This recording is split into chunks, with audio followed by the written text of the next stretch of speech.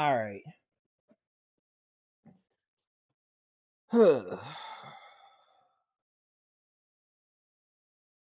Makes your own life.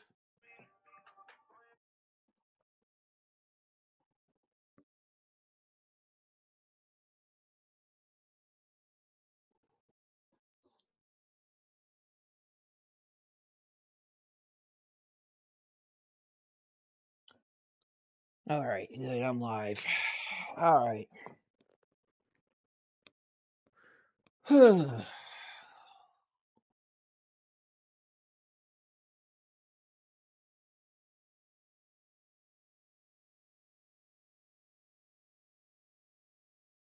This is getting bad, bro.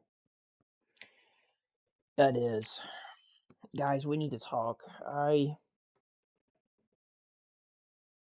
I don't know what I'm gonna do going forward, but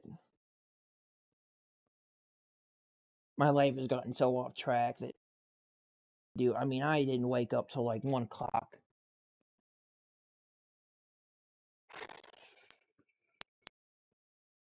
1 o'clock AM.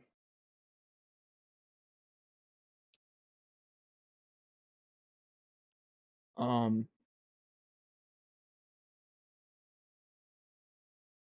I didn't wake up till 1 o'clock AM. And then watch the Yankees play the Cardinals. It's just becoming crazy.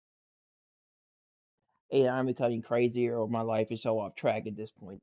Even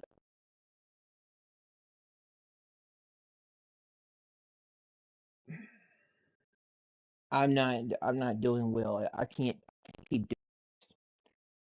I'm either gonna have to take a break or I'm gonna have to do something. I might just quit. I might.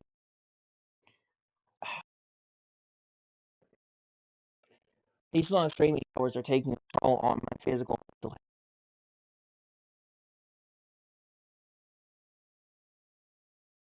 I got to figure out a way to get my life back on track. When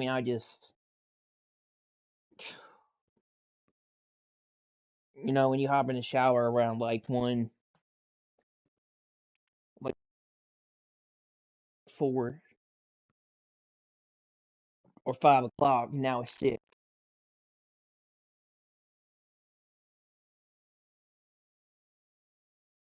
Your life's just going a different direction, and I'm just depressed and stuff in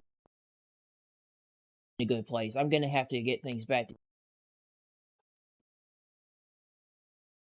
I keep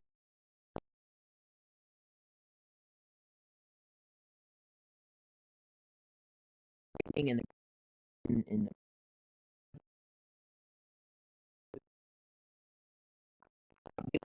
yeah,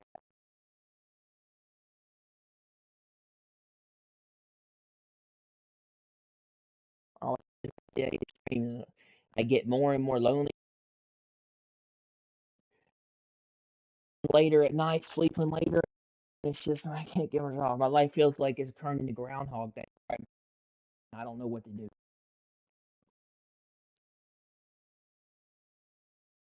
I'm seriously depressed. I'm just in a bad state. I just alone by myself and struggling and feeling in these long hours just taking a toll on me.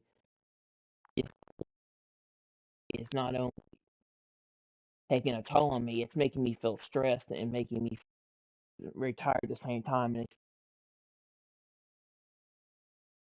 And it's causing a lot of problems to my mental health.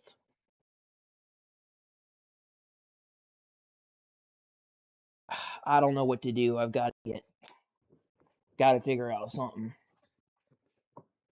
I go to therapy on Thursday, and I've got to figure out what I'm doing. I've got to get my life back on track, and I've got to find out how to get on a better schedule, and I've got to figure out how to get staying up at these stop staying up in these wee hours. Just stop sleeping all day and getting up at night in these wee hours in the morning.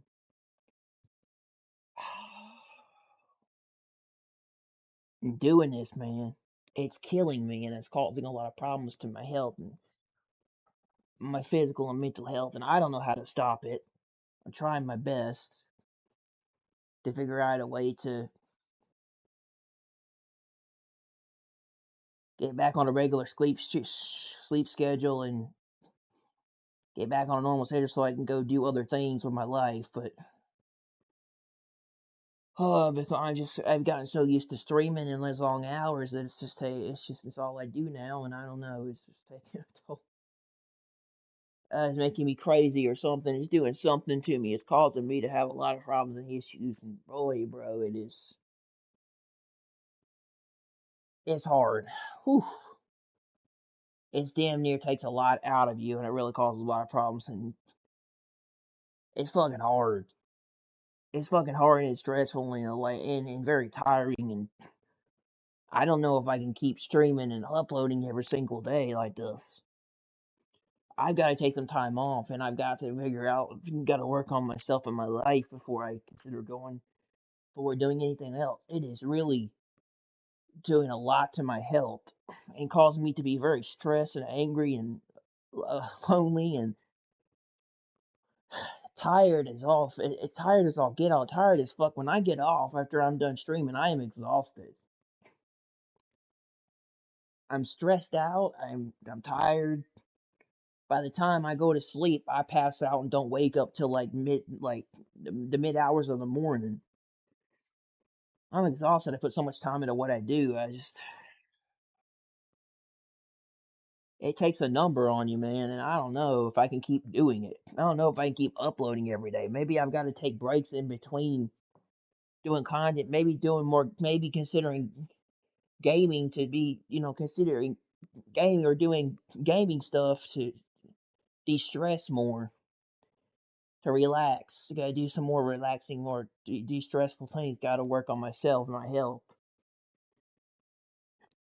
Gotta figure this shit out because it is really doing a number on me. And it's not, and I don't it's not that I don't appreciate you guys. It's that it takes a lot of time to put into what I do and the work and the hours and the effort and everything to make shit really good. And it takes time to put into it. The editing and the streaming and time and the hours and all the effort that goes into making these. It takes a long, takes a toll on you in these long streaming hours and everything. And it really does a number on your body and your mental health and everything, and it really, really stresses. It can really stress you out, and it's put me through some bad situations lately where I've been extremely depressed and upset and waking up every day just mad as hell, cursing and pissed that I just can't seem to get anything in my life right without I can't seem to get anything else done in my life or do anything anymore. And I'm always stuck at home and always up at night in the wee hours in the morning when everybody's asleep, streaming because that's all I can do because I can't go anywhere or do anything because I sleep so late. I mean it's not like I couldn't go do anything, but uh, I just don't think about it. And being depressed and lonely, having nobody around, dude, it just takes a toll on you. And being a streamer's tough. I honestly didn't realize how hard being a streamer really was and putting time into it, but it is taking a toll on me. These hours are just hard as hell and stressful. It really puts a number on your body and your health. It makes you tired. You just want to sleep all day. You don't want to do anything after you get off. You're exhausted, and then you just want to stay in bed and just not do anything because you just put all that time and effort and work into it, and then bam, it's stressful, it's tiring, it's lonely, it's exhausting. I'm gonna have to take a break or do something different in between because I can't keep uploading like this every single day and putting this much time in shit, or it's going to take a major toll on my health, and I'm gonna end up back in. I'm gonna end up psychologically depressed to where I'm gonna end up going to the hospital purely because my mental health is gonna be at an all-time low because it's stressful. I mean, I just keep waking up every night later and later, cursing the air, getting pissed, tired because I can't seem to get my life right. And there's the downside to being a streamer. It just takes a lot of time and effort. It's stressful, and at times it can be hard to put that time into it and do it every single day. It is very hard. It would be better if I had interaction from the audience or to talk with chat. Maybe that would be less stressful on me. But I put myself through it for people, my supporters, to make the type of content I do, the amount of good content I do, or to talk about things I do. But man, your health really comes first. Your health is really what comes first over trying to stream or do content. If you're not in a good place mentally, you cannot make good content or content people want to watch. If you're in a very bad place mentally, your health comes before you do streaming and do things for YouTube. And mentally, I'm sort of fucked because it is really bad. It's gotten bad. It's gotten so bad that I keep waking up later and later.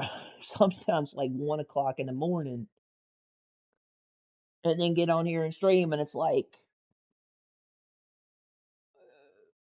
3 a.m. before I get on the stream, and then it's the morning, and then it ain't till the afternoon that I get off of here and go to bed, and then I wake up late at night, and I'm already fucked, bro, because I got an appointment. I don't know how the hell I'm gonna do it now that I think about it.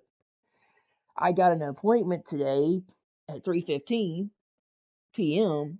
and I slept till 1.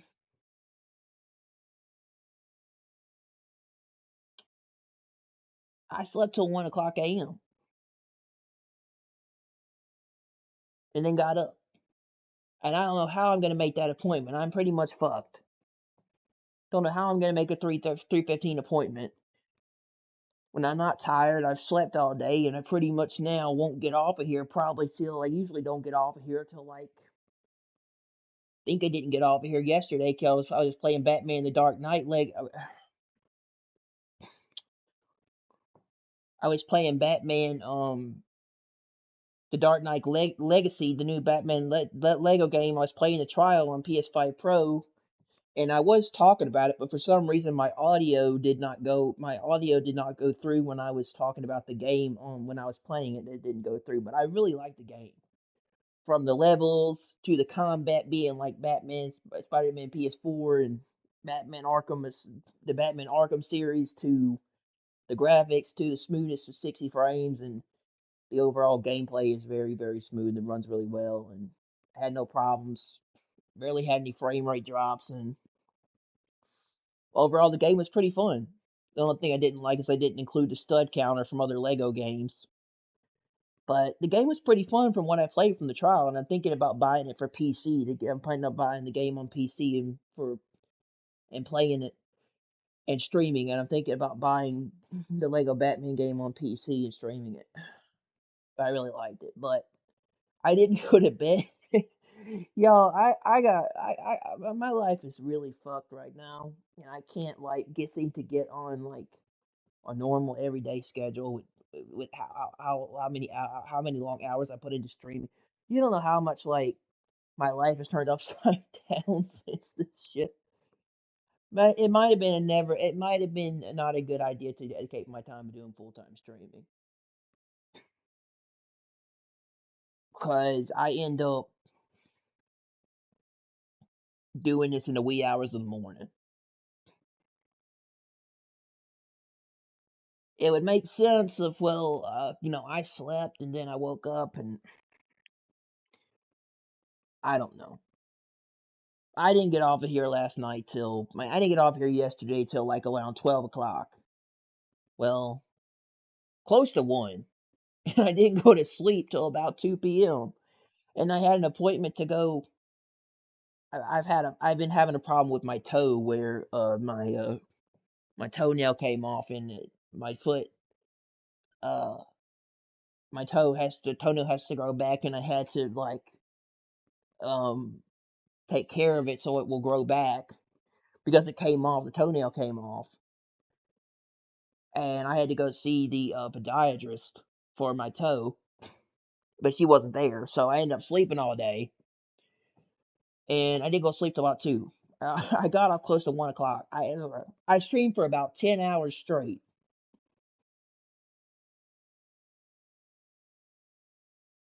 and then I got off and went to sleep and was exhausted by the time I went to bed. The thing is, when I go to bed, I don't go to bed. I'm not tired enough to go to sleep yet, and it's like around like early afternoon when I finally go to sleep. That's how fucked my life is. And then I got my therapy appointment on Thursday, and there's no way I'm gonna make that with the way I sleep.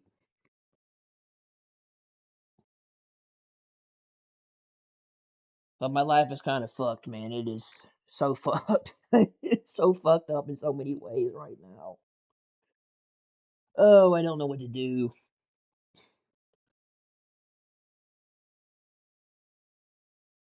I don't see myself getting off because I slept till 1 o'clock. I see myself streaming for a while. I don't see myself getting off of here till about 11 or 12 ish.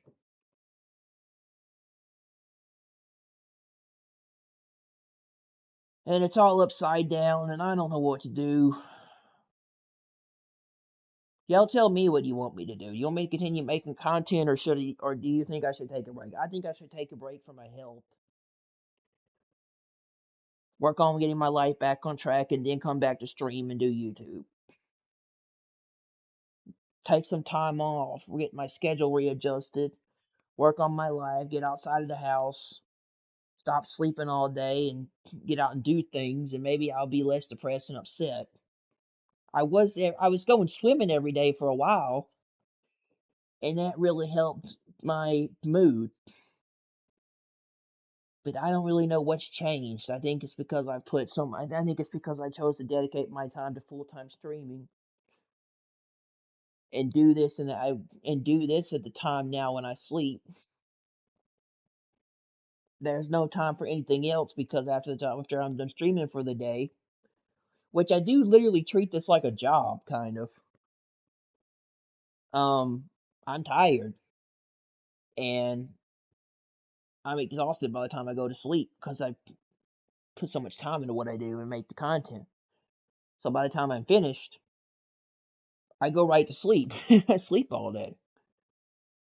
Once I'm done doing what I'm doing, I put time and effort and energy into this like a job, and I'm up during the day streaming, and then when I'm done, I go to sleep and I don't wake up till the nighttime because I'm tired. I'm either stressed or I'm tired because they put so much time into streaming and making content. So yeah, this is kind of like a job or a career or a pathway for me that I'm working on doing, being a full-time streamer and content creator, because I don't do anything else with my time. I don't have a regular job at the moment. This is what I put my time into, mainly. So this sort of has become like a job for me in a sense where I put effort into it. So I'm up during the days or in the mornings, like making content for like making like a regular job, making content, and then after a while I get and then when I'm done I go to sleep and don't wake up till nighttime. So yeah, it takes a toll on you like a regular job, being a streamer, a content creator, being a YouTuber. I mean, I guess it's not as stressful as working a regular job because I've worked several regular jobs, but it's still tiring and it does stuff to you, especially if you're up in the mornings, bro. You're up in the early mornings doing it.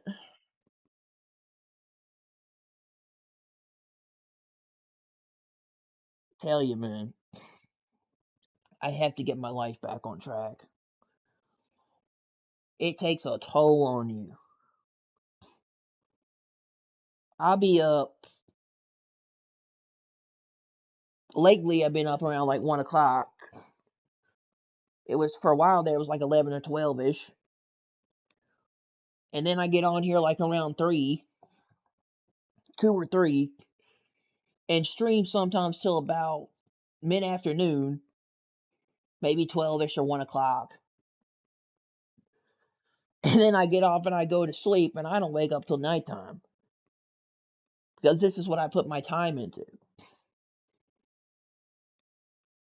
So I'll be up in the mornings when everyone else is asleep or not available. I'll be up recording and streaming, working on my content. And that's pure dedication right there. Not very many people put the time and effort and energy and hours I do into my channel at the time I do. You don't see very many creators putting the time into their channel like I do. I'm very dedicated to what I do. Very dedicated to what I do. I am up in the mornings a lot of the times making content for YouTube. And that's true dedication. You don't see a lot of creators. Maybe some do, but a lot of content creators upload in the afternoons or like later on in the day. You don't see a lot of YouTubers get on. You don't see a lot of YouTubers on the schedule I'm on, bro. They're not that dedicated. Most content creators are lazy. You see their content, or it's mostly clickbaitish, and the same thing. They're lazy. They don't put a lot of effort into their channel like I do. You don't see them put that much time and effort into building a channel like I do. Because they either got a really decent fan base, or they already got a pretty nice channel. So they don't see a point to put that much effort into their channel now that they've grown to the point they've grown. But I'm dedicated, bro. I'm up in the mornings making content, and by the time I'm done, I'm tired. I work very hard at what I do. I work very, very hard at what I do. I am often dedicated to making content at the amount of time and hours I do.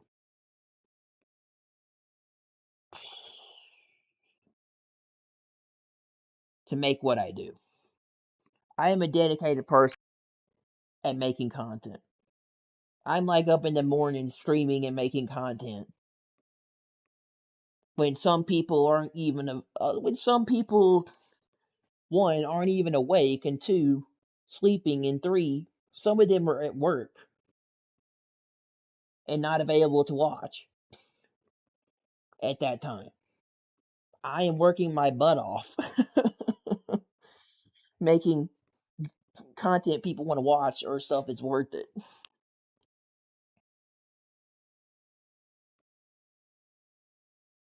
I am very dedicated. I am a very dedicated channel. And you don't see much creators up in the wee hours of the morning. Like you don't see creators, most creators up at that time, those hours. You don't see them dedicated like me. Pure dedication comes from getting up every day, sleeping all night, and then getting up and getting on and streaming till the afternoon. That's dedication, bro. That's true dedication. And then going to sleep and sleeping till nighttime. That's dedication. You sleep all day and then you get on here and you record till the morning until late afternoon. Maybe afternoon, maybe like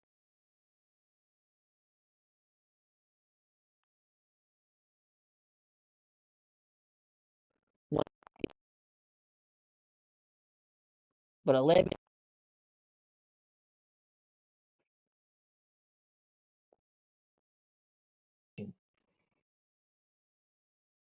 But those long are stressful at times. But I do it for you guys because I like making it. People don't like creators do not put the time and effort in. They do not put the dedication they do and the amount of effort they do. I'm not saying all do, some do, but they do not put the time and effort that I do. As creators,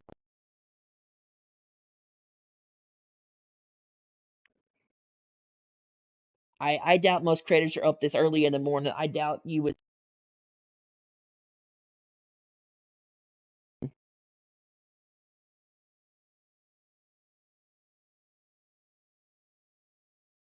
I doubt you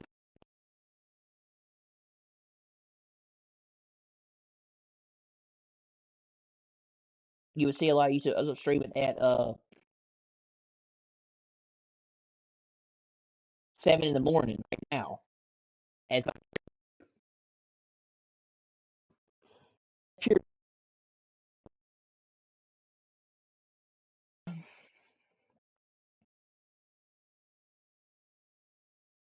when a person wants to be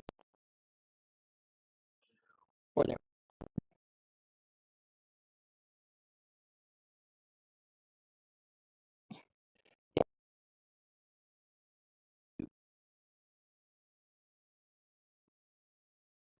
but it's tiring, it's stressful, and it takes a toll. And I'm probably going to take a break, get things back together. Hope, but you don't see people like this doing this. No,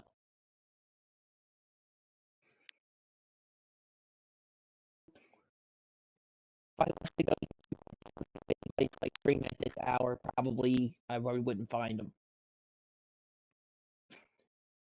Maybe some, maybe a few, but not a lot of them. Content creators are like they like to get up in the afternoon and stream and do content.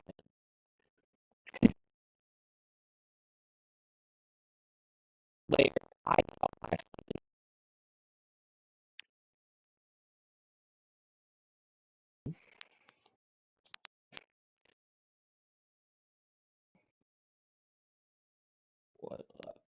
I and then basically I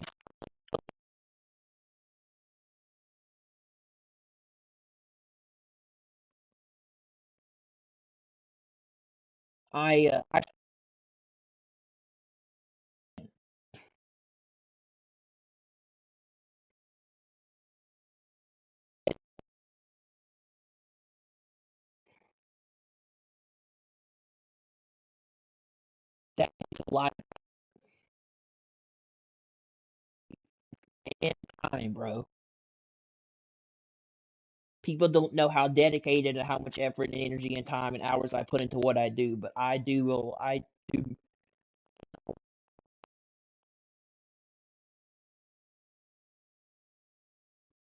into making the content I do. I don't realize the people how much time it takes to put stuff into what you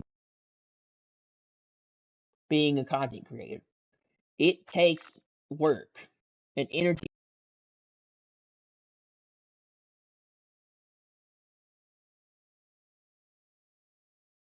and pure dedication comes from like bro.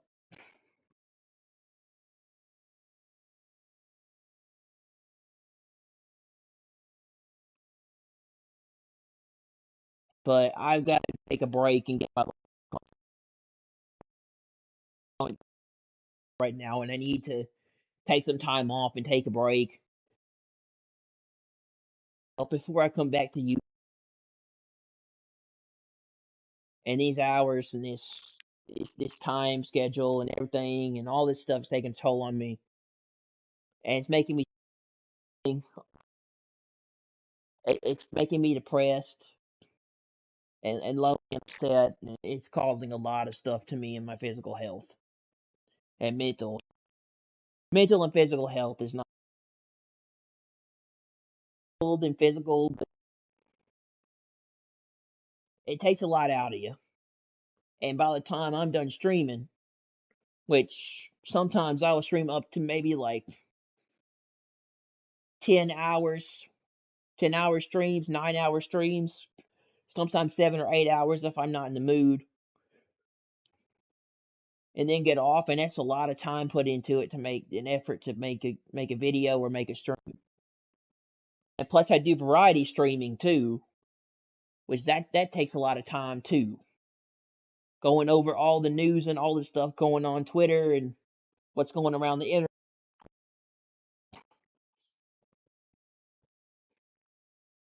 Entertaining and to be interesting and to make content people want to watch, that takes a lot of hours and effort. And after a while, you can be tired and exhausted. You can be stressed and tired and exhausted, and you just want to just go to bed, lay down, and go to sleep. And after a while, I just literally just crash. I literally just fall. I just literally just go right to sleep after a couple. Get off exhausted. I'm tired. I put in a lot of work into what I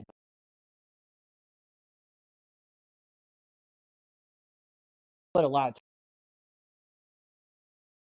but that makes you stressed, tired, and exhausted. You just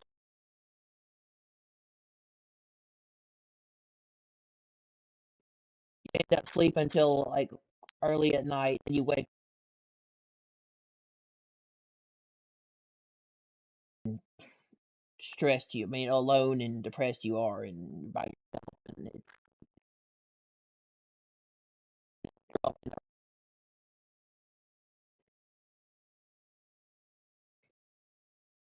and it sucks, and you're just, and it reminds you how you're kind of stuck on a you stuck on such a crazy schedule that you can't get your life back together,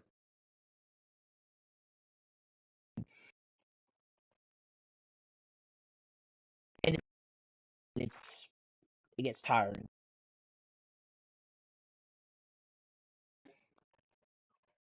Say to yourself, do you want to continue keep doing this and going through it, or you should you just take a break and stop doing it for a while and get your life back together, or should you just quit? Which I don't think. I've got to take some time off. I got to take a break, and I've got to resort out.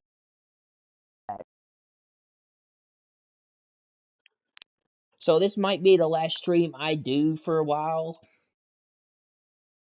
I refigure out some things back on track. Because right now I'm not in the state to want to do this every day. Much time out, but it takes a lot out of it. And I like making content, and I like interacting with the audience, and I like doing content.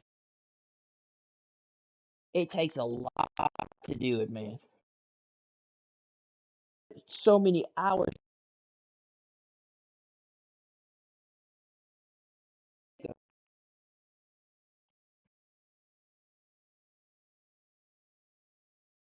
Streaming long hours can be stressful, exhausting, and you just want to go to bed and sleep. You're tired. You're exhausted.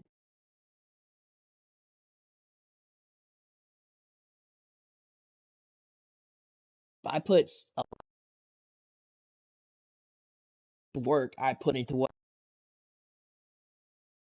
and the appreciation for my work and what I do. The time and effort and energy it takes to put into these videos and these to put into these streams and how I make it takes to make these streams what they are, make them good.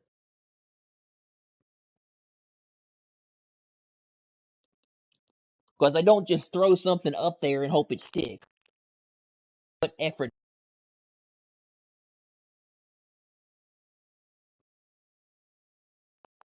I'm figuring out my life.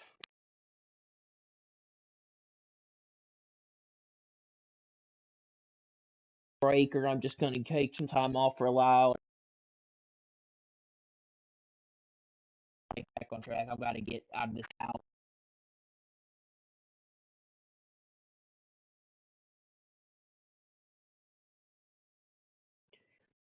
get out of here, and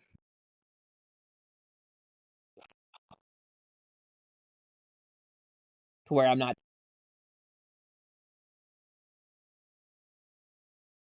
with no one around. In the early hours of the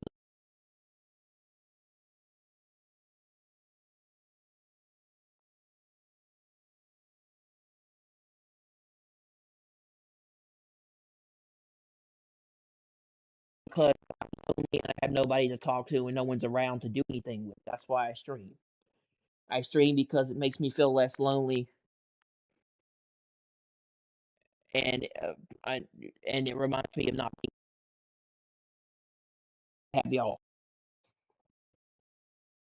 All it wouldn't make a difference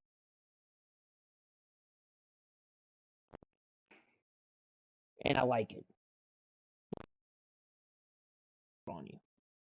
Takes a lot out on you. Sleep,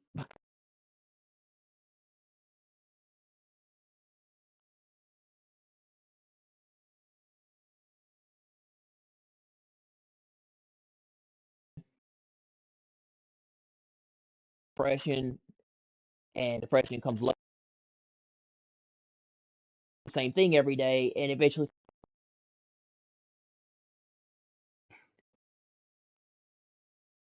self, I'm going to take a break. I'm going to take some time off from doing this. To I can't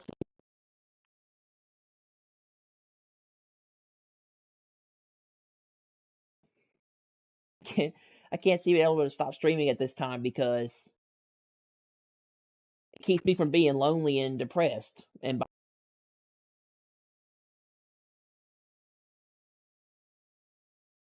these up in these hours, these.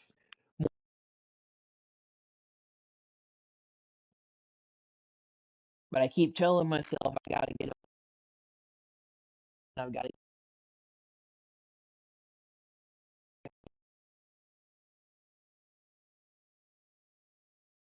night that way I don't wake up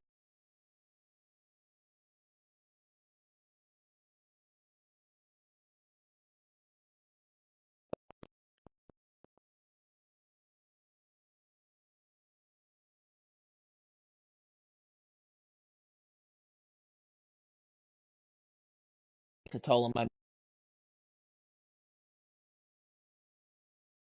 people don't. I wish people would appreciate the time and energy I put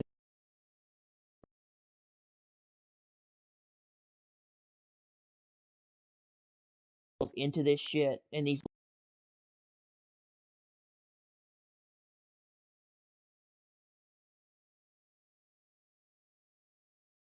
stressful and it can be and it can make you tired to where you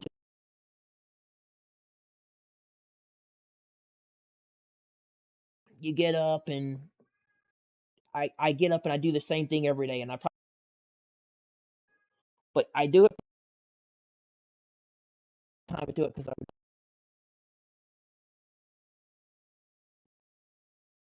I'm into it for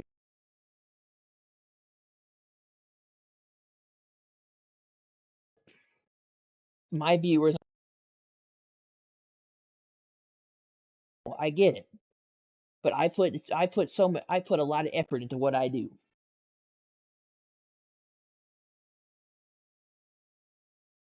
mentally sad and lonely.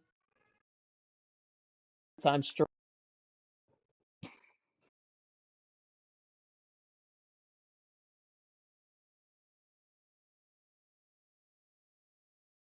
need to take a break or need to come off. I need to I put into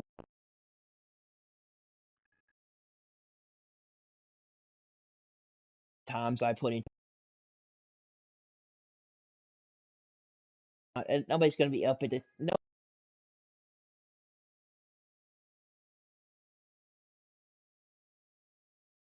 dedicated, not dead. All I want to go first before streaming and make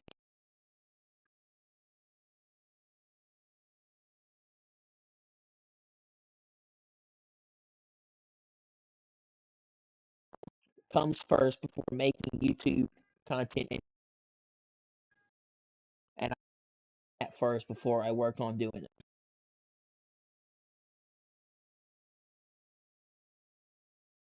offline. Offline for a week or a couple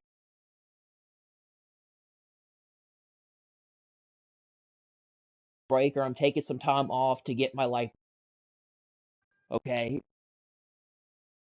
Work on my while I work on how to balance streaming and making YouTube content with my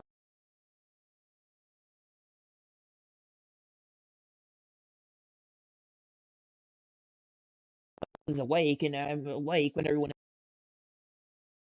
else. Yeah, that's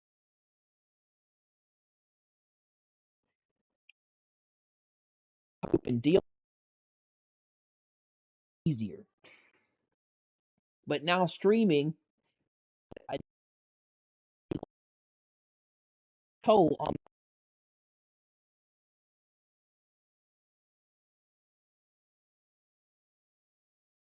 for the time. So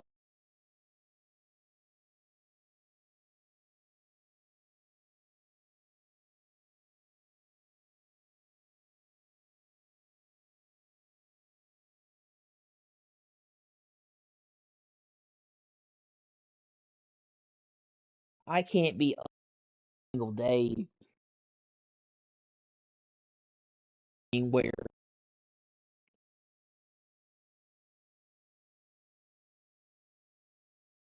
up 3 hours in the morning, 3 hours in the morning all day, and then wake up doing this stupid switch where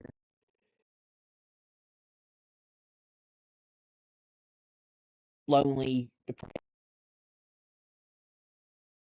because I can't get back on track. Um,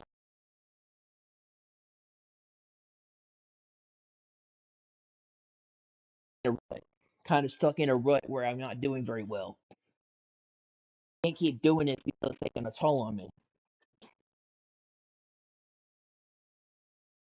And I doing now with my life is streaming. It's tired.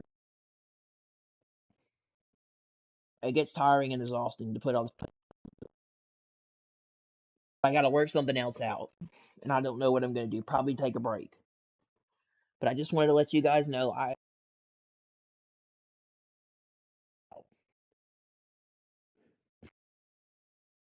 got to figure something out with my life, and I got to work on it before I do anything else. I just wish people would appreciate the effort of me uploading, streaming every day, and doing it like because it takes true dedication and a lot of effort and energy and time to do that.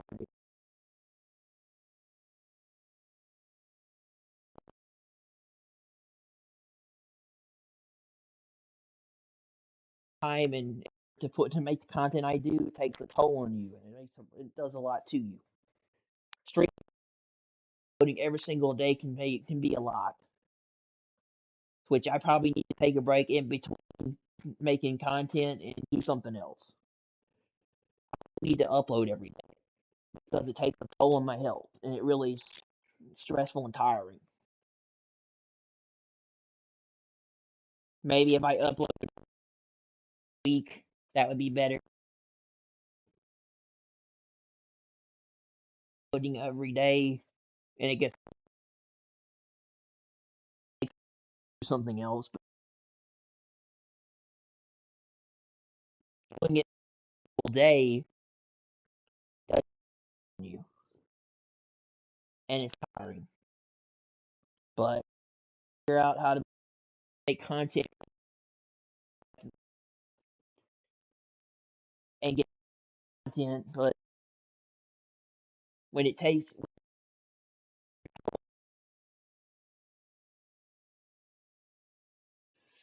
and I just want to know that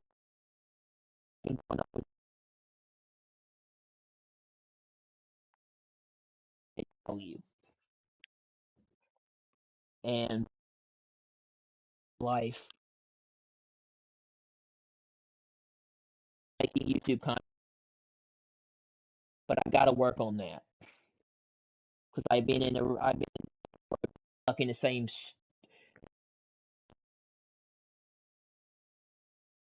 I don't want to have to do.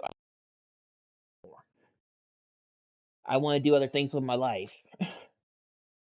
Tired of being stuck in the same rut, being in the same place.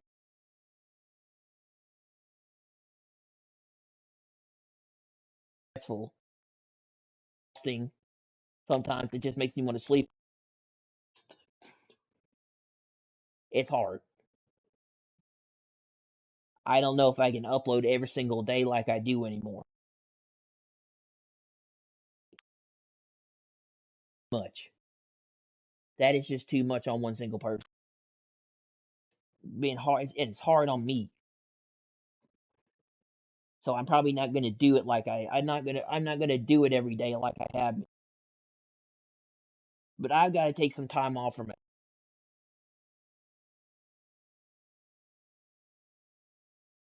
But anyway, I just wanted to say that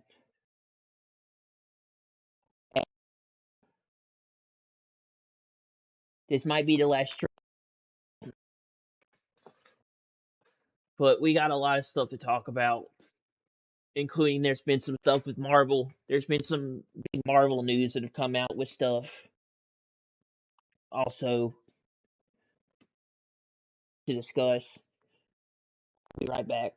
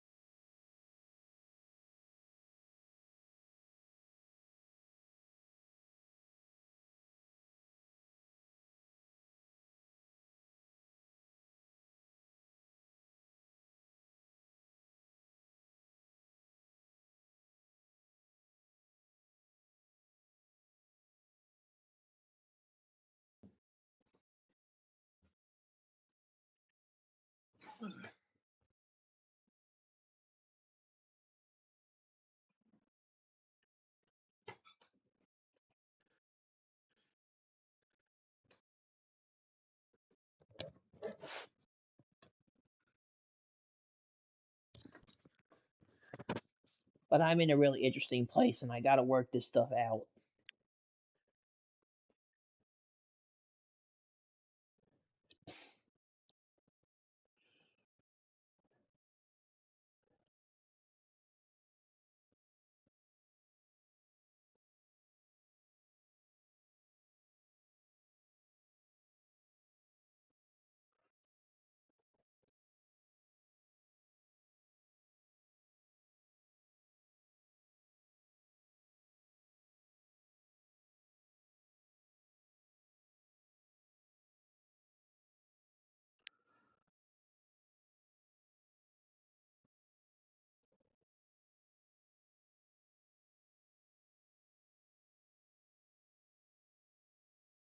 Um,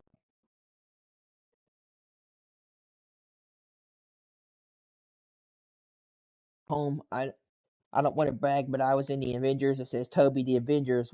That's great. What is that? It said most likely in Avengers Secret Wars, Tom to Toby. This is Avengers, and now you're one of them. Yeah, there's a lot of people saying in the rumors with Marvel So I don't know much about the Marvel storyline because I haven't seen anything past um Spider-Man No Way Home. But it's been rumored that Tobey Maguire and Andrew Garfield are working on two projects upcoming again for the future, and that Tobey Maguire might be in Marvel Avengers Secret Wars coming out December 17th of 2027.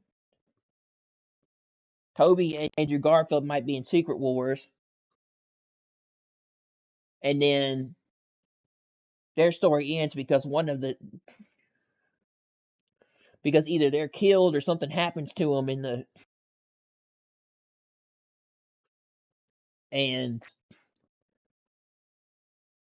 that ends their story arc.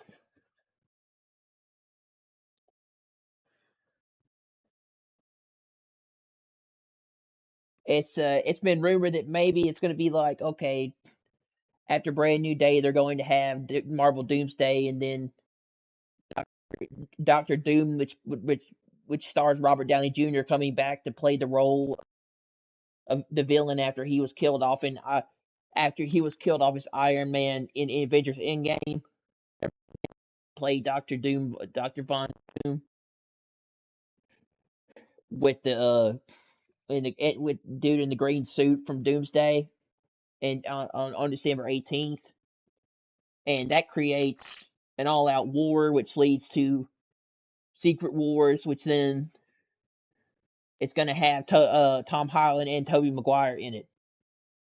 Maybe Andrew Garfield and Tobey Maguire. It's a possibility they both be in Secret Wars because they've got projects going on. But it says they're most likely going to come after Secret Wars is going to come after Marvel's Doomsday, and then they're going to have X-Men and Black Panther 3 and the Deadpool movie, and then Ghost Rider. And there's been talks about a Wonder Man movie, even though that personally sounds to me like it's just woke garbage from Disney, which I don't really want to watch that because they already tried to do a Supergirl movie and that movie failed. It was terrible, even though technically Supergirl was DC, that wasn't Marvel, but um and it's a possibility that Tobey Maguire and Andrew Garfield are going to be doing two new secret projects in the future. Secret projects like um maybe another Spider-Man movie, and they're going to be in Secret Wars, and then they're going to be in maybe in the Spider-Man 5 movie, which they say is going to happen, and Destin Daniel Cretton is going to come back and direct it like he did Brand New Day, which I haven't seen Brand New Day yet, so I'm probably going to go see it probably tomorrow. I want to go see it tomorrow. Not tomorrow, later. It's 7 a.m.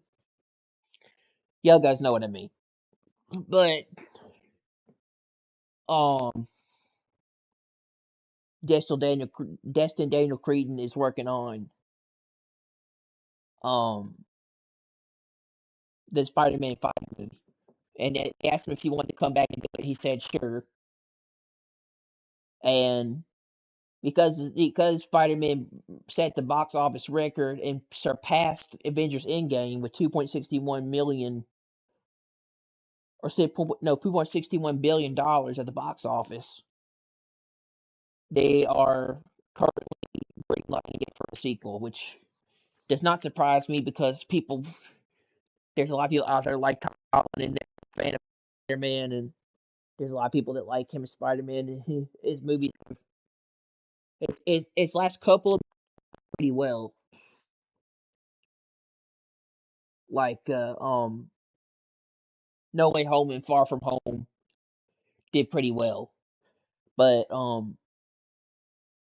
Brand New Day outdid Avengers and it outsold a lot of other movies, and it set box office records. So they're already talking about a Spider-Man 5, which I don't expect to see for another 5 years because we didn't get Brand New Day until 5 years later after No Way Home came out with Tobey Maguire and Andrew Garfield in it appearing in it as special cameos of the original Spider-Mans with the multiverse. The the No Way Home was a part of the Marvel multiverse, which honestly I don't know much about the Marvel multiverse and a lot of the movies that go with the multiverse because I'm not a big comic book fan. I don't read the comics.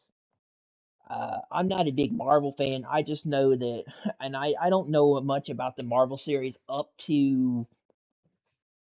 I only know about the Marvel series up to Marvel Avengers Endgame, and I don't know much about the new Marvel series. I don't know much about the new Marvel movies and Phase 5 and the MCU and all that. I don't know about the MCU up till now. I knew about them to Avengers Endgame, and then after they killed Iron Man off with that Robert Downey Jr., I kind of stopped watching the Avengers after those years. But since they're coming back, Avengers Doomsday, I do want to see that movie. That movie looks really good, and I haven't seen an Avengers movie in years, so I'm looking forward to watching them again. I'm looking forward to the MCU and the Avengers coming back for another movie because they haven't made an Avengers movie since Endgame, so I'm looking forward to that. And I really, really, really, really like Robert Downey Jr. as Dr. Van Doom. Dude looks awesome. He's a cool villain. I really like him. I don't know much about him because I don't read the comics. I don't know much about Marvel. I don't read a lot. I don't haven't read a lot of the Marvel comics, but I really like his character. And like if he can stop Thor, one of the strongest characters, and the God of Thunder, he's gonna be a hell of a good villain in Doomsday. And he's gonna be twice top in the end game. But I like Dr. Van Doom. I think Junior is going to nail that role as Dr. Van Doom. And I really do like that movie. I'm looking forward to watching it. We got two really good Marvel movies. We have Brand New Day and we have Marvel's Avengers Doomsday, which Avengers Doomsday looks really good. I watched the trailer and I really liked the trailer. But I love the Avengers. I was a huge Avengers fan for years. I watched all the Avengers movies from Marvel from the original phase.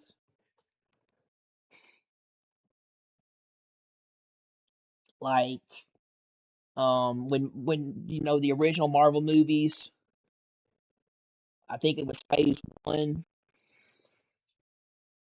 or phase 2, I don't remember. Like Marvel's had several phases of the multiverse in the movies.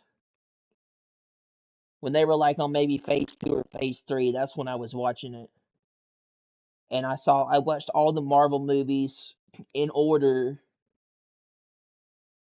from then to Avengers Endgame, and then after Endgame, I stopped watching the Avengers. I was a huge Avengers fan for years, um, especially when they still had Iron Man around before he died in in the Avengers Endgame with Thanos. When they killed when they killed Iron Man off, when Robert Downey Jr. was killed off as Iron Man, I stopped being an Avengers fan. I stopped watching the series because without so once he was done,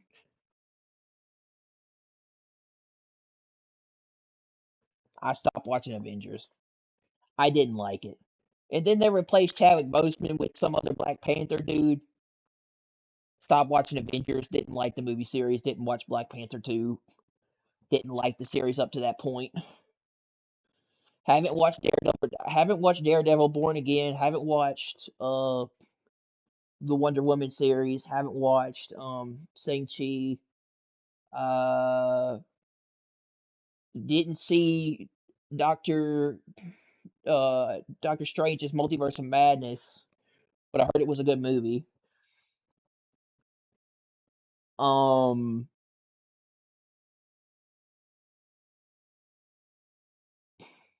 I just seen the original Marvel movies. I've seen the original, I've seen the Iron Man movies.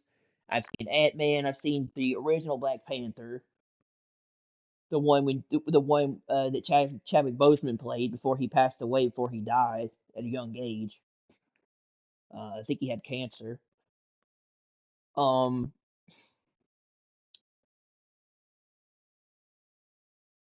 the Deadpool movies.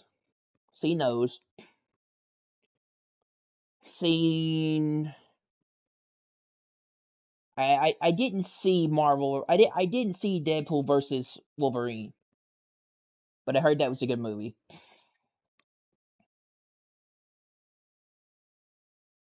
Or Deadpool Wolverine movie. Saw Logan, the last X-Men movie with Hugh Jackman, but that's been years. And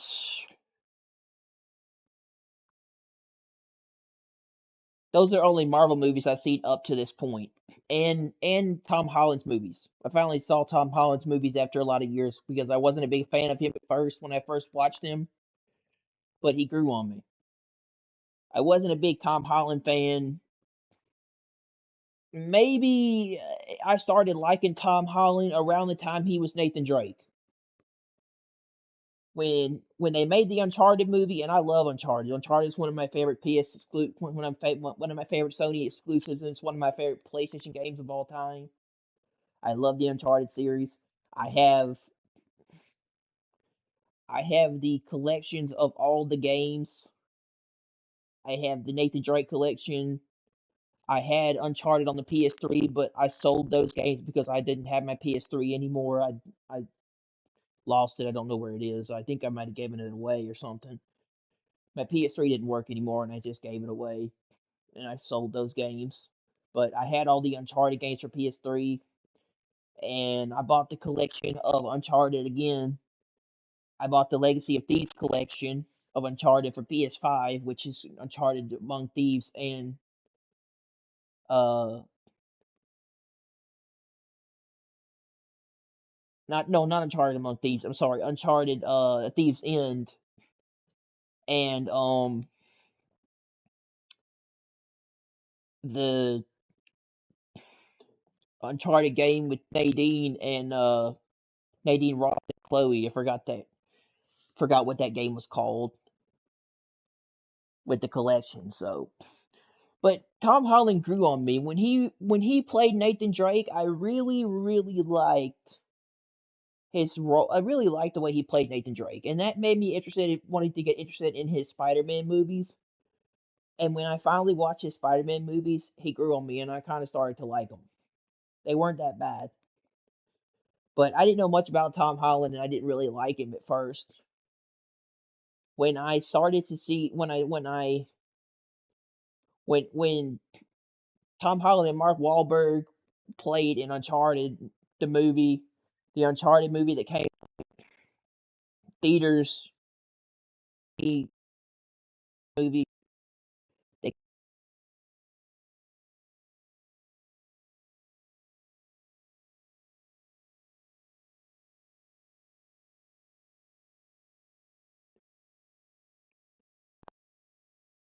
and I was when he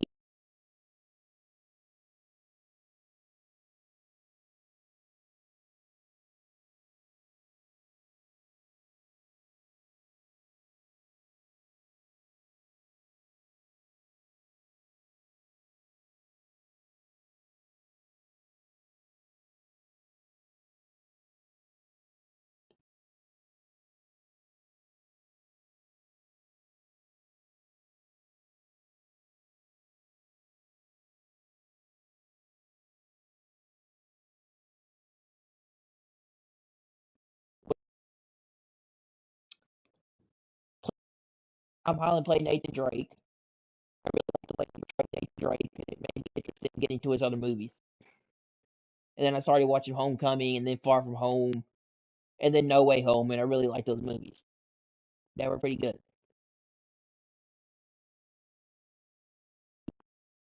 But he died after Endgame. People know that. Endgame.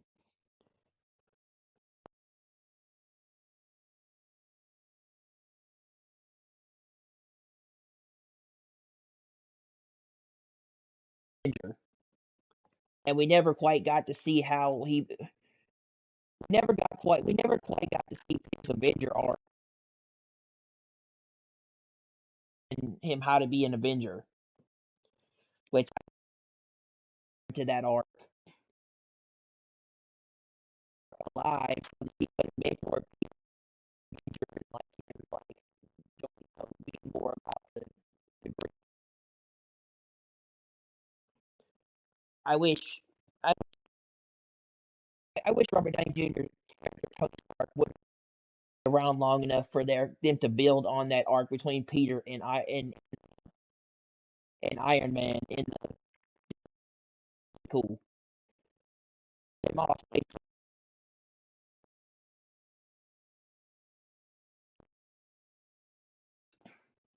the Marvel movies after that, but the Spider-Man movies weren't that bad. I seen better, but they weren't that bad. What I want to see, in my opinion, what what I Tony and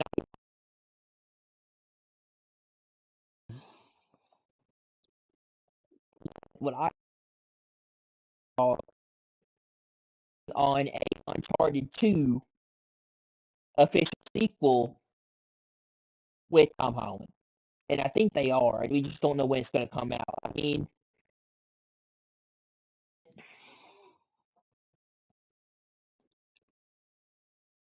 now with Tom Holland as Nathan Drake in Uncharted 2, but to movie where it builds more on Nathan Drake's character with where Tom Holland builds more on Nathan Drake's character in the sequel, and Wahlberg has Sully. Because at the end of the movie, it showed them trying to um like steal some kind of briefcase, and then they're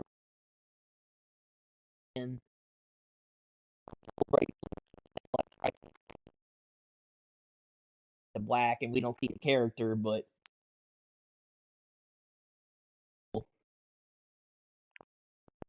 it's a possible sequel with Nathan Drake and Sully, and it shows builds more on the character. And this time, Nathan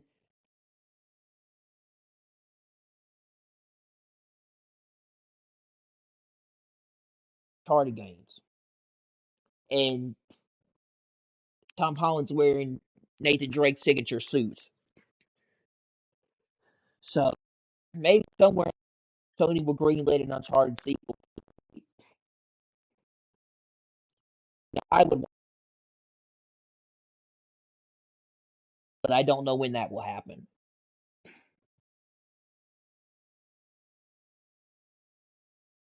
But after Endgame, I wasn't a big fan of Marvel because like Stan Lee was still alive. I thought the Marvel series was better, but when he died, they kind of ruined his legacy and changed it, and now it's not what I think it should be. It's not the same as being a fan of Marvel and the Avengers. It's just to me what it was. It's more woke now than it used to be. The movies have gone woke, and so I don't really like. I do not like the used to. I'm not a big Avenger.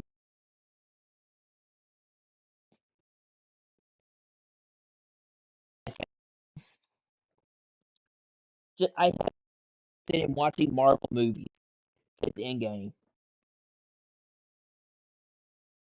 Marvel movies I've watched up to this point, I've been this Tom Holland, and then after that, I just big fan of, because they gone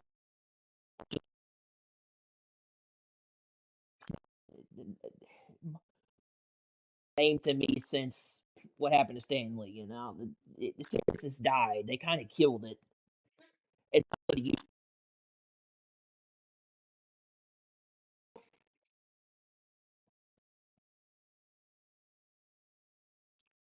without Spider-Man, Marvel Studios and Sony would be dead with Marvel. That's the only way they're making. That's the only way they're making their money now. Franchise for all it's worth is keeping Spider-Man alive with Tom Holland. And Tom Holland's their golden star, and they're gonna keep him around as long as they can to keep making Spider-Man. Because Spider-Man's what's keeping them around. But without Spider-Man, Marvel would not be the same as it was. Wouldn't nearly be as popular because they're not as popular as they were back then. With the series as they are now, they're only still popular because of Tom Holland. And without Holland, Marvel wouldn't be nearly as big as it was. Even with the Avengers, they wouldn't be nearly as big as they were. Because there's a lot of people out there that like Tom Holland, and the current generation loves Tom Holland as Spider Man.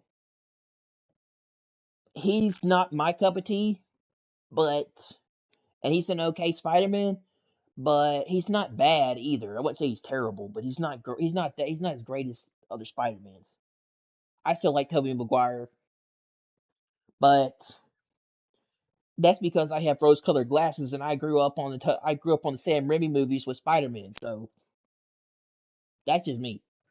I grew up on the classic Sam Raimi Spider-Man movies. So I have nostalgia for Peter Parker as Tobey Maguire and Spider-Man.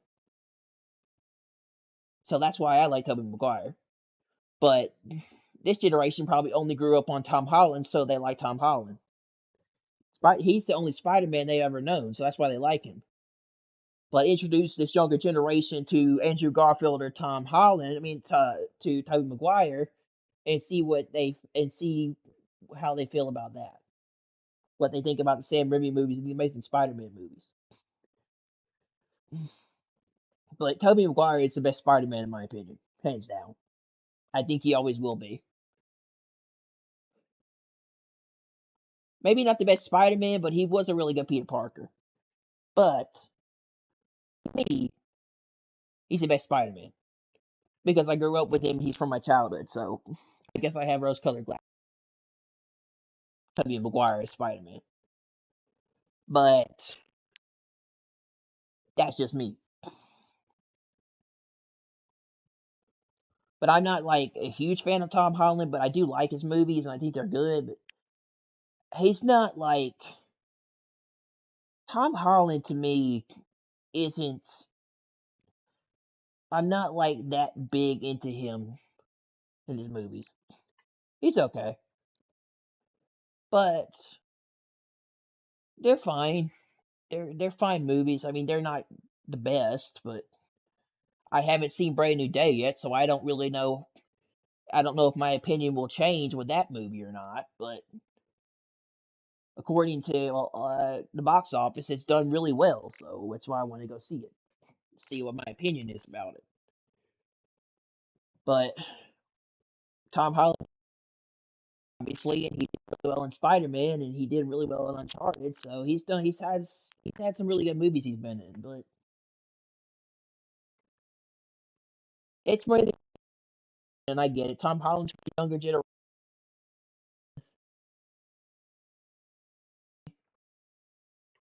the 2020s and beyond, and all that, right? It makes sense. They grew up in like the mid 2015, 2015 to 2017, now to the mid 2020s and all that. So he's their Spider Man. I was born in the 90s, in 97, and I grew up in the early 2000s. So Tobey Maguire has always been my favorite Spider-Man because I Grew up on those 2000 Spider-Man movies. Of course, but I was I grew up a 2000s kid, so I like a lot of 2000s movies from that era. Actors that played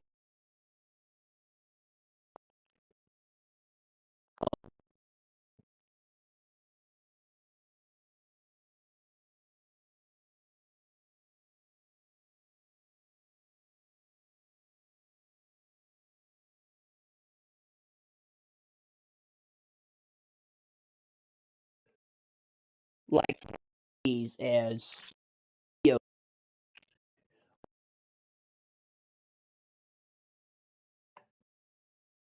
um, Terminator from.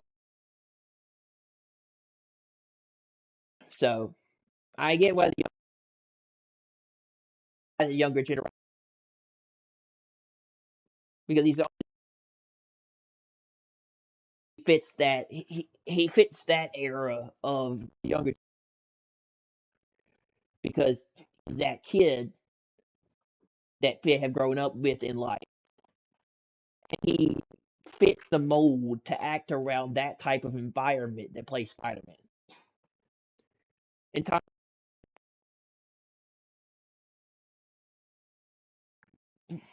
that kid who knows all that stuff, kind of like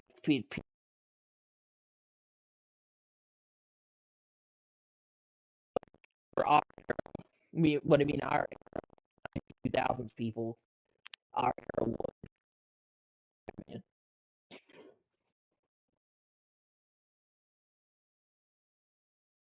But ask most people who they think who their favorite Spider-Man is, and they'll probably tell you Tobey Maguire.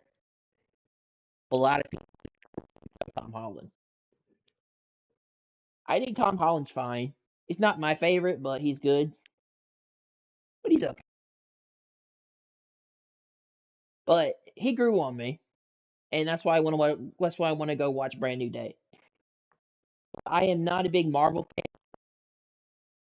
Since a Marvel fan, I have not liked the Marvel movies. Mm-mm.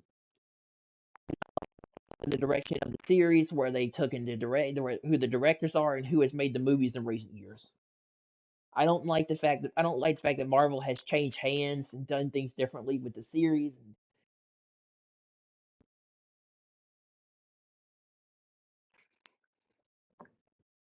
and uh,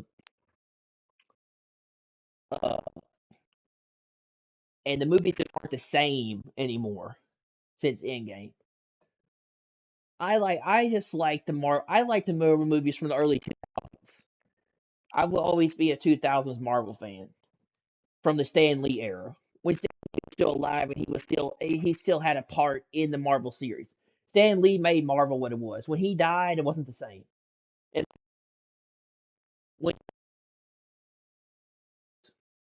when he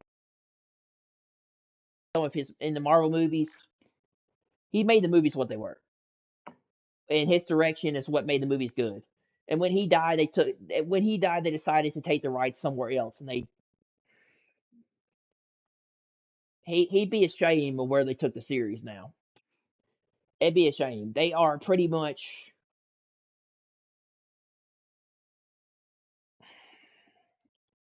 walking all over his legacy and just taking it in a whole different direction. They it just show you they'll take somebody's famous celebrity and somebody's death and take their stuff and ruin it.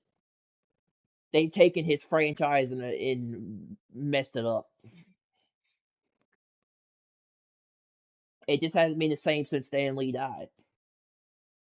And I will always be a fan of the early 2000s Marvel movies, from Hulk to Iron Man to maybe the mid 2010s Black Panther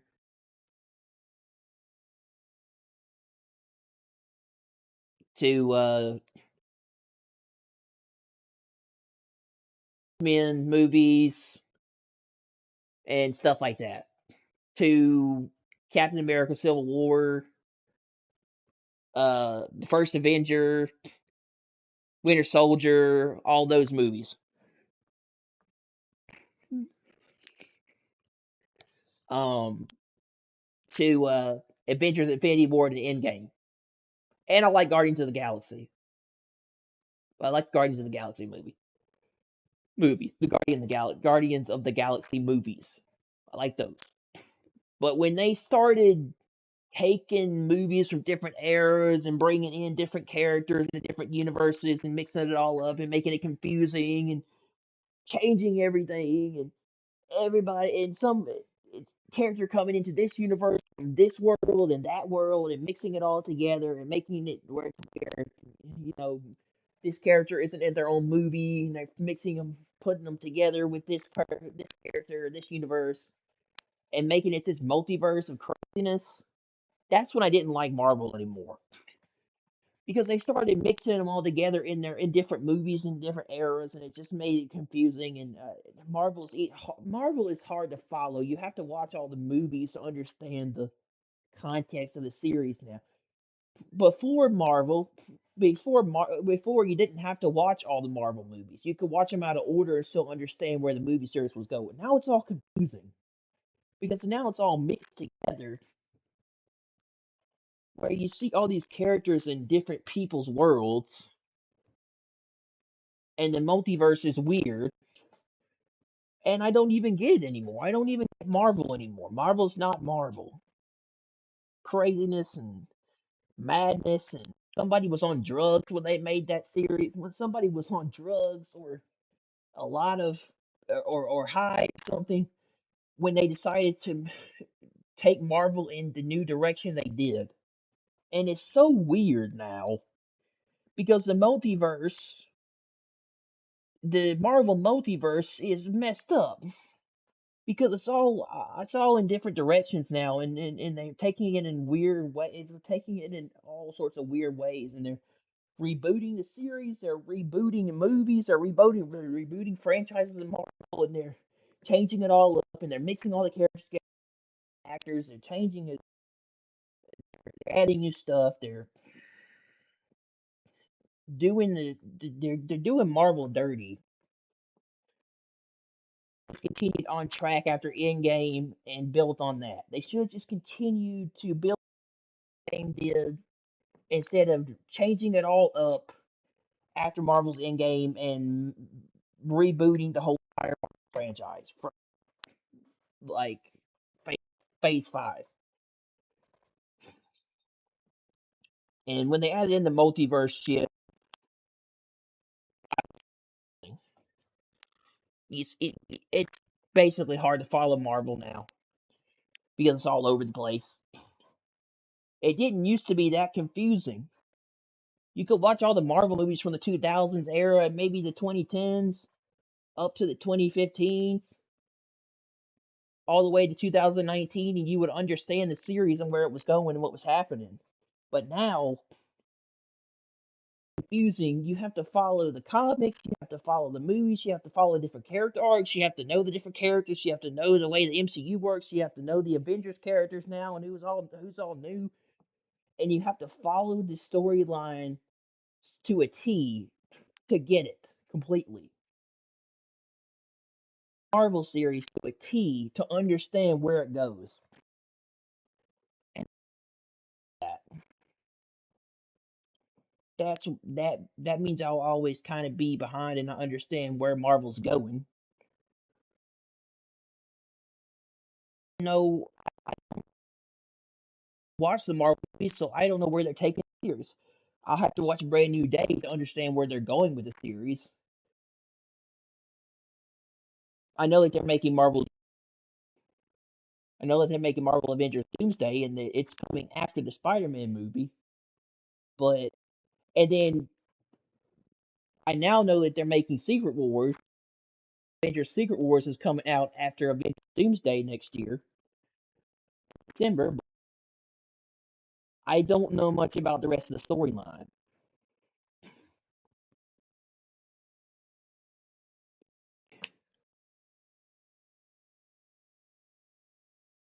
It's confusing.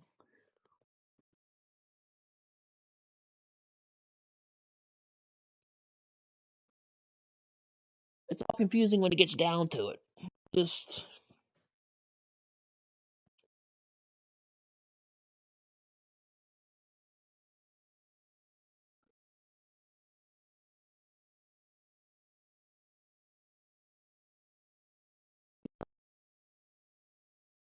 understand Marvel anymore. We're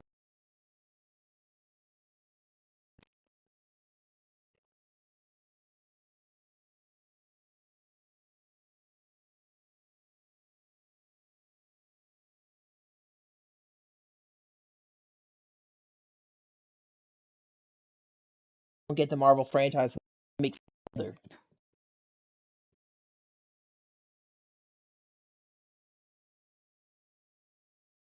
game, which made sense. Game when they finally brought that whole when the series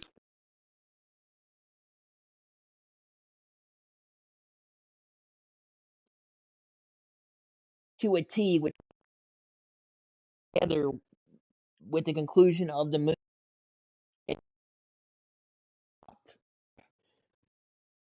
But they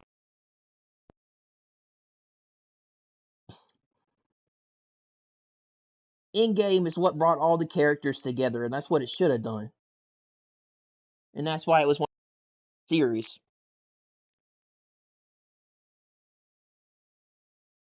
I had to kill off Iron Man. I messed up.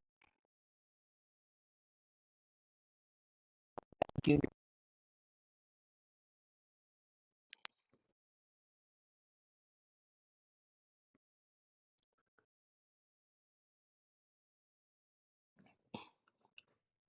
It says Electronic Arts is officially a private company. It says acquisition has been completed with the company now owned by an investment group led by Saudi Arabia's Public Investment Fund, PIF, along with Silver Lake and Affinity Partners. It says the deal takes EA off the stock market, making it one of the biggest acquisitions in gaming history. EA says it will continue operating under CEO Andrew Wilson, and there are no unannounced changes to studios or games. In other words, EA will now under partners and Saudi Arabia's public investment.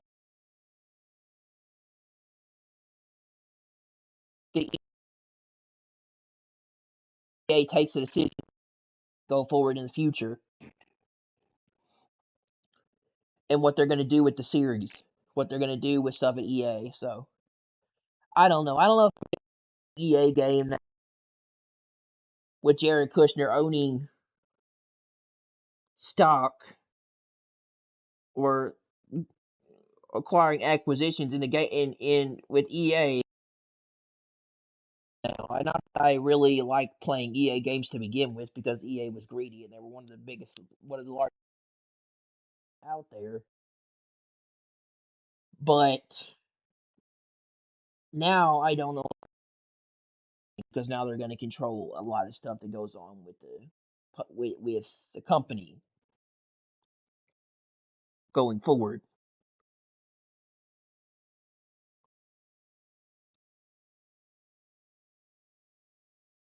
But maybe EA going private is finally going to kick them into gear to make better games.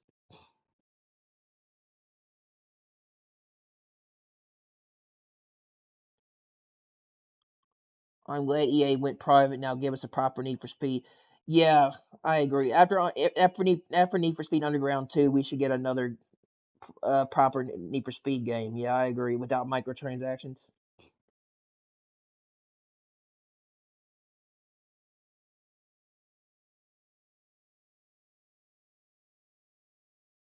Did you forget their attachment to being a religiously governed group? Now instead of woke DEI slop, you're going to get hyper censored religious propaganda slop. Dude, we hyper censored progressive propaganda slop for decades now. What are you talking about? This will never happen. You will see for yourself. I hope they prove me wrong. Saudi oil barons aren't as religiously deep as you think, Chief. They're totally degenerates in contrast. The slop is far less bad in Muslim countries, hyper-censored compared to the caring core HR slop we have now. No fags or titties or hypersexual shit.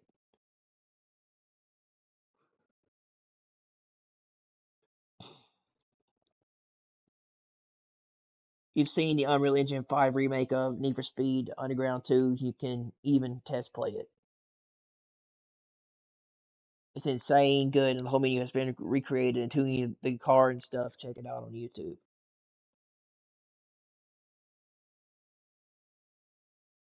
Thanks for watching it. That's not an official remake. An independent solo developer named Killian F. Fellenbaum has been working on an unofficial fan remake of Need for Speed Underground 2 and Unreal Engine 5, just like the modding community and said, of course. So, well, 22 billion in debt. I doubt they will. Going private is a bad thing, right? Especially considering who they were bought out by.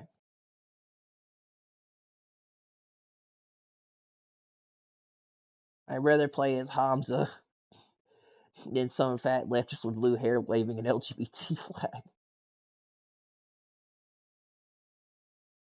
Fair point, but it isn't much better. And there is why, and there is why you are a retard.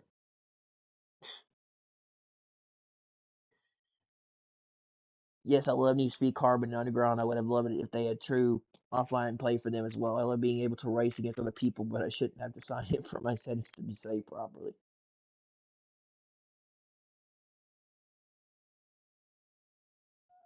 Can't be worse than Unbound. Wait. First, give us Dragon Age Legendary Edition like we got with Mass Effect. Then have your racing.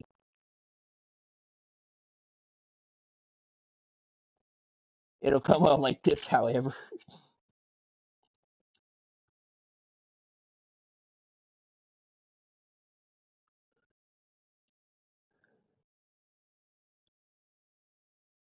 Oh, you poor stupid fool. The franchise is dead. Yeah,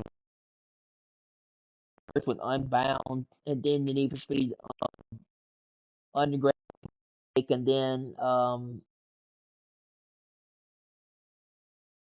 uh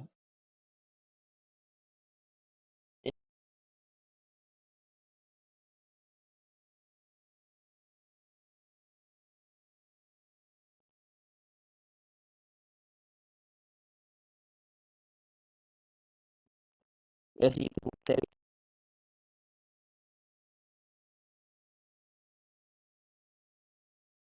Muslim flavor. Uh, make EA games terrible and Steam failing. Give us an amazing Mass Effect 5 with no agendas. Just awesome sci-fi fantasy and storytelling.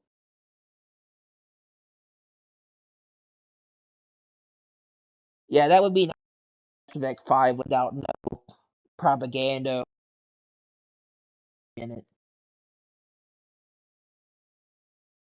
From EA, I agree. A Mass Effect 5, maybe another Need for Speed, and some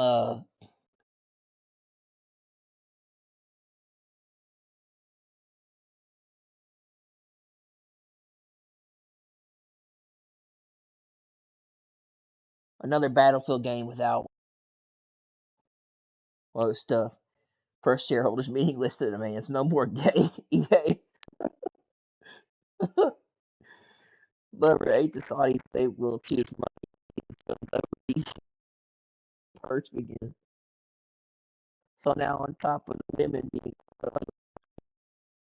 be covered in that is the crown princess going to the haram ways caters games to the male guy gaze. Really, there isn't going to be an end between here. Stoked for the new Madden. Saudi Arabia edition. uh,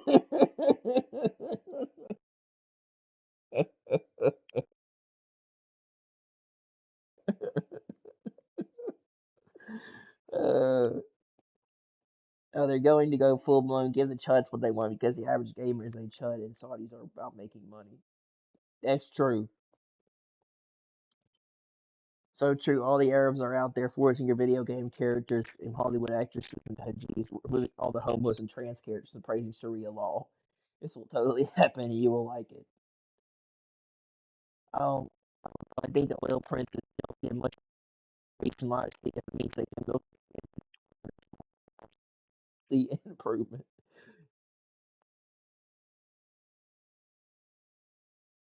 The rumor is that the crown prince but they video games if anything changes haram morality more like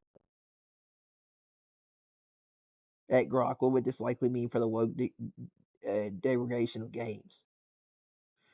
Saudi ownership under a reported anime game fan like the Crown Prince raises the chance for less progressive social messaging in EA titles. Cultural norms and profit motives favor broad appeal over identity focused content that has drawn backlash.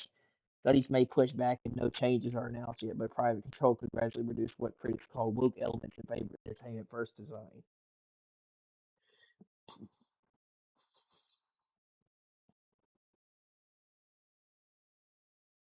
They're obviously not going to force EA to cover everyone in Jeeves. They're retarded. Retarded. As for male gays, as long as they end their DEI slop garbage nonsense.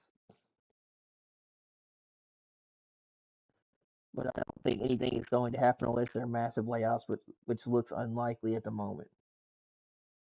You do realize male gaze is connected stereotype and increased sexual discrimination in the workplace, right? You shouldn't argue for it. Selling sex doesn't increase sexual harassment. They were already going to do that. Just remember the Mighty Serenity or SNK is owned by Saudi. They literally just said the games studios won't change. They bought it because of FIFA. They want that look pack revenue for themselves. They bought it because of finance. It's more than likely going to be the opposite. And strange that there is more chance Saudi will make EA based again. Probably. Saudi Arabia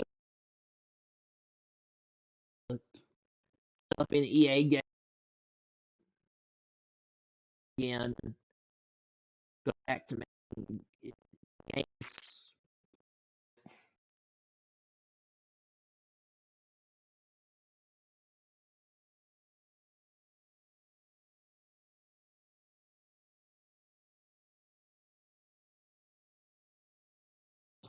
Again, going to make the games better again going forward and everything.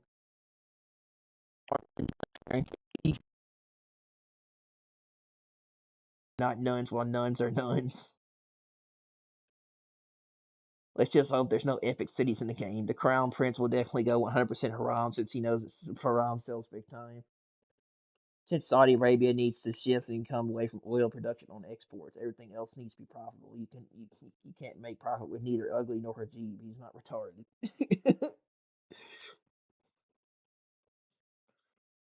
Well, we already are at the bottom, so it really can't get any worse. I mean, with Saudi Arabia,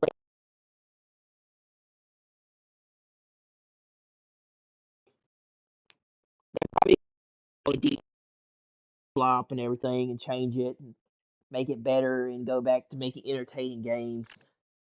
And hopefully that'll be better that they can change the series around and make it worth playing again and EA games worth buying. And it going get a lot better in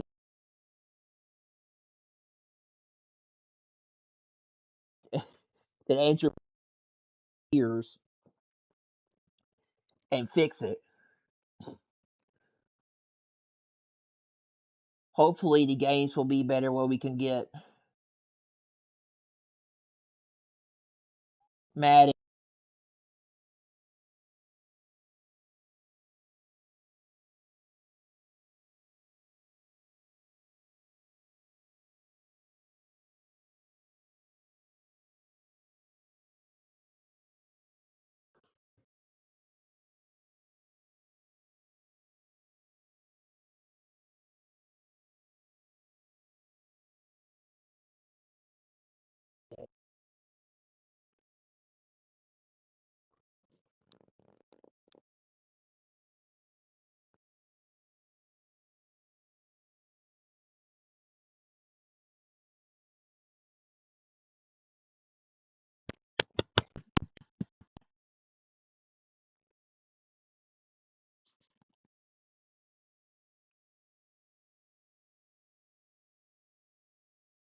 My God.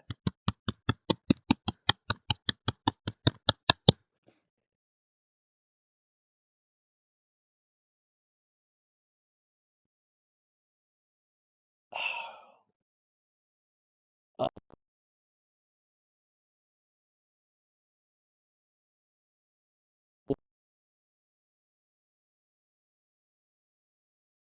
Instead of like EA going to people, and and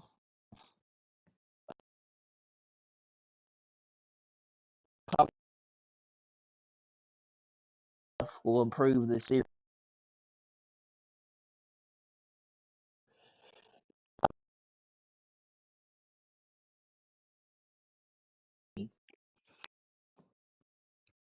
and make it better.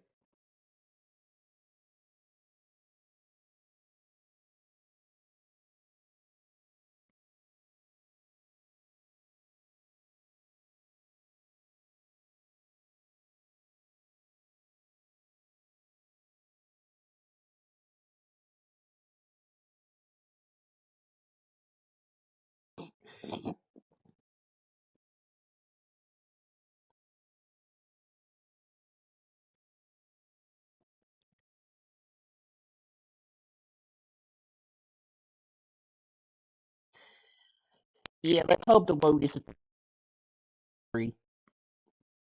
Just a purge going to happen soon to get rid of infancy and infancy.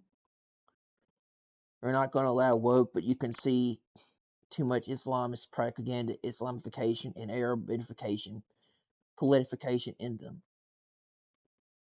It was proven multiple times that woke propaganda ruining video games, for example, the gender Chromancer, Dragon Age, Valgard. Oh wait, if you're asking me, the Muslim invading Europe, it was also the woke's policy.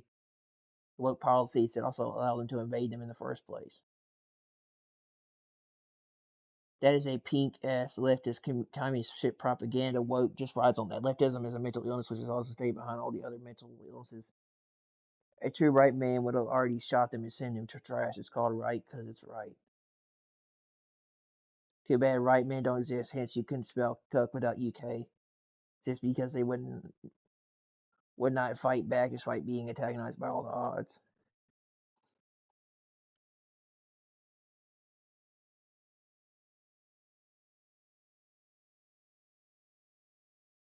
While yes, woke, fuck woke, I don't know how I feel with replacing it with more sand wars people. I'm so sick of the both. Well, they're not exactly good guys. They're profit driven, which means they're going to purge the useless waste that produce slop. It's almost like you get to the point, but then no, it's only the woke that's going to be affected. What's the difference? Useless waste is useless waste. And EA is now 20 billion in debt, meaning layoffs, price increases, predatory MTX, and going to increase more and more. Oh, you thought censorship was bad before? It'll be replaced with Saudi propaganda and ads. Lol. Yeah, I don't being bought out by that Saudi government isn't that much of an upgrade.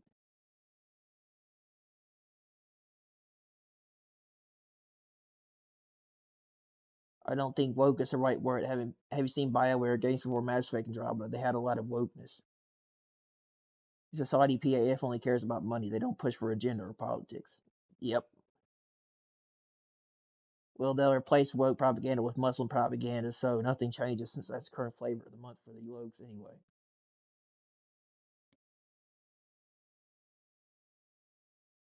Now the women will look like this.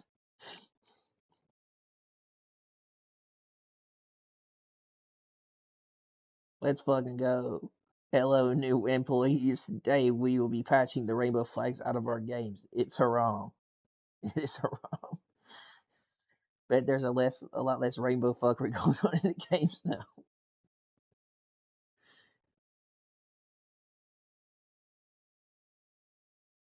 Jewish Jared Kushner bought EA and in partnership with them, the online gambling and trading behavior will continue. Wonderful Arabs and Jews both losing money releasing shit games no one wants to play. Come on, they had a microgram of hope here. Also, why the fuck are Muslim consorting with tunnel rats now? Real.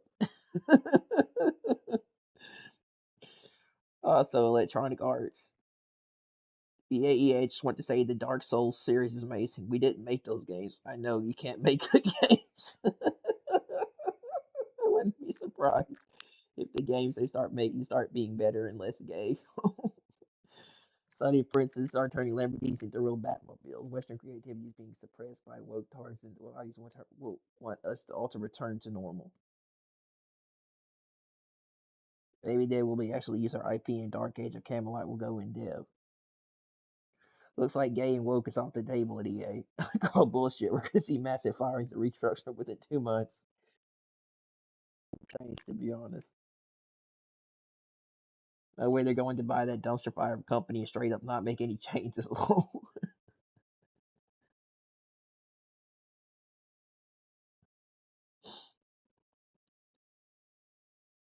There are no unannounced changes to its studios or games for now.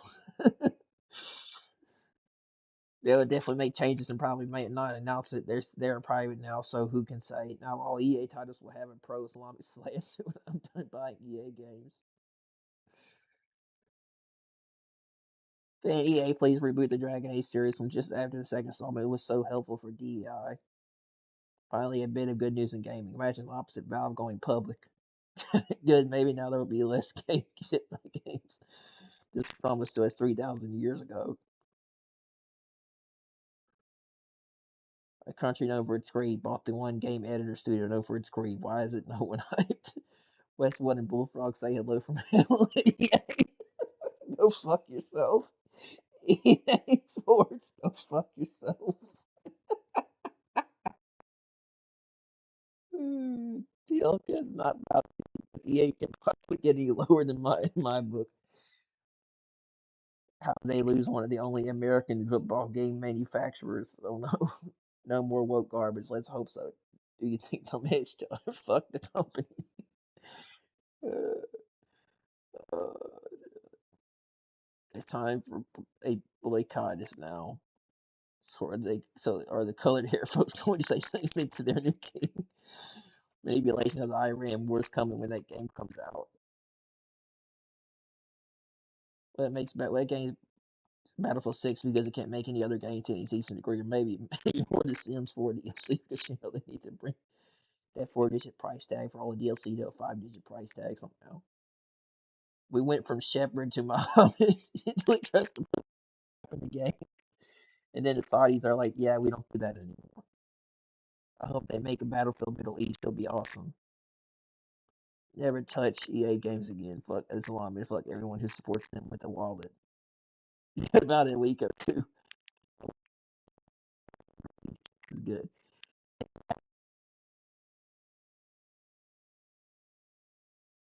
Or maybe they can produce real games, not just sports games for fat, low IQ like play with balls and tights.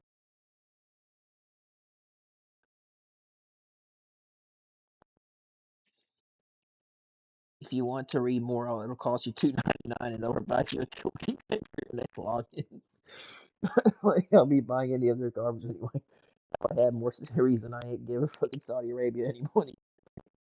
Like,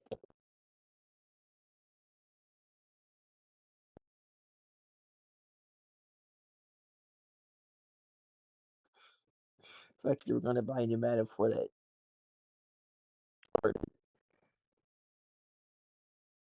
It's literally the same game every year, and you still buy it. Have you look at your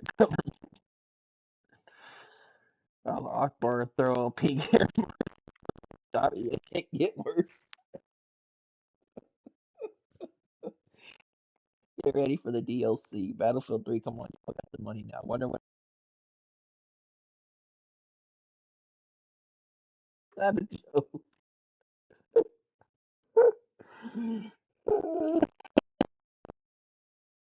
Working with the Saudis, what weird world we live in. Now, Firings will be well deserved. Make NBA Live great again. Fuck 2K. Oh, now they are on the gay fight. Filthy Al and the Sims and make a new sequel. Nice clean that filthy EA shit and then rework or remake the damn Wild Hearts. I don't know, man. Just let me know. I'll be seeing it. Saudi edition Battlefield Iran Plant versus Terrorist. EA says it will continue operating under CEO Andrew Wilson. Well, we'll see how long AAAW staying CEO and running shit still D. It will can definitely be making some changes to their games and studios. It's just going to take time to get to it all. Isn't private equity? Isn't that the step that their quality dip so far in the name of profit that it kills the brand entirely?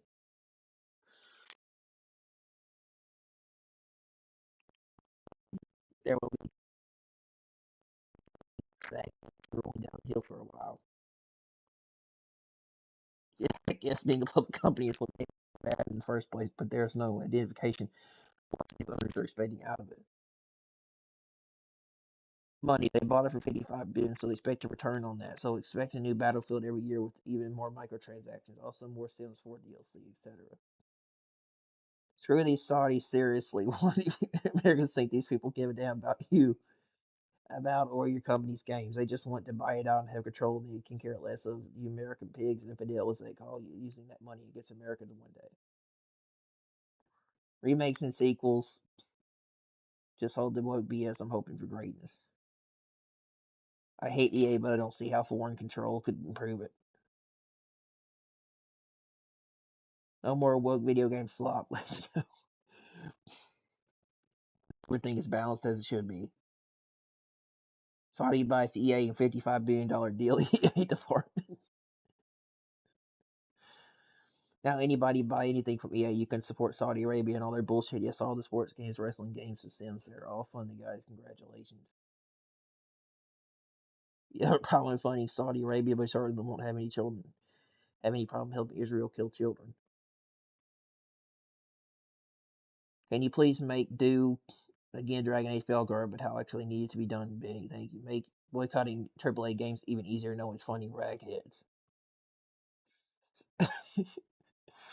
The same guy that spams my ads every day on his fucking app. Caps closing, aren't they? Uh, that's funny.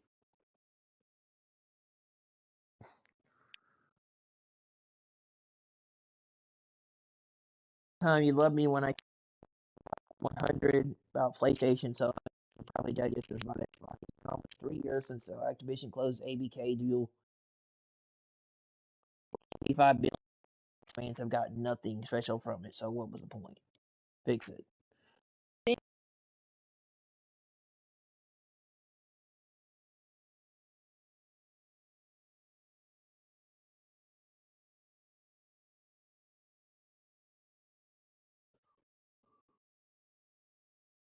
Ah, headsets.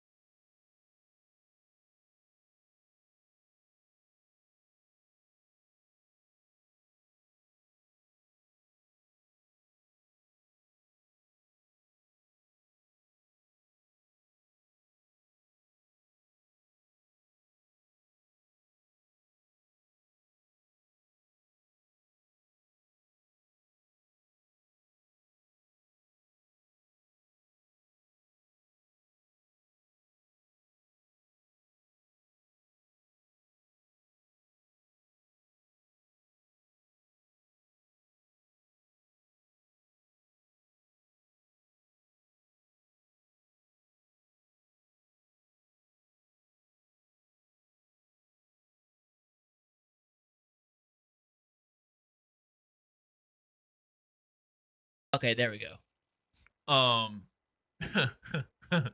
right. Sorry about that. I was having problems with my headset. I had to switch headsets. But as I was saying, yeah, it's been a long time since EA has bought.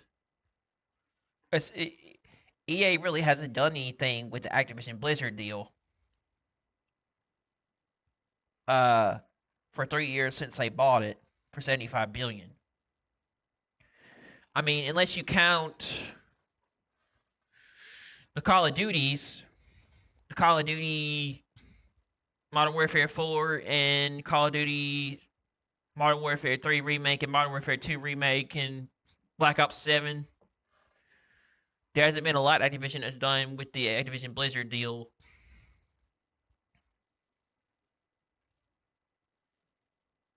They could build on doing stuff with Diablo, Overwatch, World of Warcraft, yeah, Candy Crush, and StarCraft. I mean,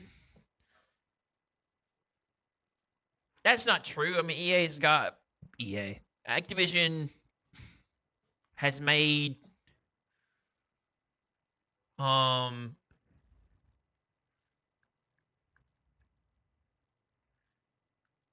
Activision has made certain games like I think Doom the Dark Ages was one of those. But yeah, I mean,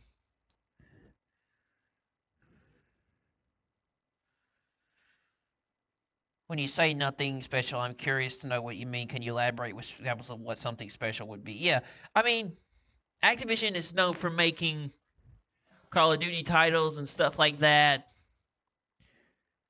and building on Candy Crush and Blizzard um and World of Warcraft and um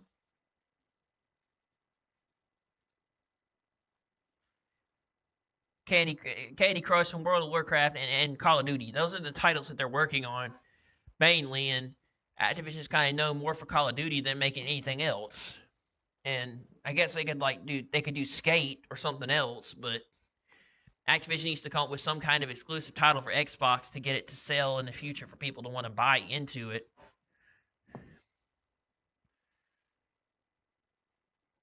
But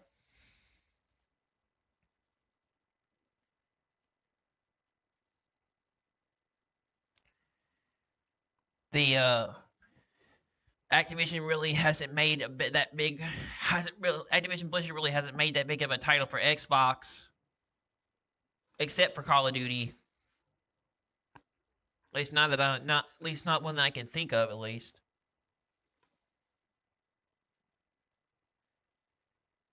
Um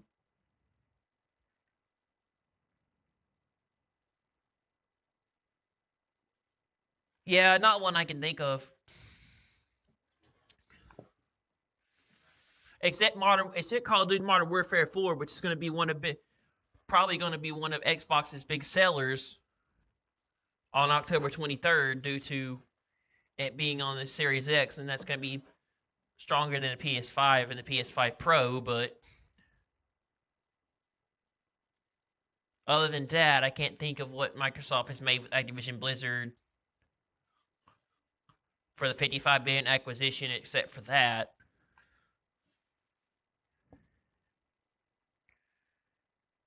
Sure, for example, Sony invested just 440 million for a 14% stake in From Software, and with that, PlayStation was able to get the original Armored Core games added to PS Plus.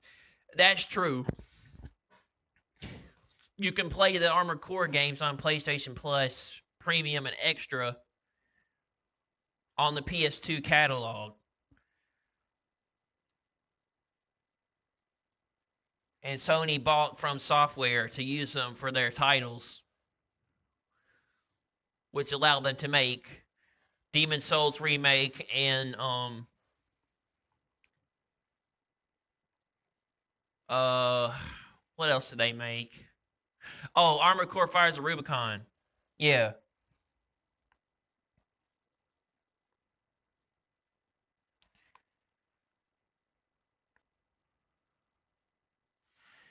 Meanwhile, Microsoft, who paid $75 billion to own ABK, can't even use their own titles for Game Pass.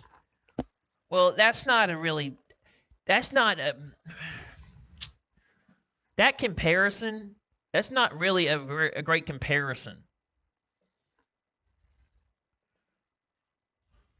because Microsoft paid $75 billion and Sony only had 14% stake in From Software, so that's like a bigger margin than Sony buying From Software.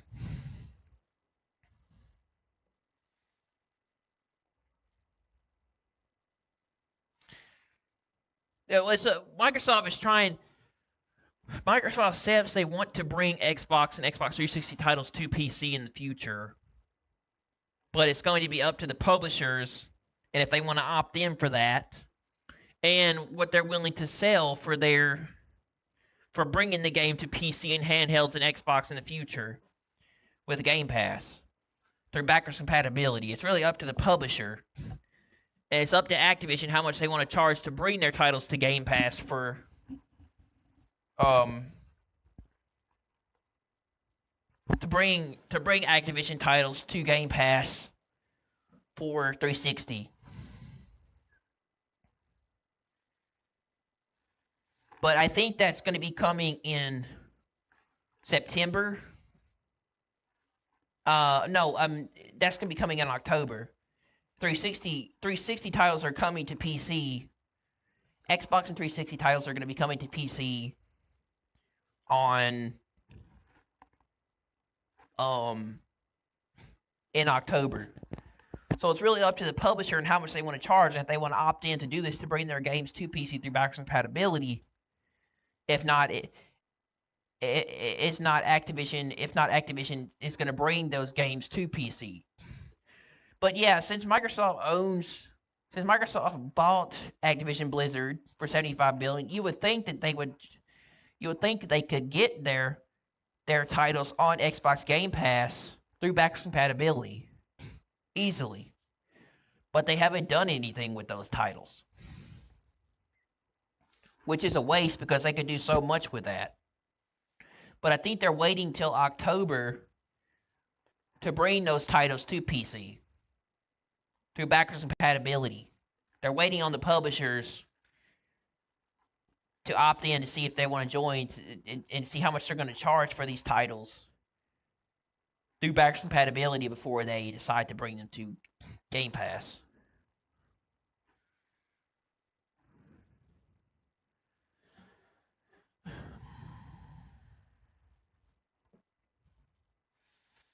Yeah, it's not an apples to apples comparison. The Sony stake purchase wasn't scrutinized by regulators. Yeah, the Activision Blizzard deal was a big lawsuit that resulted in regulators and everybody joining in to stop the deal with Activision. There are lots of legal reasons why they haven't got in anything spec from that deal. I feel your frustration and empathize with you.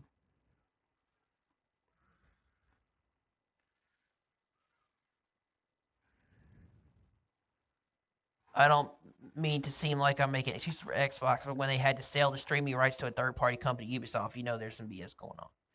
Yeah, Activision had to sell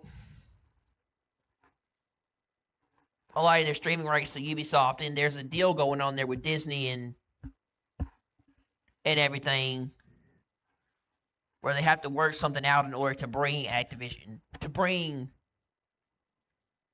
Xbox games to PC through backwards compatibility from Activision. That's more of a licensing deal they have to work out with Disney. Also, non-complete clauses, which Sony can make things difficult as well. I'm sure it's something they are working on, but likely not a super high priority.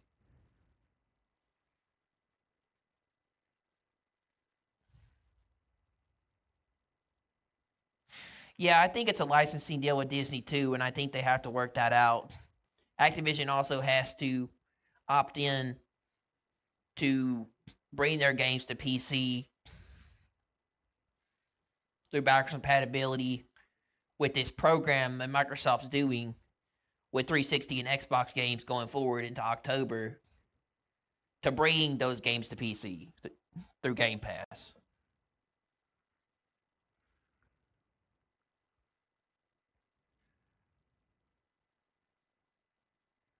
That's more of a licensing deal they have to work out with Disney. Also non-complete compete clauses with Sony can make things difficult as well. I'm sure it's something they are working on, but likely not a super high priority. I think it is a big priority for Sony to do that. And Microsoft is going to be bringing Microsoft is going to be bringing Activision games to the future to PC in October with backwards compatibility.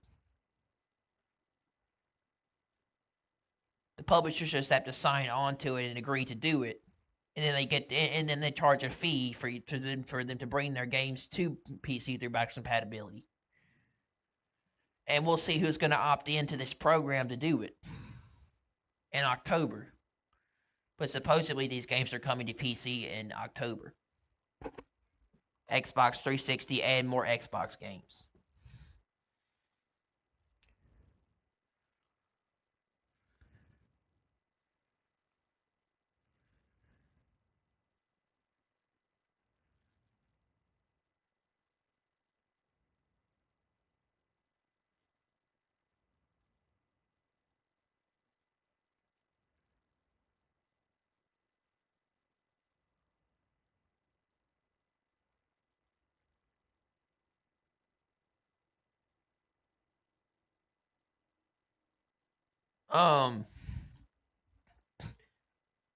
Yeah, they do have Prototype. Sony does have Prototype.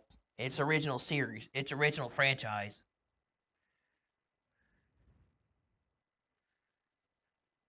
But yeah, Microsoft had to get regulators and people to approve the acquisition. The 10-year deal has stipulations that they can't give a lesser version to other platforms. That's one example off the top. So Activision has to follow rules for the 10-year deal. I mean, Microsoft has to follow rules for the 10-year deal where they can't give a lesser version to other platforms. Activision was notorious for choosing short licenses for music and product placement in their old games. That makes it way more difficult to bring something back. Well, if it's on a license and they had old music in their COD games and other titles, then yeah, it's going to be hard to really bring those back and get those on Game Pass. Or bring those to backwards compatible. Bring those backwards compatible to PC.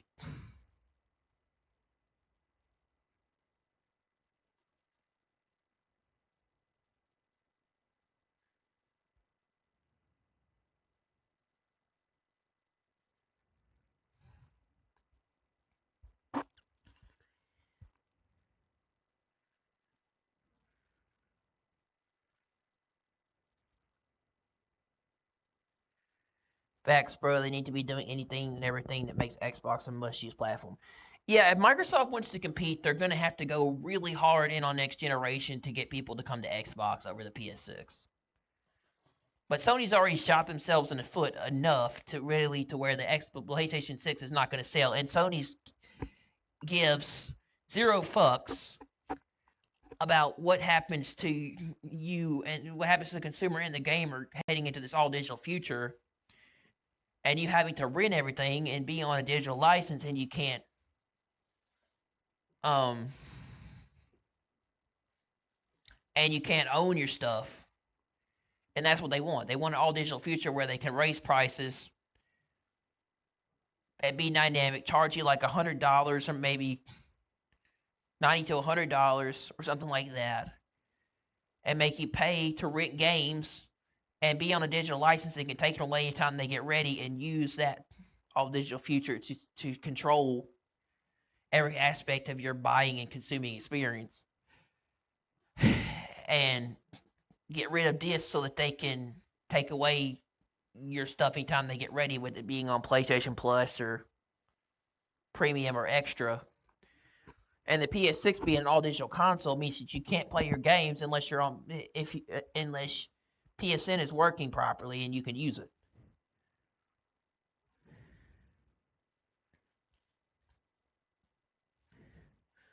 While Xbox is allowing you to convert disc to digital, where you can still use disc for physical games with the Helix. which is going to win a lot of people over next generation if it's going to be an open platform with Steam. It's going to be an open PC platform with Steam, and it's going to be able to support physical discs with the disc digital format, and be an open system like a PC that supports full backwards compatibility with PC handhelds and Xbox. And now you get Xbox and 360 games coming in October. That's going to win people over to Xbox next generation. That's what's going to win Xbox. That's going to win Xbox the future of gaming. That's what's going to win Xbox. That's what's going to win people over to Xbox next generation, basically. Is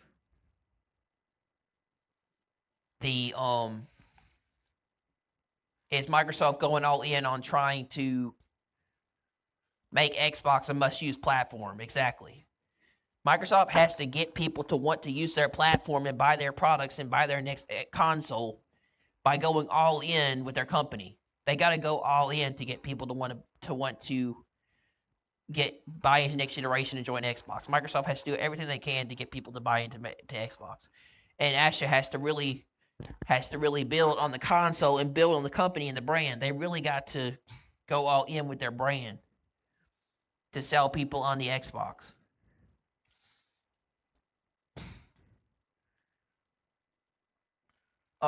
Easiest win was putting WoW on Game Pass. I didn't even know World of Warcraft was on Game Pass.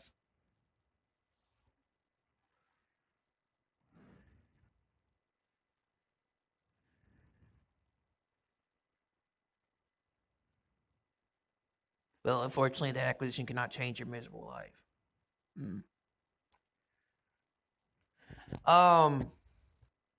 Digital Foundry says sources have told them that Microsoft is planning to continue support for physical games discs with the aim of prioritizing backwards compatibility. This is what's going to win Microsoft next generation. The fact that they're still prioritizing people being able to use physical, they took one look at Sony and didn't want to do that, didn't want that to happen to them, and to lose business, and to get that backlash, so they decided to continue to support physical discs and support physical discs and physical media heading into next generation. And the disc to digital feature is going to help you be able to carry your physical media over with your library on that disc, unless that disc is put into another system and it immediately revokes it anytime you get ready. So Microsoft supporting physical game discs with prioritizing backwards compatibility is going to win them next generation hands down. Microsoft is going to win next generation with what they're doing, and they're going to take it. They're going to beat Sony. Sony's going to sell those PS6s at a loss. Not many people are going to buy them with a boycott, and Microsoft is going to win next generation hands down if they do this. They're going to take next generation if they allow physical game support, physical game discs, and prioritizing backwards compatibility with the next Xbox, with the Helix. They're going to win next generation hands down. They're going to bring a lot of people to Xbox. And next generation the Helix is going to win next generation hands down with the consoles. This is a good thing for Microsoft, and this is how they're going to win. This is how Microsoft will take next generation hands down. They will win next generation with the Helix if they do this. If they allow support for physical game discs and they prioritize backwards compatibility for the future of Xbox.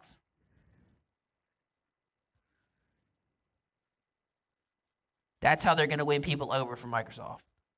Even though there's not going to be a disk drive with the Xbox Helix, disc to digital is really going to bring people to Xbox. Disc to digital is going to allow people to carry their discs, their games over to the next generation, as long as they have the disc on that, because it's going to be linked to that digital license, and they can carry it over to whatever system they have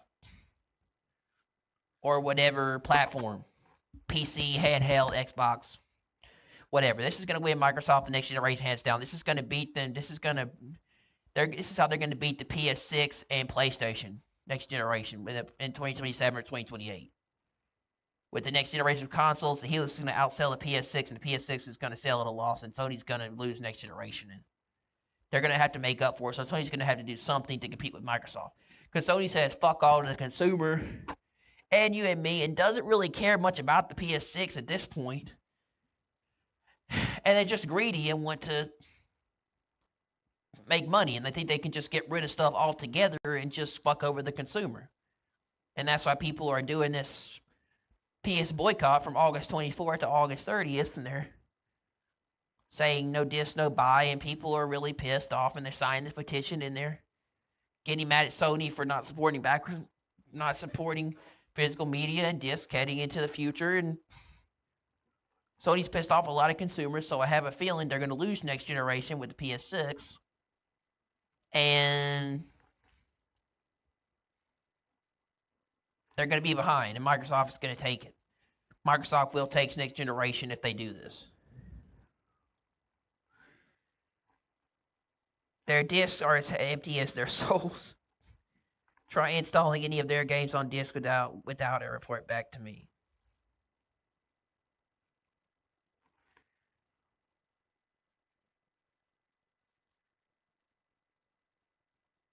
Full game on disc, and I'll switch to Xbox. I don't think that's going to happen. Even if worst case it's not full game, it still will create a secondary market to keep prices in digital store in check. Maybe. I bet there are many of us. Full game on disc, slow game gigabytes, getting over 100 gigabytes disc is like floppy disk and time. It stays time. It's time for a new era.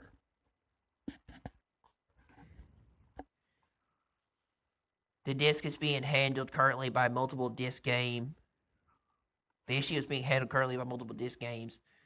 Not something crazy developers could optimize to what they put on disc versus what is downloaded after, like multiplayer or non-critical features available for download. Yeah, they could do that for the Xbox Helix. They could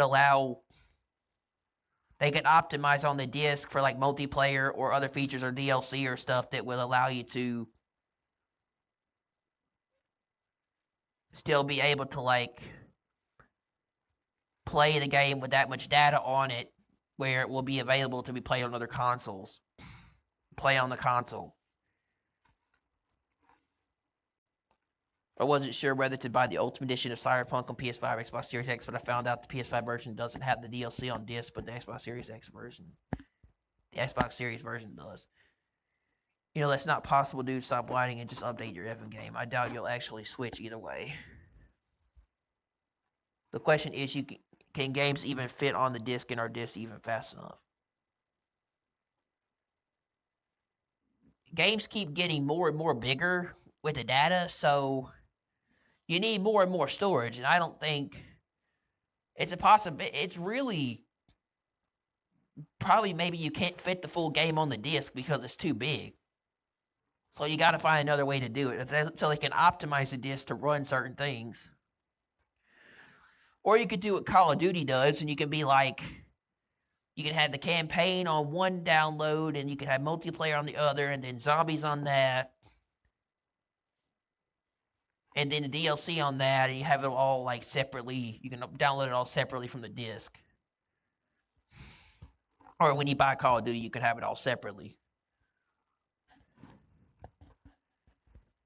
Discs aren't as fast as SSDs. They're only good for storing games like external hard drives now.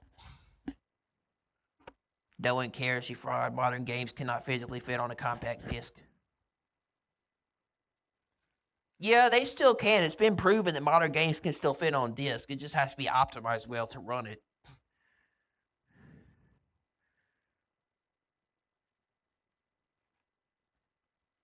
Good thing we're on 4K Blu-ray disc instead of CDs nowadays then. So I put 2 discs, 3 discs like Red Dead Redemption 2 on PS4. I got Red Dead Redemption 2 digital on PS4, so I didn't know it. I didn't know Red Dead came with multiple discs. Some games have 2 discs. Yes, game giants like Microsoft can physically manufacture discs easily, but the decline of physical media is driven by economic, logistical, and strategic business choices rather than manufacturing limitations.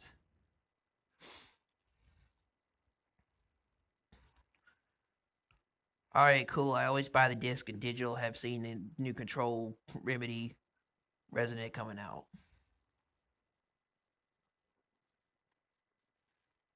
There are dozens of you.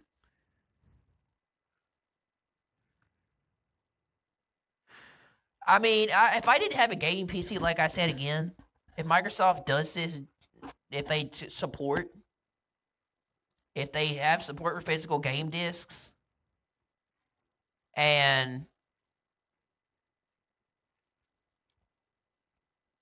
they prioritize backwards compatibility, I would definitely go over to Xbox for next generation if I didn't have a full-on gaming PC. I would join Xbox and buy into the next generation of Xbox with the Helix. I would buy the Helix and I would join Xbox if I didn't have a gaming PC. Because I can play the show there too, and I would want to play I could still play the show, so I would get the show on Xbox if I still had it. If I didn't have a gaming PC, I would go over to Xbox as Microsoft is. This is going to win them the next generation hands down if they do it.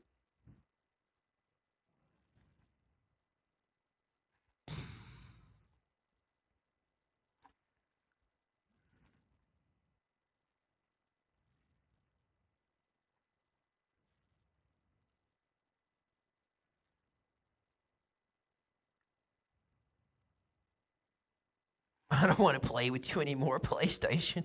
If this is true, I'll be buying an Xbox instead of the new PlayStation console. So you can buy a download key on a disc. Me too, bro. Same. You realize what you said is false, right? Most games come fully on the disc. Also, being a console warrior in 2026 is fucking embarrassing. No need to dick ride plastic boxes made by trillion-dollar corporations. I don't get what people defend. I just don't get why there are console fanboys fighting over PlayStation, Xbox, and they defend companies that only want your money, and they are loyal to corporations and pieces of plastic that don't really do anything for them. I don't get the console war. It is embarrassing. It makes no sense.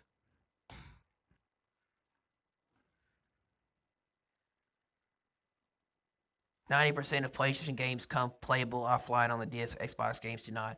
That's because most PlayStation games become playable offline on the disc because most PlayStation games are single-player first-party titles that are like story-driven games that you can play offline, and you don't need to be online to play them, as long as they're downloaded, of course, if it's digital. But you don't need to be online to play single-player story-driven games. Most of Microsoft's games are kind of multiplayer-based. Most games aren't even released physical anymore, only digitally. It could also be that they support disc in general, but not new games. Microsoft might be supporting older stuff, but newer games on the Helix might be digital. But they might support like Xbox 360, and Xbox One games on the Xbox Helix through backwards compatibility with disc to digital, but not current gen games on disc. They support disc in general, but only for older games and older discs through backwards compatibility, but not excuse me, but not newer titles that are on the Helix.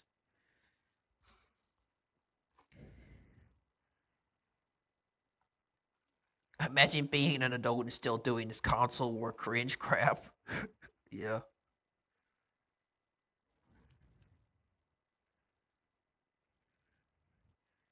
But at least you can sell, trade, or buy that's used for a cheaper price. Well, yeah.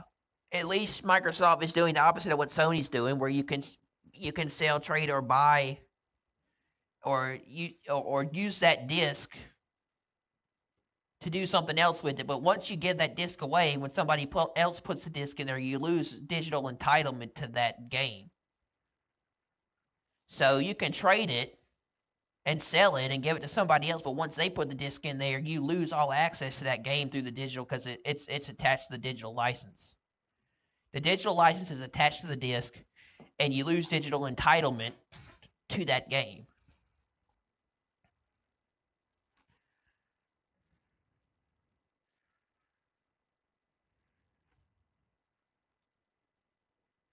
But at least you have options compared to Sony just getting rid of physical media altogether in 2028.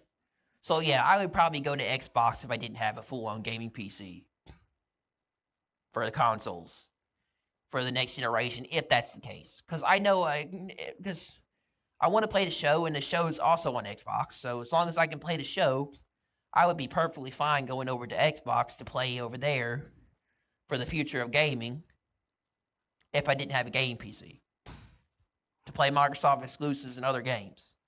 I would definitely go into buying into next generation with the Helix. But if Microsoft does this, if they support physical games and aim to prioritize backwards compatibility, they're going to win next generation hands down over Sony and beat the PS6. No doubt about it. Microsoft wins next generation, takes the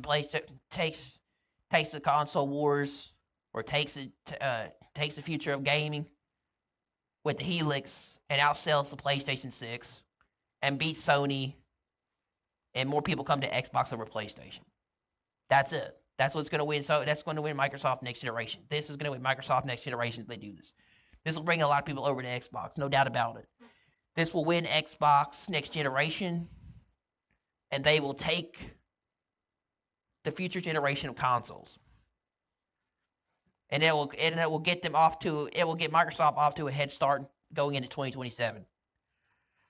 And Ash is right. They will make up a lot of the money they lost with fiscal year 2027 if they do this with the next Xbox.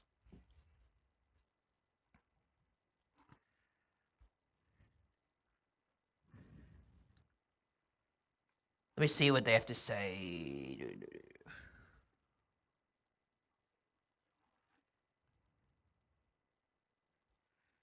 We've updated this article to make it clear that Digital Foundry's John Ledman is speculating about what Microsoft might do in the future other than physical discs. Rather than reporting on the company's plans, Ledman did say his sources indicated that Microsoft planned to continue to support physical discs for the recent reset of the Xbox business, but it's unclear if the company will now do so with its next-gen console, Project Helix.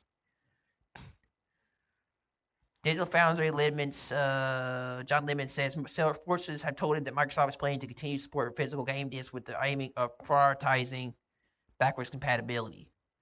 The topic came up during a Digital Foundry Q&A video posted to YouTube on July 31st, where Ledman raised the optimistic possibility that discs may not be going the way of the dinosaur, at least on Xbox side of things. However, the reason for this isn't necessarily due to sales numbers. Rather, Ledman says that backwards compatibility is a bigger priority. Microsoft is supporting backwards compatibility because Sony's not doing that. Microsoft knows that backwards compatibility is going to win them over a lot of people to Xbox, and it's going to sell the next generation with Project Helix. And the next Xbox is going to do well, and they're going to win the next generation. Microsoft will win the next generation supporting full-on backwards compatibility with the Xbox. If Microsoft supports backwards compatibility heading into the next generation, they're going to win the next console generation hands down with the Helix, and it's going to outsell the PS6, and it's going to beat Sony. Microsoft will do better than Sony if they full on support backwards compatibility.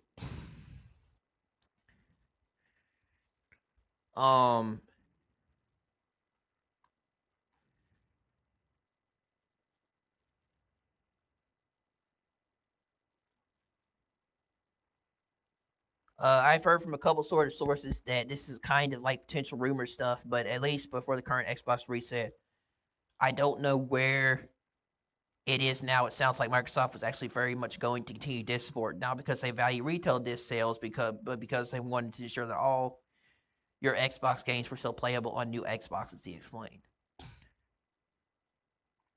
He went on to envision a future where, in stark contrast to Sony's future plans, Xbox doubles down on preserving physical media, even hinting at ties to Microsoft's possible plans to digitize players' physical game libraries. Yeah, that's the distant digital feature, which is Posturon.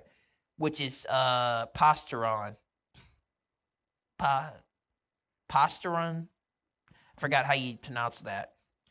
Posturon or Posturon. It's a feature that's coming to Xbox Series X and S in August. And it's like we could offer maybe like an external drive or basically some means, and I think that might all tie into this disc to digital stuff as well. But I get this feeling that they might actually, especially given their reaction, I'm not saying they're going to solve problems or anything drastically going to change, but I do see a future where Microsoft actually supports disc going forward for users that want to take their library with them, while Sony just completely cuts people off. While nothing has been officially confirmed by Xbox or Microsoft themselves, these reports come as a welcome news to players in the wake of Sony's hotly debated decision to end the production of physical game discs starting January 2028. The company hasn't backed down on its choice in spite of massive backlashes proceed either with Sony's chief financial officer Lynn Todd doubling down on killing disc in a first quarter fiscal results Q&A for investors in late July. We're going to cautiously move this forward, and she said, into this decision, and we have received various opinions, and people have strong views, and we understand that the community has put forth these views to us. Games are loved by many people. It's a form of entertainment that's loved by people, and it's connected to people's fond memories in many cases. And so we understand those emotions. We want to consider that in the future digital ecosystem. How do we engage the gamers is something that we can like to continue to explore. Lemon's latest comments follow optimistic remarks from Xbox Chief Technology Officer Scott Van Villet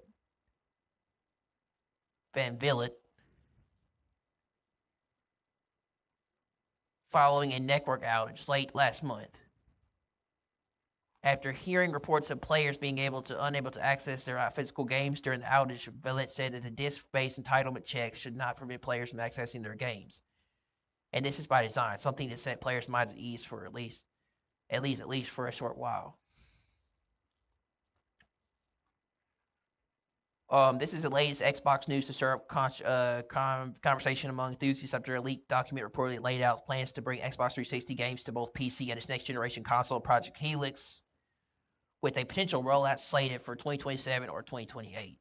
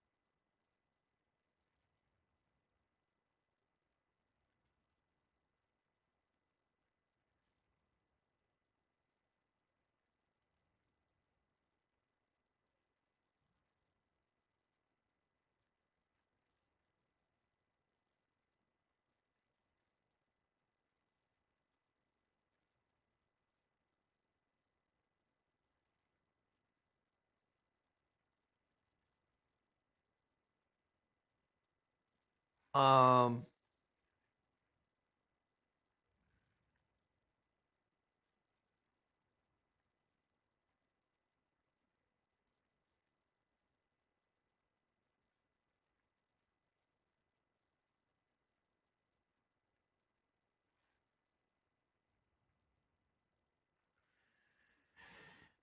it says Wolverine is good, but it's not worth $720 just to play it. The PS5 generation is cooked. Xbox exclusives are back. Just get an Xbox. No, that's not true. That game's going to be really good. And it's been rated M by the ESRB for like drug use, nudity, and they said exposed buttocks and some other stuff, and dismemberment and like some other stuff. But Marvel's Wolverine looks really good. I think that game's gonna sell really well, and it's gonna be fun to play. And I'm looking forward to playing it. I've seen the like recent trailer, and the recent trailer looked great. I'll begin to play it in September.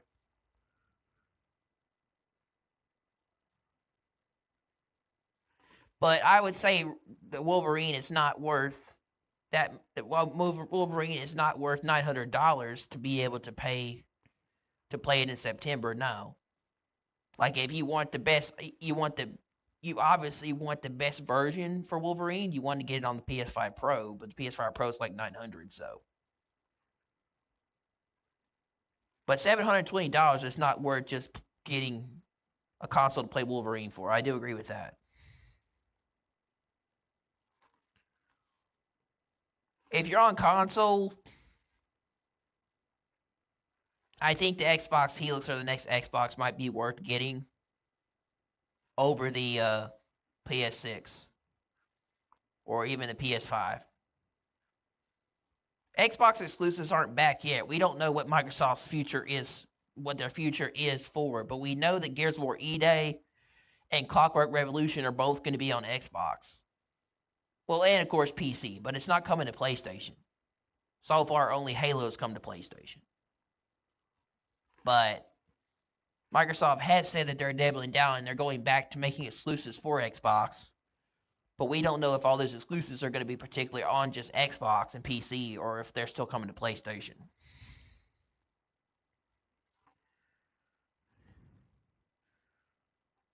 But I wouldn't say PS5 generation is cooked. They got a lot of good games coming out for it. They've got Until Dawn 2. They've got the God of War Le Fay game. They've got Intergalactic, which I'm not that interested in that game, but there are a lot of people that want to play it. And Venom coming out in 2028. And the next Ratchet and Clank. And Last of Us and Uncharted. And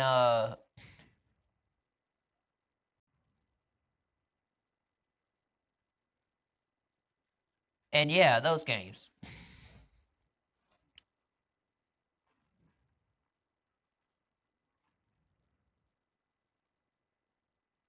And Marvel's Wolverine coming out in September. So yeah.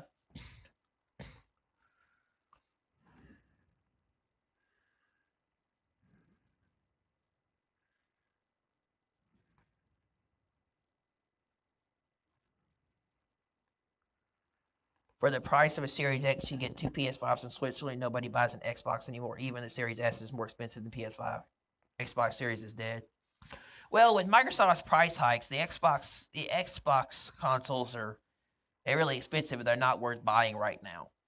Due to the increase in RAM prices and them being very expensive, I think the hardware is just going to go up and we're going to get more price hikes and things are going to be more expensive heading into next generation, including the consoles, which are supposed to cost $1,000, which are supposed to cost $1,000 to supposedly going to cost $1,000 to come out when they sell. Both systems are going to be $1,000 to produce, to make. And next generation is going to be incredibly expensive with the RAM prices and the hardware prices and everything rising heading into 2027, according to Samsung. And next generation is going to be incredibly expensive. So maybe both consoles might sell at a loss because people won't buy a lot of them because they'll be too expensive.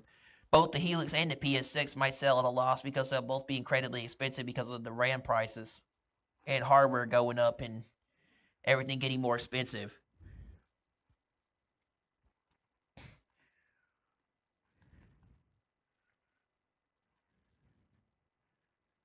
But yeah, due to the Microsoft price hikes, these Xboxes are incredibly expensive. But a PS5 Pro is like 900, so you can't really say that Sony's consoles are much cheaper.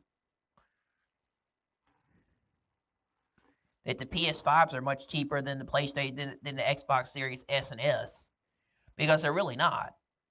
An average PS5 is like 700 now, and an average PS5 Pro is like 900, I think. Let me see.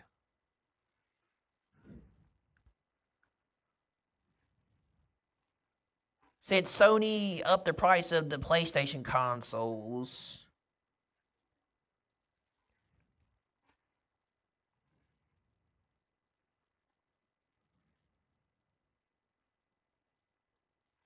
yeah, according to PlayStation Direct, Sony's website, your average console now for digital costs 600. Your average disc console costs 700.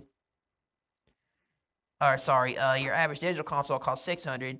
The standard console costs over 700, and the PS5 Pro costs over 900. So that's still a little cheaper than the Xbox Series consoles, but not by much.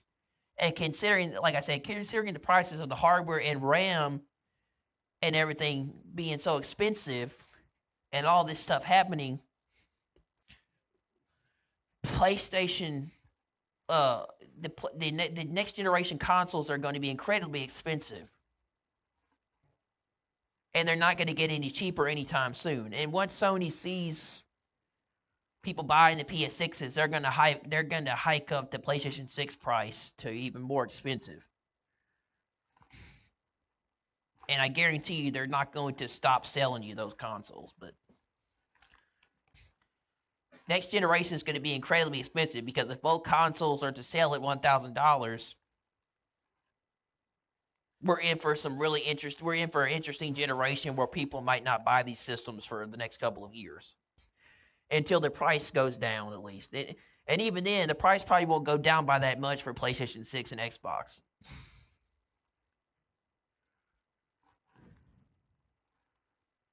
But with Microsoft's price hikes, the Xbox Series consoles are pretty expensive.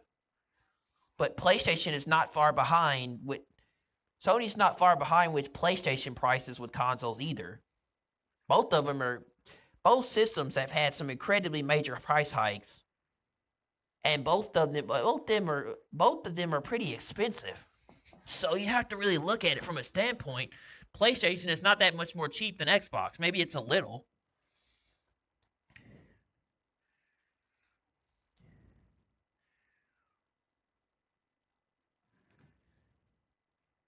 But if you could get a PS5 Slim for like $440, that's a pretty good deal considering Xbox is $889. But yeah, $800 Xbox, I don't know if I would pay that much money to get an $800 Xbox even if I wanted to.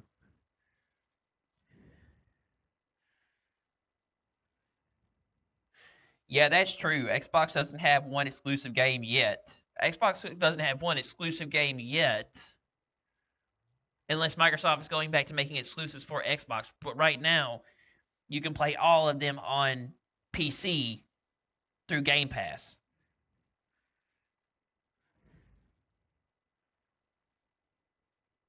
But yeah, this alone makes Xbox it makes Xbox pointless if you can play exclusives on PC. You don't need an Xbox.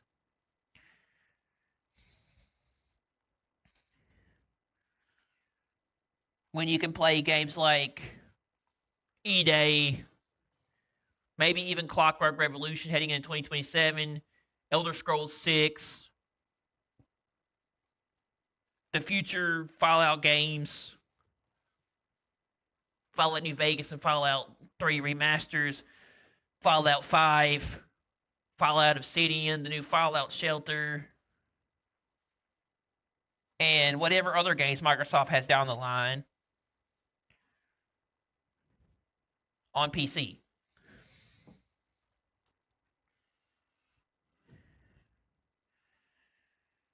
Xbox Series S was a massive flop for me. When I saw Redfall at 30 FPS and Hellblade 2 and 30 FPS, Flight Simulator 30 FPS, and my wife's laptop can run those games at 60 or 120 frames, 208 frames. I thought it's the most useless console on the planet. Really? So for the Xbox Series X being the most powerful console on the market, They had 3 games run at 30 frames per second. Jeez, that's pretty bad for Microsoft. I've never really seen a reason to get an Xbox Series X because I have a gaming PC, but if I did, Microsoft would have to give me a big reason to buy a Series X. Because I can get all my games, I can get the games that I want to play on PlayStation, including the show.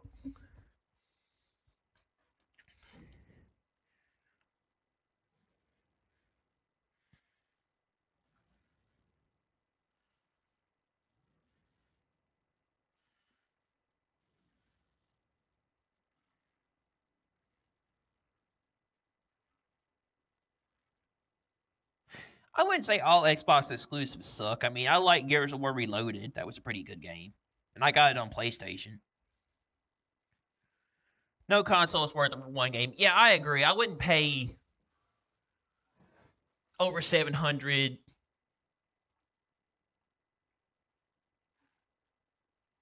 or even 900 for one game for a console, even if I didn't have a PlayStation.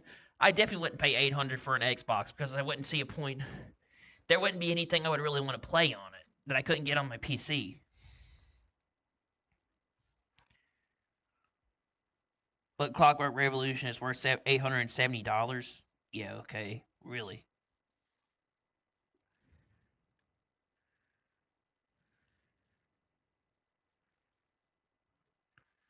What about Xbox exclusives are you talking about? What Xbox exclusives? Series X is the worst deal in gaming history for its current price. And I agree that a PS5 is also not worth its current price. No, neither of them are worth it. Those massive price hikes from PlayStation and Sony are not worth paying for. Those consoles are incredibly expensive, and it's not worth it is not worth paying for those things right now. Like, people should have got them when they were cheaper or less expensive. Like when they were around original price, or they were around like 700 for the PS5 Pro and like 500 or something for the PlayStation 5. They should have got it when they were cheaper, when they came out at launch, or after they had been out for maybe 2 or 3 years before Sony introduced those price hikes. And Xbox and bought those Xboxes before they were priced. Before those price hikes for both the PlayStation and Xbox, people should have bought those consoles at the standard price if they really wanted the system. The systems were cheap and easy to buy and worth it before they hiked them up to massive numbers now. They are not worth the purchase. They are incredibly expensive. And they're only going to get more expensive due to the hardware and RAM prices heading into 2027 and 2028 with the next generation consoles, because they're going to be incredibly expensive. So to me, I don't think those things are going to sell as much as the original consoles. And they might both sell at a loss. But it's a possibility Helix might do better than the PS6 if Microsoft keeps going the direction they're going.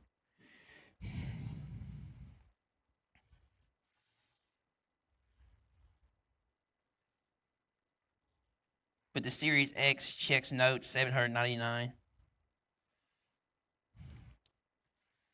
I hadn't fired my Xbox up in a while till this year. Upgraded my Series S to an X again. I'm keeping it a bean. That Series X looks trash compared to PS5 Pro. If it wasn't for Gears E-Day, I wouldn't be turning it on. Can't wait for Wolverine. No, you're always getting on here lying with that broke down asshat. Yeah, that's one of the reasons why I want to play on Xbox. I want to play E-Day. And I want to play the beta too, which I think the beta starts tomorrow. I think the Gears of War E-Day beta starts tomorrow, which I need to get on that. I don't know if you have to pre-order it or if you can just play it, or you can just download it. But I need to play. I want to play the E-Day beta. But yeah, that's one of the reasons why I want to play Microsoft, because of E-Day. There aren't a lot of Microsoft exclusives I want to play, except the biggest one is E-Day. And I want to play Wolverine. But luckily, I don't have to choose between. Luckily, I don't have to choose between which console I buy, because I have a gaming PC that plays Microsoft exclusives, and I have a PlayStation 5 Pro that plays Sony exclusives. So I get the best of both worlds. So it doesn't mean, so console wars and fanboys don't mean shit to me, and corporations don't mean jack shit to me, because I don't care which one is which, because I get both, because I have a gaming PC and I have a PS5 Pro. So I get to play both games because I own both systems. So I don't care about which brand is better than which brand because I own all of them. And speaking of that, I am a gamer. I own several consoles. I own a Nintendo Wii. I mean, I own a Nintendo Switch, a Nintendo Switch OLED. I own a Steam Deck. I own a place. I own a PS Portal, and I have an old Game Boy. So I've got several different gaming brands. I play all sorts of kinds of games. It doesn't mean one single brand doesn't mean nothing to me. I am not loyal to one single company. I could care less about. I don't have to have an Xbox and a PlayStation to play exclusives because I have my PC and I have a PS5 Pro.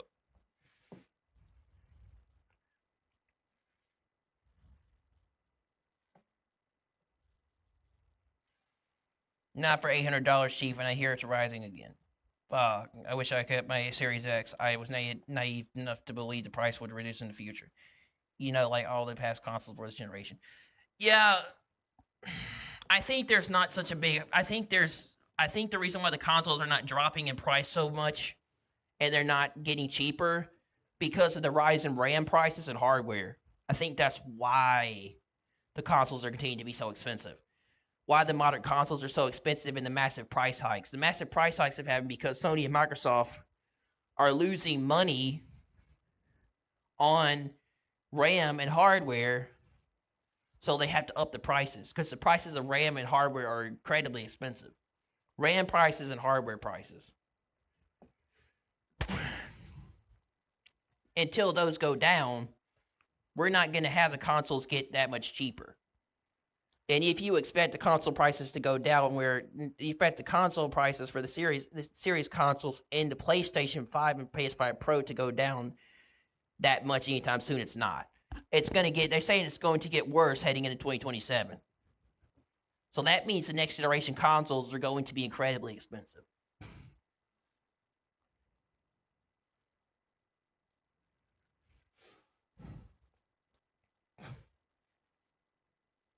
Yes, an $800 console, 6-year-old Xbox to play Fallout 5 and Elder Scrolls 6 in 2035. Get a PS5 Pro instead. Or just play third-party games on PC and play exclusives on play Microsoft games on PC and play PS5 games on PS5 Pro. Because if Microsoft makes Fallout 5 and say the Elder Scrolls 6 exclusive to Xbox, we can still play it on our PCs. Unless Microsoft takes those games off of Steam, which they said they would, possibly in the future, but it turns out they're not going to because they're going to just double down on the PC ecosystem with Windows. But so far, Microsoft has not decided to take games off of Steam. They're just going to, for now, double down on that ecosystem. So we get the best of both worlds. PC gamers get the best of both worlds. And before that, we got Sony games. I mean, it's kind of a bummer that we're not getting PS exclusives anymore and you have to have a PlayStation to play them, but I'm not here complaining because I have a PS5 Pro. So I can still play those games. But for people who don't, I guess that sucks for them. And I can see why they would want that, but Sony's getting greedy and they think they can get away with whatever they want. So Sony thinks they can get away with whatever they want because they're the market leader and they're at the top of the gaming industry. So they decided to take their games off of PC. But what can you do? PC gamers were eating good. We were getting the best of both worlds for a long time. We were getting Sony exclusives and we were getting Microsoft exclusives for a long time coming to Steam. We were doing really well. So you got the console players getting the games first, and then we got the ports. We got the PlayStation 5 ports coming to Steam, and we got Microsoft exclusives too. It's a bummer that we don't get them anymore, but well, I have a PlayStation, so it doesn't hurt me. So, but yeah, I agree. Just play with how expensive the consoles are right now, and how I wouldn't even dare touch either of them with a 10-foot pole, even if I wanted to buy one, if I didn't have it, until it got more cheaper. Just play Microsoft exclusives on PC and Sony exclusives on PlayStation 5. And people should have, if you didn't buy a console, if you didn't buy a PS5 2 or 3 years ago when they were cheaper or more expensive, you're not going to buy one now. And you didn't buy into that. And you're not interested in playing Sony exclusives, obviously, if you didn't buy the console back when it was like cheaper for $700, the PS5 Pro for $700, and made the PlayStation 5 for like $500 or $400, and you're not going to buy it now because it's too expensive. Unless you have the money to afford it, yes. But with everything getting more expensive by the day, not anybody got time for that. People don't have the money to afford that. With these prices and everything, and the economy and everything getting more expensive, no, people aren't going to buy a $700, $900, or even $800 console because they're incredibly expensive. So people should have bought that system. People should have bought the Xboxes and PlayStations years ago when they were cheaper. Like back when the PlayStation 5 came out in 2020, people should have bought it like from 2001 all the way to 2023 because they were cheaper. After the scalpers, the consoles became cheaper. And they were really, and you could buy them for like $500. You could buy the PS5 for like $400 or $500, depending on the disc. Between the digital was $400 and the disc was $500, and then the PS5 Pro was $700. Now it's like $900. And if the Xbox is $800, I don't know what the original Xbox Series X price was. Probably $500. You could have got an Xbox Series X for $500 back 2 or 3 years ago. You could really say that the tariffs have had a lot to do with you could say that the tariffs have had a lot to do with the price increases and things have gotten more expensive. But it's not just the tariffs, it's the rise in hardware prices and RAM prices. RAM and hardware are really expensive, and there's a shortage in RAM. There's a shortage in RAM right now going around the gaming industry. So with PCs. So it's making it where hardware is more expensive.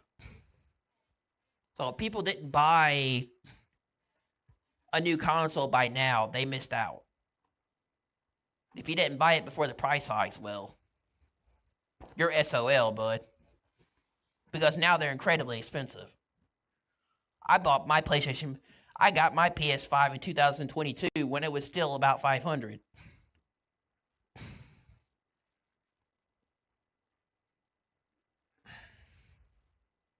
Then I got the Pro for $700. I'm happy I did not buy a PlayStation 5 when the prices got hiked up after the price hikes. Because those are expensive.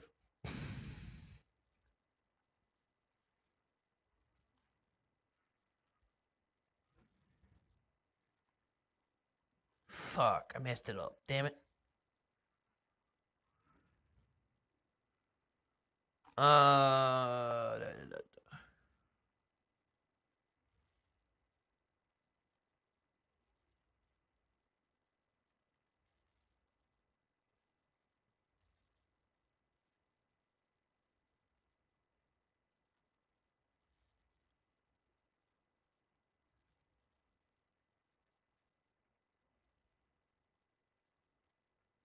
900 to play mid. Majority are making a smarter decision.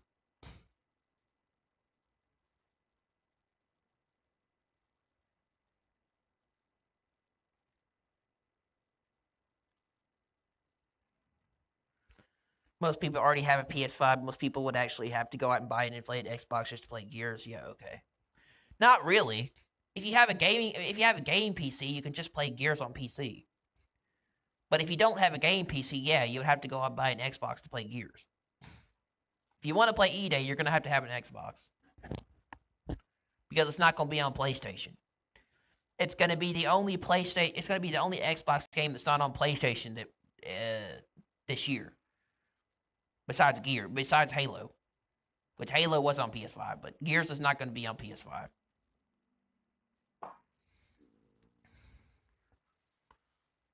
Fake gamer tweets where your gamer tags someone explain why this dude pretending he can't see the call out reply. Xbox 720. Do you buy a car for just one ride too? Even though at current prices, consoles are very good. Although I hate Sony for their decision on physical, so I refuse to buy Sony. Hope for a Xbox comeback.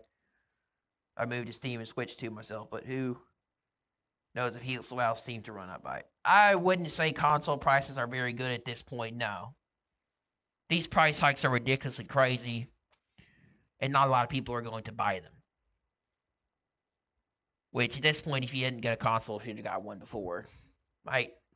These prices are incredibly expensive, and it's just going to make next gen more. It's going to heading into next gen be more expensive because of RAM and everything.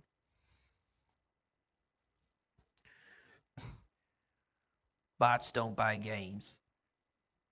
With Call of Duty Black Ops 6, Xbox lost $300 million in revenue on Xbox and PC due to how many players opted to play via Game Pass instead of buying the game.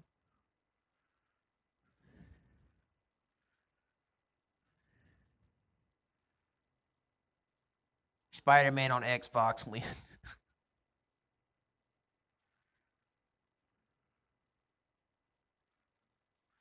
Yeah, just play Spider-Man on Steam. Exactly.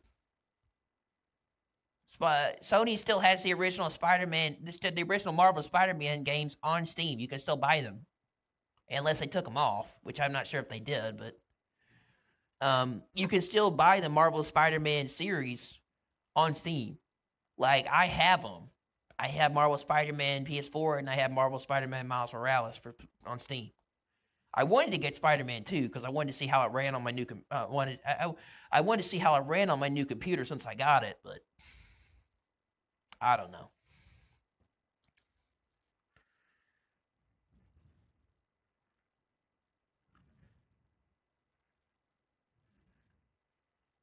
Before Spider-Man comes to the Xbox, I shit my gut out.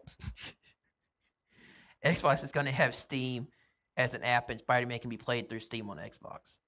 I mean, yeah, that's going to be an interesting thing for Sony. I just thought about that one. If Xbox Helix is going to be an open platform and be a PC-like platform and include Steam, and you'll be able to play your PC games on the Helix through Steam, Xbox is now going to be able to play Spider-Man on Steam, and that's going to be. And technically, I don't know if Microsoft can get away with that because Sony might sue for that, but that's definitely going to hurt Sony's chances of making hurt Sony's chances of making a lot out of the PS6 next generation. Because right now, Spider-Man is still on Steam, but Sony can take those games off of Steam because they own the license to them. Sony technically has the rights to Spider-Man because Sony owns Marvel. Well, Sony doesn't own Marvel. Marvel has a deal with Sony for Spider-Man. And the movies, of course. Sony has a deal with Marvel for the Spider-Man franchise and the movies, and they have some sort of license with the games, too. So, that would be interesting. That would be an interesting take. I agree with that. That the next generation Xbox, Microsoft, Project Helix Microsoft is saying it's going to be an open PC platform with possibly Steam, and you can play your PC games on it. And if you can play your entire Steam library on it, you can technically play Spider-Man on Steam through the Xbox, and that'll be a first. But it was a first when Microsoft bought Halo to PlayStation 5, so Microsoft's branching out to do whatever they can to win next generation, so whatever it takes, man, when you look at it. But that'll be kind of funny. It will be. Imagine Xbox being able to play Spider-Man, because that is a Sony exclusive. Right now, the Spider-Man franchise is a Sony exclusive franchise to PlayStation. You cannot play the Marvel Spider-Man games unless you have a PlayStation 5 or a PS5 Pro or even a PS6 when that comes out in 2027 or 2028. So That would be funny. That is something to think about. I thought that comment's very interesting. Let me see something real quick.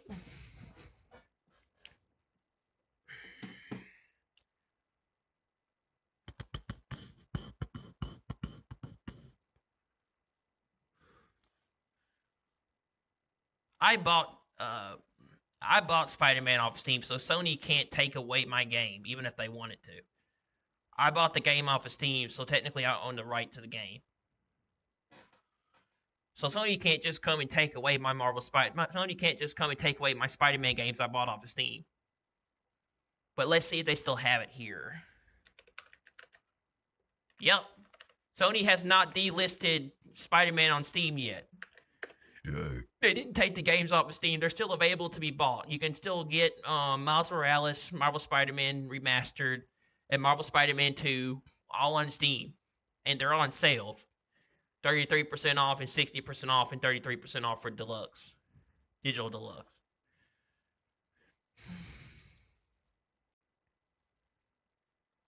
But that would be an interesting thing to think about. If you can play Spider-Man on Steam through like the Steam Deck or other platforms like the Xbox Ally X or Xbox Ally or even other handhelds, that the Xbox Helix is going to support full backwards compatibility, disk support, an open PC system that allows you to play your PC games, Steam, open the system up to third-party developers like Battle.net or third-party companies like Battle.net, and be available to publishers like EA and Activision and Ubisoft, and possibly supporting Valve with Steam. That would mean people would be able to play Spider-Man on Xbox.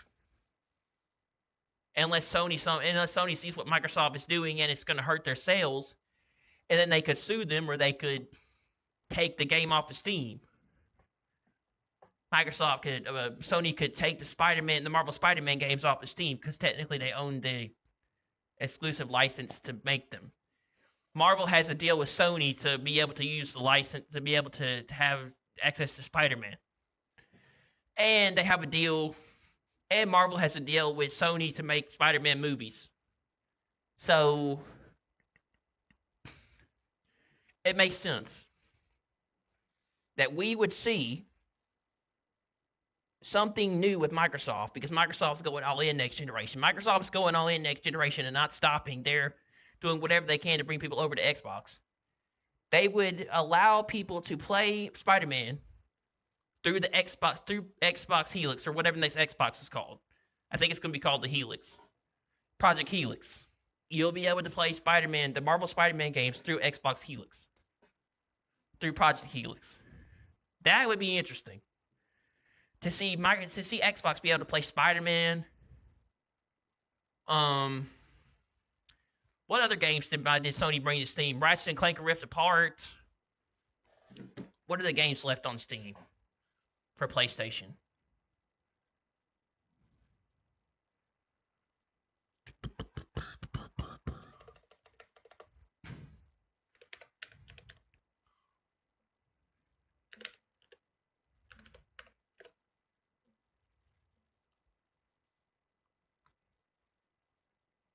Oh shit.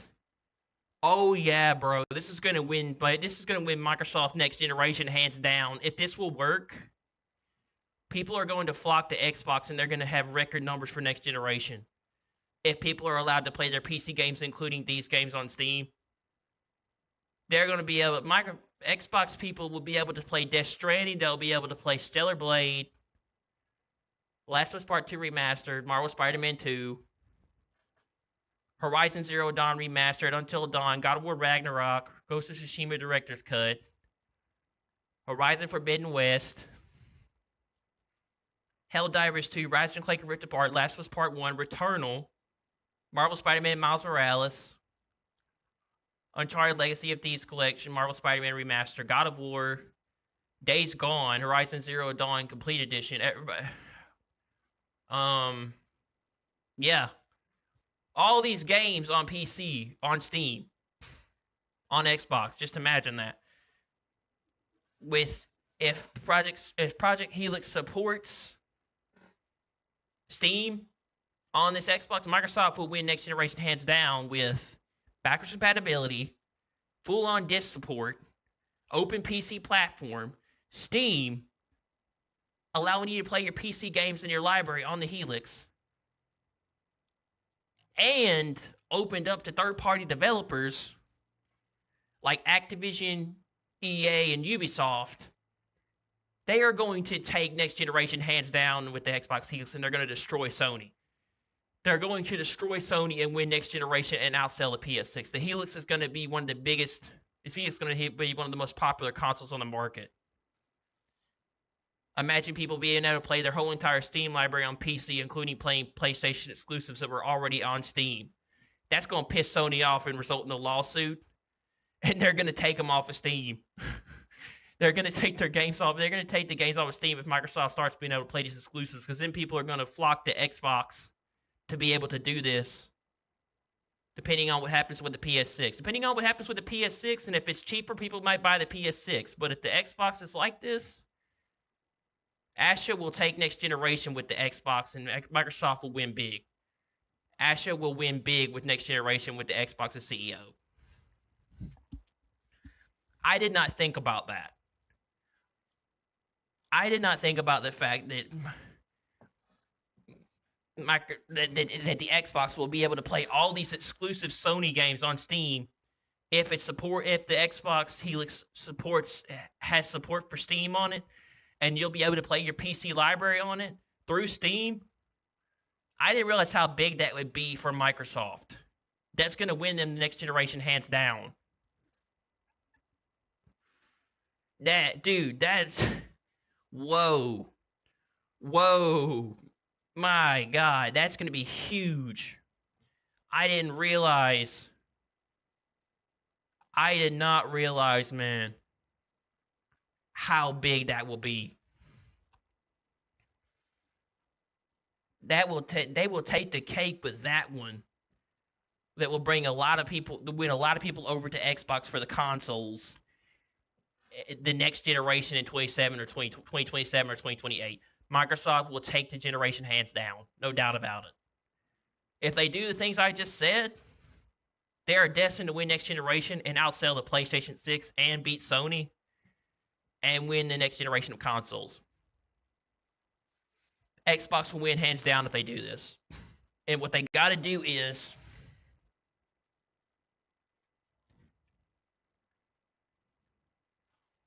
go all in with the Helix. Even if it's going to be more expensive than the PlayStation 6, if you really want to win the next generation, you got to include an open platform that's like a PC that includes Steam, where you can play your entire PC library on it. Full backwards compatibility support.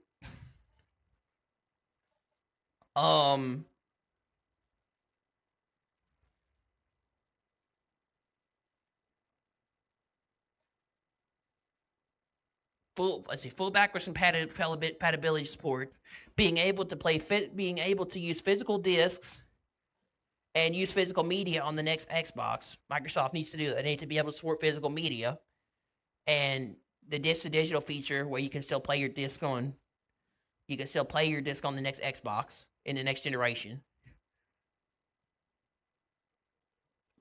And open your system up to third-party developers like EA, Activision, and Ubisoft. Even if the system's going to be way more expensive than the PS6, you got to go all in to beat Sony if you really want to do it. And Microsoft better do that if they really want to win next generation. So there's so much. I mean, it's going to cost the consumer. It's going to cost the gamer and the consumer a fortune. Yes. That system's going to be way more expensive than the PS6, but it's going to be worth it because it's going to have a lot more features and accessories and things that people want to buy it for and use it for compared to the PS6. But an all-out system that has all that stuff with it is going to sell hands down and do way better than the PS6 and going to win Microsoft next generation and do better than the PlayStation. And Xbox will win and beat Sony hands down. And if your console supports Steam and you'll be able to play your full PC library on the Helix,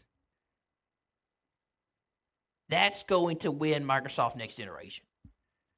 So because Xbox users will be able to play these games, be able to play these Sony games on their Steam library on the Helix.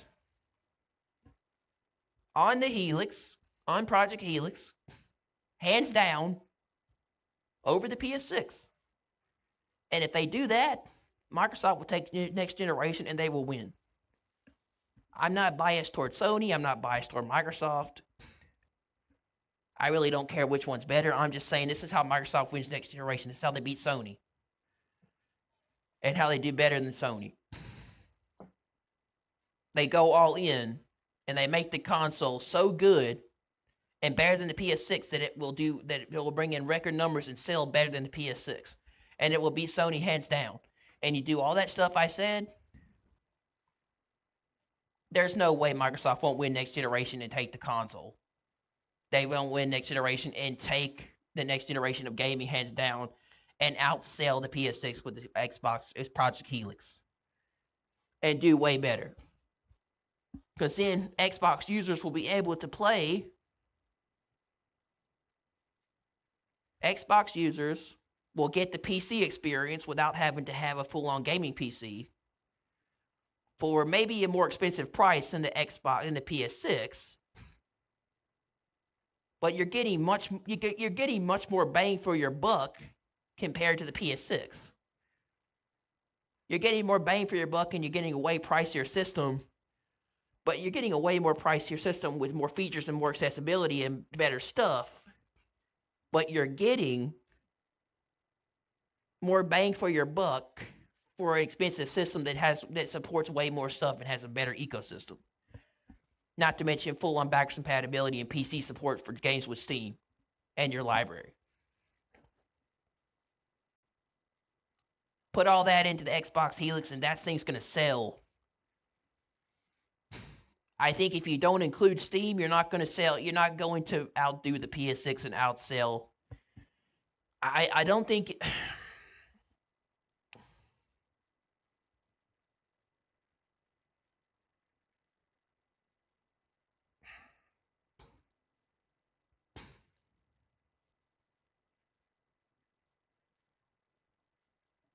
I don't think if you... Oh, God damn it. I gotta go to my doctor's appointment in an hour. Fuck. I don't think if you don't include Steam, you're not going to win next generation with the consoles. You're not going to win the next generation with Xbox Helix and outsell the PS6 and beat Sony. You got to include Steam and go all in with the Xbox Helix if you really want to outsell the PS6 and beat Sony. That's the only way you're going to do it. Include all that, and yes, you're going to take next generation. But I didn't realize that if Helix supports Steam, Sony bringing the past PlayStation titles that Sony brought to Steam will be playable on Project Helix through your library on Steam. And Xbox users can play PlayStation exclusive games that were brought to Steam from Sony on PC through the Helix. And that will be interesting, and that will really make Sony sit up and take notes and really change their mind and think about what they did when PS6 comes out. They really think about what they did as soon as Xbox players start being able to play PlayStation games on Steam through the Helix. That will really make Sony start taking notes and really think about what they're going to do next generation as soon as Microsoft smokes Sony and does better than them next generation with where they're going so far and how they're going all in on the Helix and building on the Xbox ecosystem. So Sony's going to really have to sit up and take notes and realize that they just lost and they're going to have to change the way they think going forward. Because, every company's been on top. Every company has been on top once in their lifetime, but they've dropped eventually. And I think it's time for Sony I think it's time for PlayStation to get humbled because they've gotten too big for themselves. and they think they're at the top and they can get away with anything, including getting rid of physical discs and saying no to physical media and making it to where you can't play your games anymore, and all your stuff is going to be on a digital license, and dynamic pricing, and everything's getting more expensive at PlayStation, and Sony Sony just thinks they can get away with whatever. Sony just thinks they can get away with whatever and do whatever, and people will defend them. And that means that um they'll just people will defend them no matter what. Sony's getting too big, so it's about time they get humbled by losing next generation and changing their mind. They get humbled thinking they can get away with this, and they can do it. Heading into this all digital future, Sony can control their ecosystem and do whatever they want with the consumers and the gamers, and can lock everything down and not give you options and control everything and tell you what to do with prices and everything with the PS Store, and they can get away with anything. Sony can get away with anything going forward, and they don't care. And they can just they can go through with all this, and nobody will do anything about it. They'll just continue down that road. And they can just take away your games anytime they get ready because it's on a digital license that can be revoked. And charge you $900 for a PS5 Pro. And all these price hikes. No. Microsoft will destroy Sony if they do what I just said and they go down that road. Microsoft will destroy Sony, and they will be better than them. They'll win next generation hands down, and they'll take it.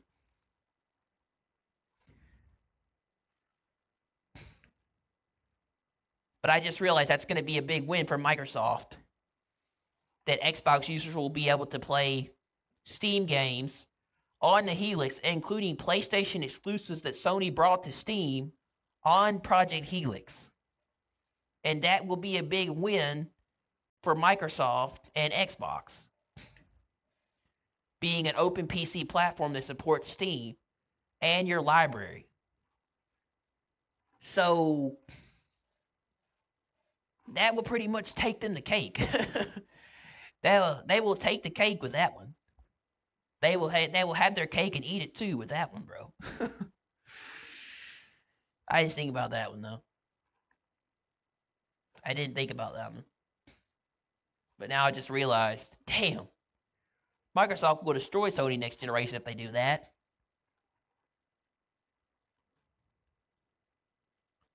But if you want to play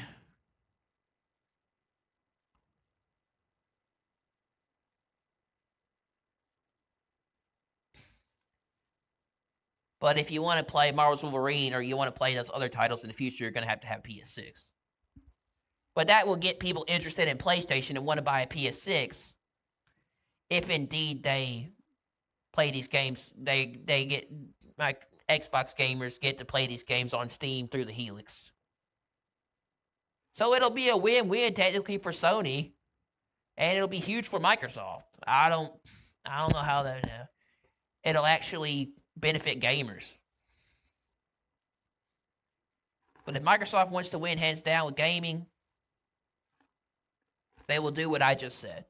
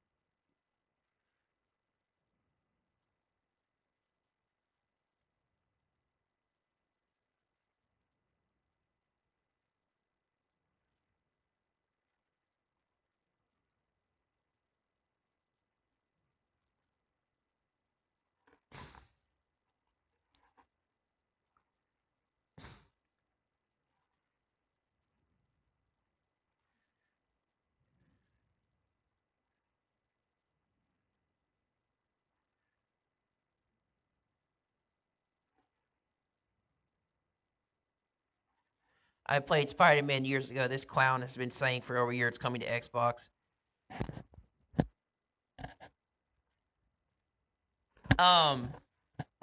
No, Spider-Man's not. The Spider-Man franchise is never coming to Xbox directly, but Xbox can get a big win if they allow you to play these Steam games on the Helix, which some of them are PlayStation exclusives that Sony brought to Steam. Xbox is going to have Steam as an app, and Spider-Man can be played through Steam on Xbox. Exactly. If Xbox Helix has Steam, Microsoft will win big.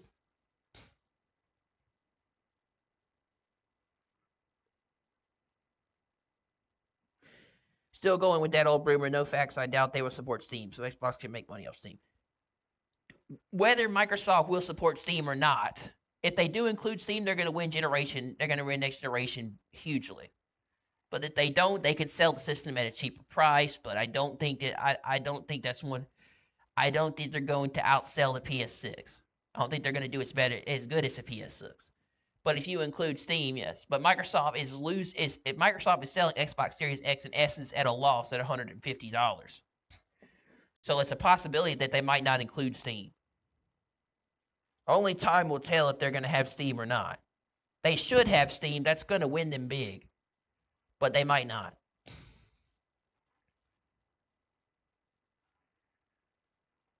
Sony will do you can't play on Xbox on Steam.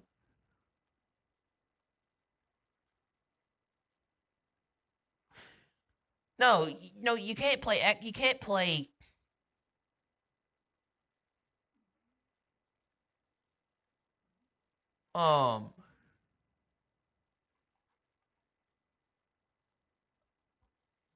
You can't play Xbox on Steam right now, but there's a possibility that Microsoft might include the ability for you to play Steam games on the Helix. Yeah, not just Spider-Man, but God of War, Ghost of Tsushima, Ratchet and Clank, Days Gone, Horizon Zero Dawn, the ones I just named off the top of the list.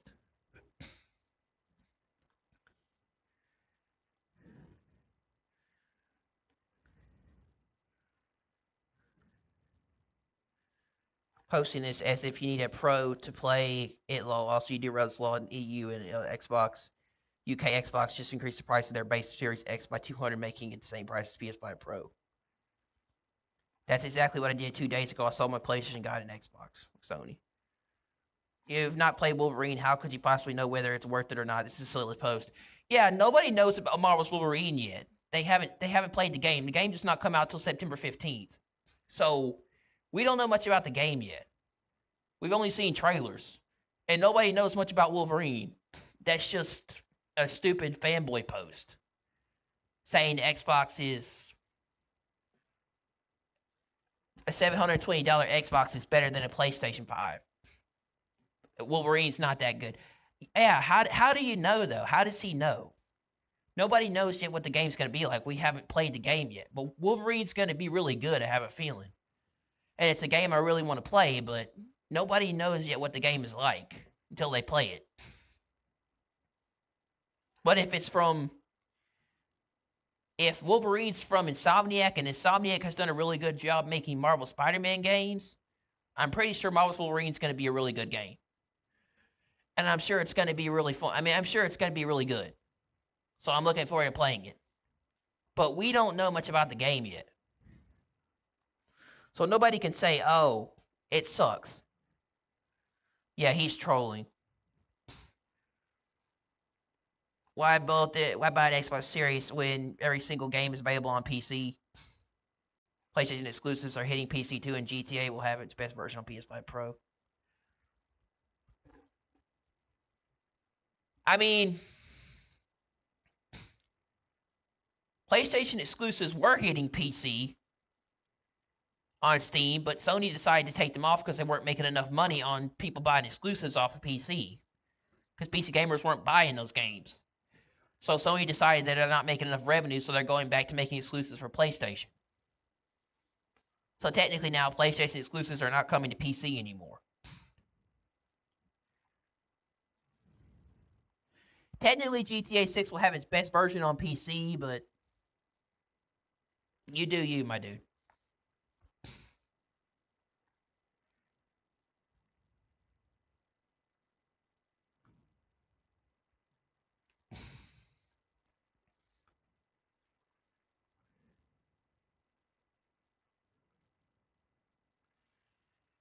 All right, let's see what else we got here. And then I gotta get off.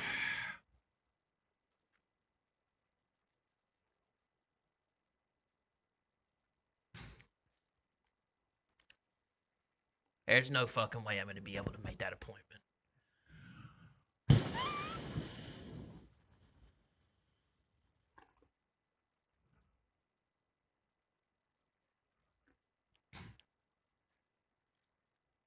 Um,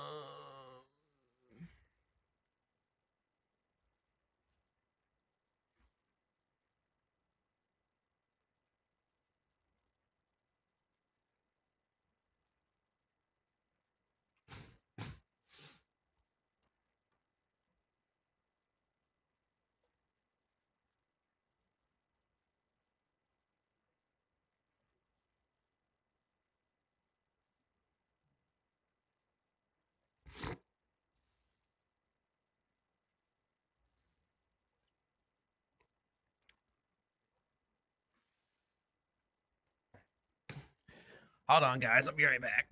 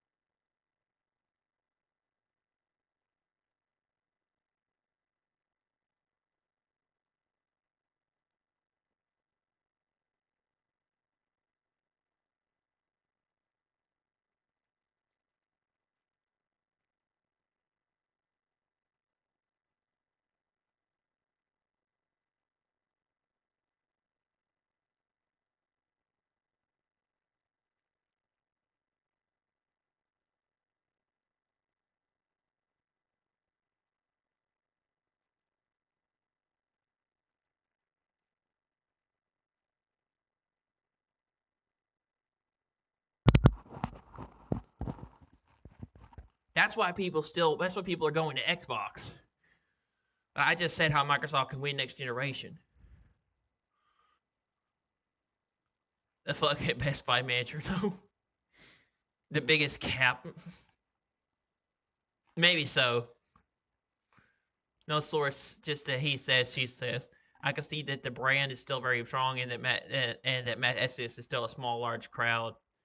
It's still a small, large, loud crowd that has minimal impact, and it would have as much value as a manager at store 2 or 3. Best Buy manager, stupid moron.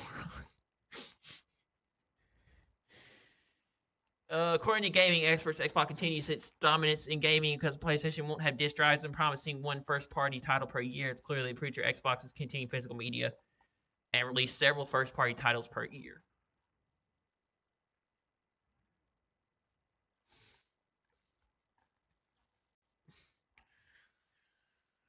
Report Xbox disc to digital program will allow you to insert game disc and get a digital license for the game. This doesn't cancel the disc.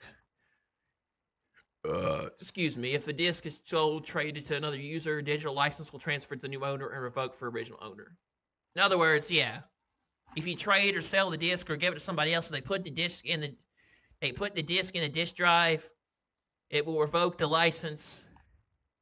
It will revoke the digital license off the disc, and you have to start over. If somebody else puts that disc in, you lose it. As long as you have the disc, you'll be able to play it. If the disc is sold or traded to somebody else, you lose the license.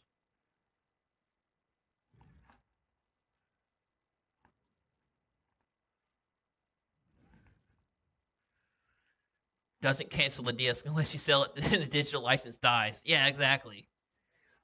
They didn't give you freedom. They gave you a transferable rental and called it progress. So the disc basically comes with a physical license key that follows the holder. It's actually a clean way to keep used games alive without killing sharing. Just like Nintendo game key cards. Well, yeah, that's something to think about too. It is a lot like Nintendo game key cards because it's just a physical license key that you can carry over to another console if you have the disc, which is on a digital license. But if you trade that, you lose it. Because someone else puts that in there, you lose the license. Just get the logical conclusion. We've been waiting here for almost 15 years for your twats. I mean, that's how disc, at least on Xbox, works since Xbox One era, because at first they wanted to connect games to accounts, making reselling really hard. They moved out really fast from the idea because of backlash, but DRM is hard-coded in Xbox ecosystem, so they just desect by connection part, but DRM on the disc stay. That's why they can utilize this physical to digital copy feature. Ironically, their worst idea ever created this. It was working like the whole time, actually, just by binding to an account. I have a damaged copy of Forza Horizon 2, which I only able to play with disc inserted while I download the package from the store, and disc just works as a license check.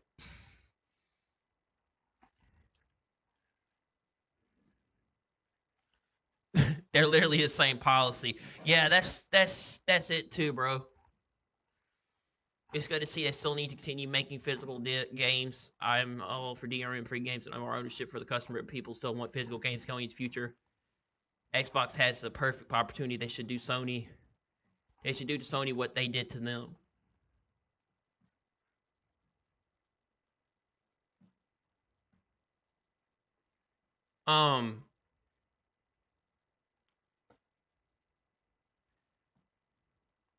What do you mean by that? We're officially in an era where people are debating whether physical game discs continue to exist. It's crazy to think we've reached a point where digital only versus physical has become one of the game's biggest discussions.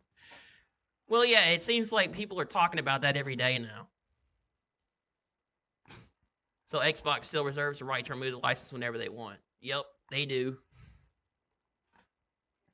The mental gymnastics you're using to make this negative is disturbing. Pure up, mate. You still have the disc. Yeah, as long as you still have the disc, you can use it. But if you give it away and somebody else puts it in the system, you lose that license. I honestly believe the gaming community is filled with brain-dead idiots. They are. The gaming community is full of not very smart people, bro. Don't make a mistake. Just a step closer to full digital on Xbox. Not a great solution for physical game fans. So all is nothing. I have a disc and already have a console that plays it.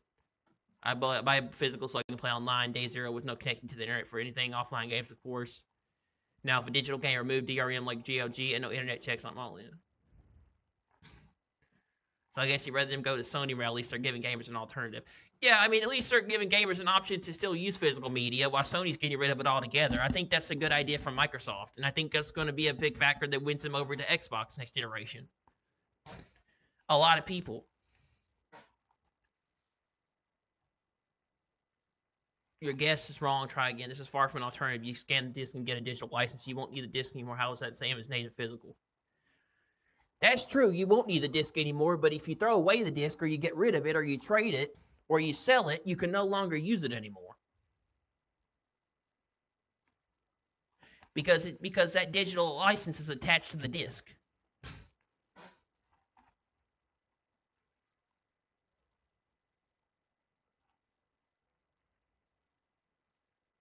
Is this trash? Yes. Yes, but in yellow. iTunes Match, I like it. So the disc basically becomes a one-time key. Interesting way to keep physical media relevant while pushing digital. So Xbox are going full digital. Yay. What about new games going forward? Xbox, your disc isn't old. It's just getting a digital glow up. Yeah, man, fuck, sorry, and Xbox, I can't wait for gaming to crash. This digital shit is a waste of money. I don't know. I'm 50-50 about the disc to digital feature. I don't know how I feel about it. I mean, at least Microsoft's keeping physical media alive while Sony's getting rid of it altogether. And they're giving you an option, and at least you can still have that to be able to play on the next generation of consoles or systems. But it's still not it's still not the best way to preserve physical media, because you're just having a one-time thing, a one-time license that you put in the system with the disc, and then it's tied to the disc until you give it away. But I mean, I guess it's better than nothing. This is a great idea. I can wait to try it. Was they going to do this with Xbox One, but everyone cried. Seems like a setup for another phase. It really isn't needed if I don't have a disc. I can play it pretty straightforward with accounts taking account of how much more money they could be making. If they still have the drive, that alone is a victory. At least they disguise the transition to digital. This is the most accurate explanation of the feature, unlike the rest of the gaming press pointing it as a negative thing. Yeah, it doesn't cancel the disc, and that's a good thing. So what do we think? Do you think we're idiots? Do you think Microsoft and a bunch of only European and American game companies weren't involved when Sony canceled this? We don't want disc to digital. I mean, some people want disc to digital. At least you get the option to choose to carry your stuff over, even if it's on a digital license on the disc. But it's better than having no options at all that Sony's offering. I mean, I would take it if I was on console and if I didn't want to be on, if PlayStation was fucking me over, I would go to Xbox. If I was only on console, so I'd being fucked over, I'd probably go to Xbox because I like what they're doing. Use that license if you share or sell the game disc. Is it optional? What's the point? Disc already does the job. Xbox is trash. So it's just like Sony. So it's killing the disc, making it a frisbee. All digital feature for Xbox, ability to take your games away. So it's just like Sony. Yeah, no, it's not like Sony. It's only digital without disc. Yeah. So this new Xbox is probably worth buying. It's still shit. It's not shit. It's nothing. Yeah. I mean, it's better than nothing. Yeah. It's better than you don't own anything and you're happy thing from Sony.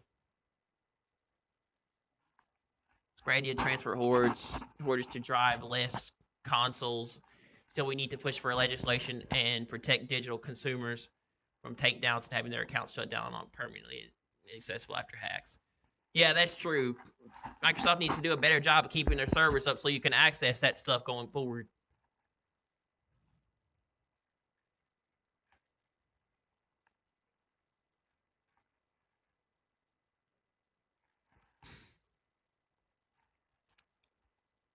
The maps in Horde mode are gigantic. 4K 120 FPS mode support 12 players is phenomenal. So wait, did they just start the beta today?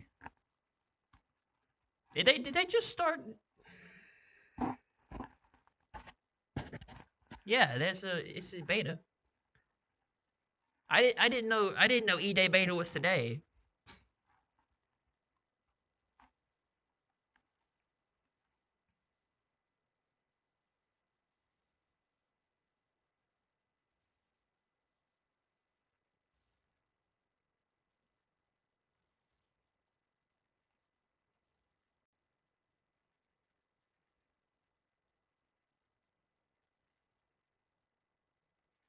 Dude, these graphics look impressive for E-Day, I have to admit. If this is native on Xbox Series X, this is impressive.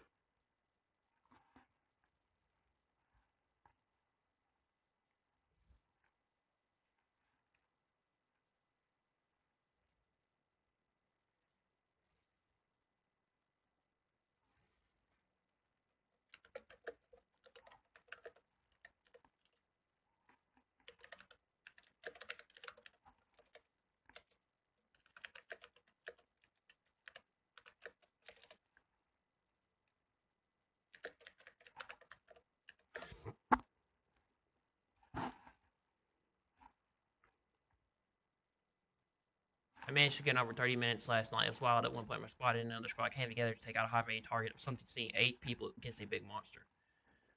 what wave you get to. So I saw it pop up last night when I got home, and he was saying, let's go, and then found it wouldn't play because the test server time had ended. This shit is not 4K 120 FPS. Now remember that the rush method soldiers, be sure to tell your squad mates heals for an uncomfortable amount of time. Really get up the ass for maximum cover fire readiness. How are you guys playing it early? Yeah, how are they playing it early? I didn't think it was until I didn't think the beta was until August 6th.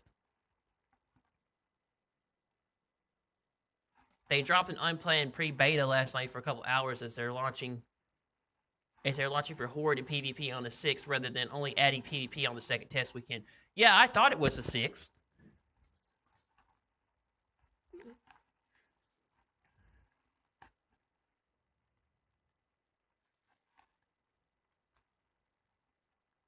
Game is open world Horde mode.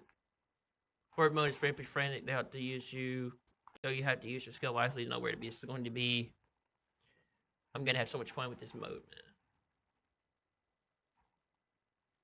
What about Shadow Series S? Is it 60 FPS too? Not 4K nor 120 FPS. Probably 1080p with FSR2 for 4K. Not on PlayStation. I'm excited this actually goes. Look, fire, the Gears extraction shooter would hit. They're going to make a battle royale. Mark my words, and I can't wait. They've never made a battle royale for Gears, so I don't think that might happen, but it's a possibility. I mean, from the footage, I really don't see much of the game. I haven't seen much of the game so far for the beta, but the graphics look good. But I don't really see what you do with Horde mode and gameplay because it's only 32 seconds.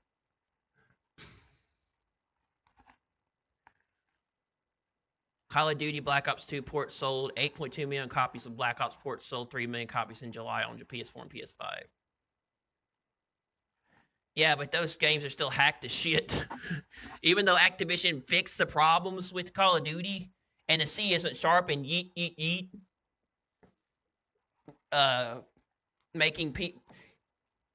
giving people prestige levels of 16, giving people prestige level 16, which doesn't exist, and bricking their accounts and messing up their games.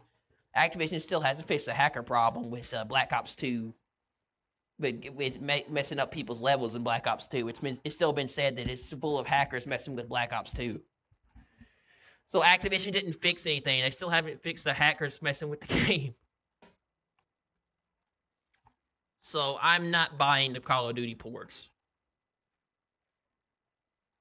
This is fantastic.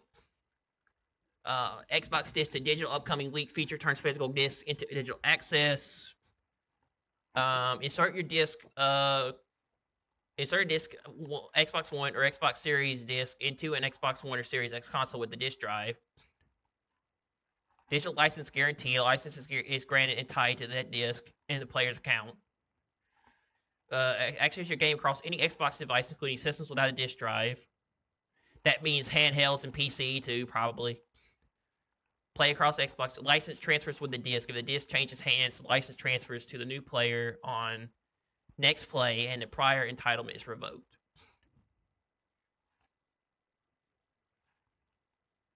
No duplication, no abuse. Built to prevent duplication and abuse. Yeah, this is going to win Microsoft next generation hands down. It's going to be a big feature that's going to win people over to Xbox. But if I borrow a disc to a friend they get back, do I get my license back as well? Probably not, because once you give it away and they put it in the system, you can't use it anymore.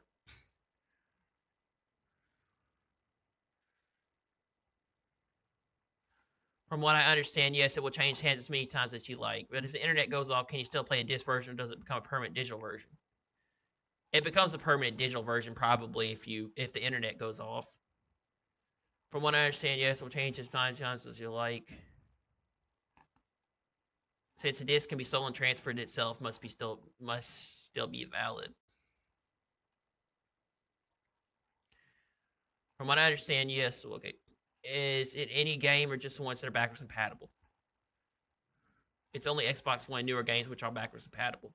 So they don't do Xbox. They don't do Xbox and Xbox 360 games. Oh, that sucks. All Xbox One and Series games. Shame. Was actually getting excited.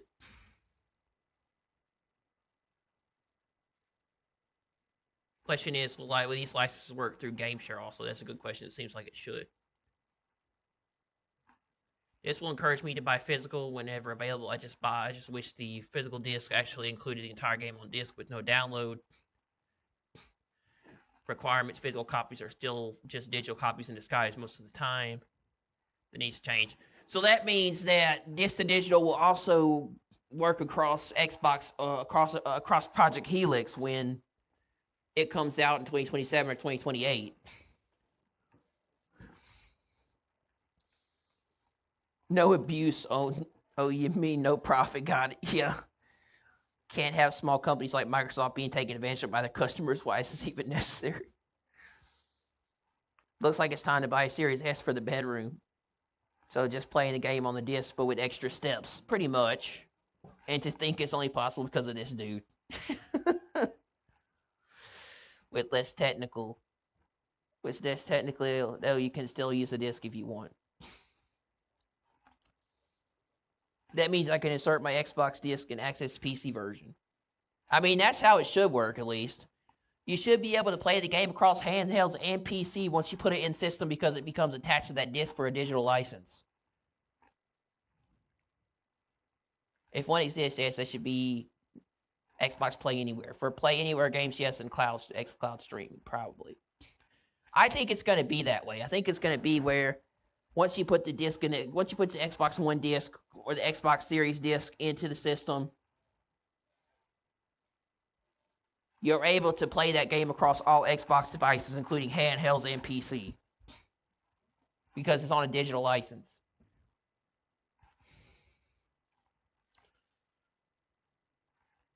How would the grant revoke license work? Always on check-in. The system required an internet connection to ping Microsoft servers every 24 hours. If failed, games stop working until reconnect. Otherwise, multiple offline copies stuck in 2013, stuck in 2026. Not fantastic. Bravo, my Xbox may be time to rejoin after many years with PlayStation. Is this legit? So does each individual disc have a unique identifier? There's probably something to that. I keep seeing these, but nothing that specifically specify Play Anywhere. I see you mentioning that it will work across devices like a digital console, and some add a PC icon. For example, will my physical Hogwarts Legacy disc give me Play Anywhere access to my PCs? Now that would be really interesting, and I think it will. I think there's a possibility it will.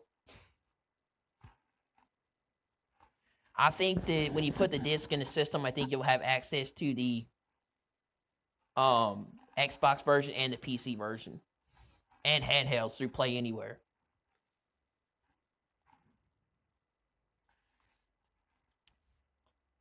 But what about offline play? Though, can I still download my disc and play without the internet? But when it's coming, it's testing this month. Internet always needed to check discs. A neat aspect of licensing to prevent abuse, you could use the physical disc offline, though. If this program is launched, it will be a failure. Those who opt for physical media won't want to convert it to digital media. That's probably true. 50% of people still wouldn't want that. But, I mean, it's still a better option than PlayStation. At least you get something for your money compared to PlayStation getting rid of it completely.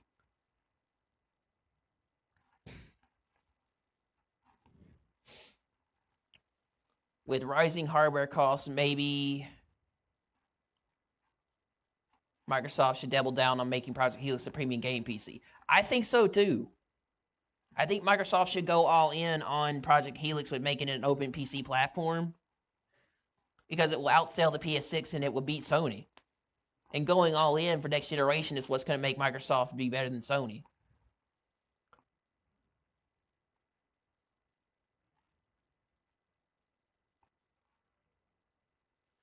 Maybe you should ask PlayStation why they're screwing their fans over with discontinuing their games on disc instead of telling Xbox they need to double down on Helix being a premium PC. We know why. But yeah, most of these people are pro-Sony. Well, imagine IGN trying to sabotage Xbox before they can sabotage themselves. That's cool and all, but please show me literally one person who asked.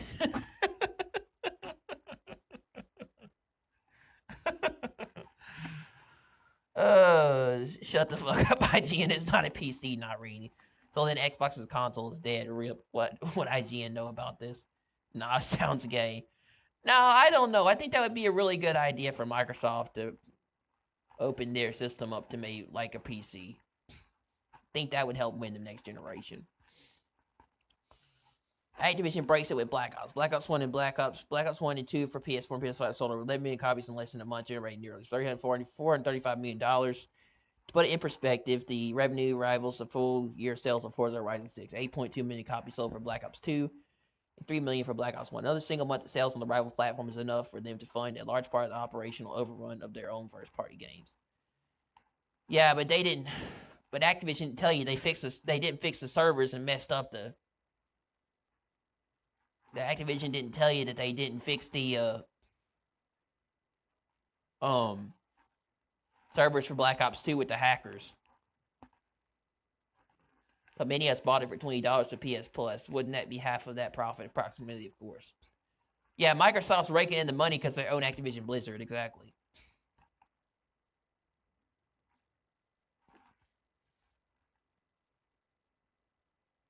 Why the hell didn't they focus on good games like this one that sells? They prefer to insist on being woke and opposing DEI on pointless projects just to waste money. We need to go back to the vision of games from PS3 and Xbox 360 are enough for experimental stuff. Were these physical sales or digital sales? Probably digital. Sony, we have cautiously considered to move forward with me, fuck off, cancel PlayStation Network. Not buying digital, eat a dick, show up your PlayStation 6. Got Switch 2, kiss my ass, buying retro.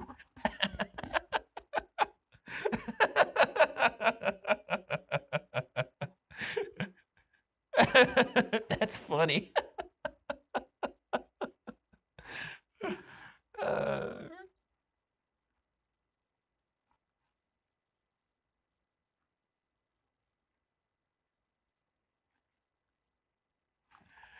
That's funny. According to Digital Foundry, Xbox would be doing everything possible to ensure that physical games continue to exist on the consoles. On its consoles, brand would be considering continuing to communicate the commercialization of real physical editions, box plus disc, even after 2028. If this strategy is confirmed, PlayStation will have to react, because if Xbox becomes the main defender of physical games while Sony pursues the all-digital approach, the Japanese brand would go through with one of the most complicated periods in its history as a portion of its community. That's true, and Microsoft would outdo Sony for next generation, if this is indeed true. The choice is simple. Real ownership with genuine consumer rights or Sony's digital monopoly that sells hot air. I hope Xbox will confirm the strategy and give PlayStation a good lesson. Xbox clearly has a chance to siege. They do. Microsoft has a chance to siege next generation if they really do this. I left Xbox halfway through the one generation, but given recent events, neither would please me more than returning to the green fold if it feels a bit more pro player there. Xbox, the ball's in your court. Sharing a game on Helix, thanks. 1994 to 2028, Sony dead. Sony was born in 1994 and dead in 2028. I think Sony is banking on the new generation that buys hot air toys. Okay, I already read it. Whilst I don't think Sony will release a PS6 without a disc drive version, it might be possible. And if you say that would validate my entire physical PS5 library if I can't carry it forward PS6, I'd say yeah, PS4 couldn't carry your physical PS3 library forward. We know why it still sucks. If Microsoft allows physical forward and backwards compatibility and this physical to digital conversion for PC or on their next console, well, I might just have to get one. Time will tell, I guess.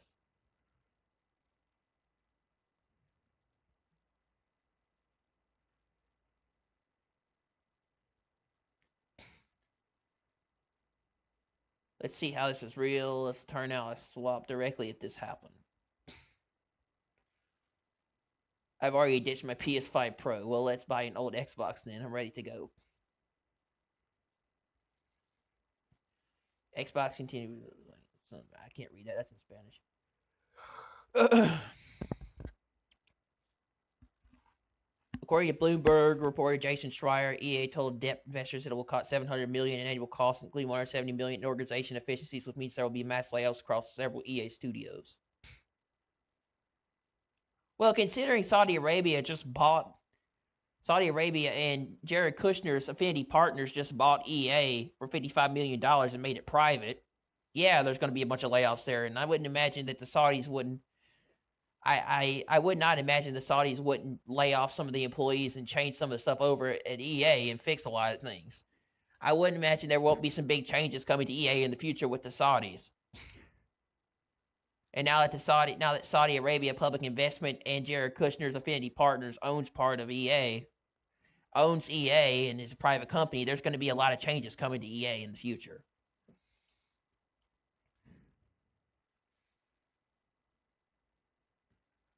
EA is going to be even worse thanks to Saudi guns and Trump's extended family. It really is. It was really sad to see. If I kind of hope we see an exodus of talent leaving these bigger scale companies and go elsewhere to make not only better games but healthier business overall.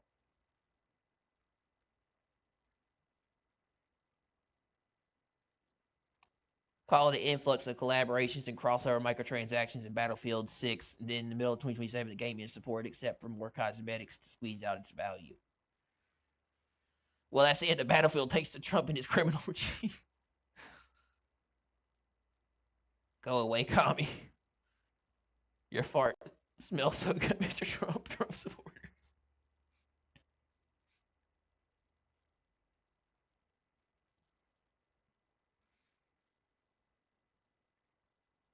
He is full of shit and killed his credibility if he's telling the truth. Now, folks, will admit it a great disservice to journalistic integrity, and I'm a fucking troll saying this. Every game dev in the industry must go union and always have a cut of game profits for every dev. They can't keep busting their asses for years only to get laid off when done. The entire game economies need a rework. Can we just get Battlefield to embark? Good, everyone prayed on EA's downfall. Now it's 100% confirmed with the Saudi takeover. Anyone with a brain should see it's coming. Trump's son-in-law Jared Kushner is closely tied with Israel. That's true. I knew it. They will nuke DICE, and I will be so mad. I would never buy another EA game ever if they dare touch DICE at all. For context, 140 million is roughly 500 to 700 employees. This direct salary plus overhead. EA is practically 15,000 employees. Make a good product if people want to play. Nope. Maximize revenue and board bonuses by slashing payroll and curbing quality. Yes. Fuck EA. Hope it vanishes and other studios can make a better hockey game. I've never played EA Sports' hockey games, so I don't really know much about them. Could it happen to a more deserving company? Happy for them. It feels like BioWare may not be there to release the next Mass Effect. Now that Saudis own EA, I can have my account back that was banned over a decade ago for reasons I do not know why, and no customer service rep has told me. I hope everyone working on Battlefield 6 loses their jobs and end up begging for money while sucking dick from hobos for food. Hey, Battlefield 6 wasn't that bad. I mean, it wasn't as good as other Battlefields, but Battlefield 6 wasn't that bad. Hopefully they go get some no terrorists. Two things with all targeting together, though. The cuts were mathematically inevitable the moment the deal was struck to display, which is criticism of leverage buyouts rather than ownership, specifically Silver Lake and Affinity signed the same paperwork. And Andrew Wilson's last SEC filing before going private showed a $77 million payout. Same week, same company.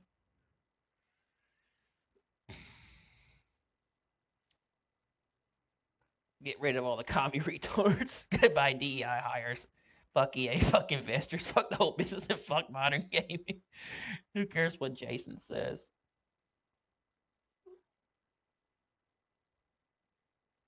Fire all the woke freaks, fire all the white liberal women and feminine men except for the make EA great again. Oh great, just as Battlefield 6 was starting to get good. I hope first video will be purple hair, 300-pound and petrol offended. EA sold out because they knew they can't make any profits. It's obvious that video games are not games anymore. They're being used as propaganda. EA is officially dead. Well, EA has been shut down. I knew it was coming. What a fuckery corporate company. Yeah, a lot of EA's games have gone woke. I agree. They're not good anymore. I mean, especially the Madden games. The Madden games have been the same for years, and they haven't changed any. They haven't changed Madden in a long time. The Madden games have been the same thing for a long time. They haven't really changed anything. Just brought back old features from previous Madden games into newer ones that were there in the first place. And people were pissed about EA Sports College Football 27 having full of microtransactions for single player and dynasty mode.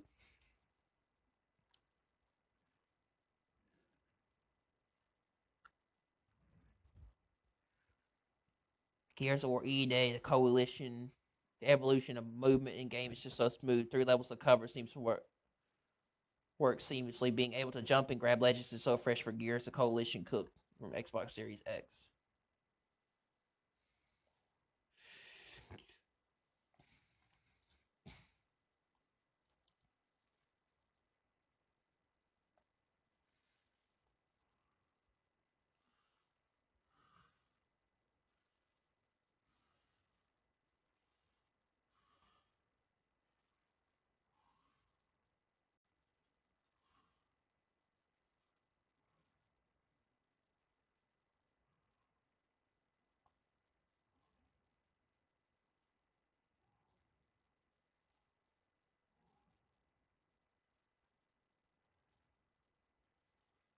I had to admit, these graphics are pretty impressive.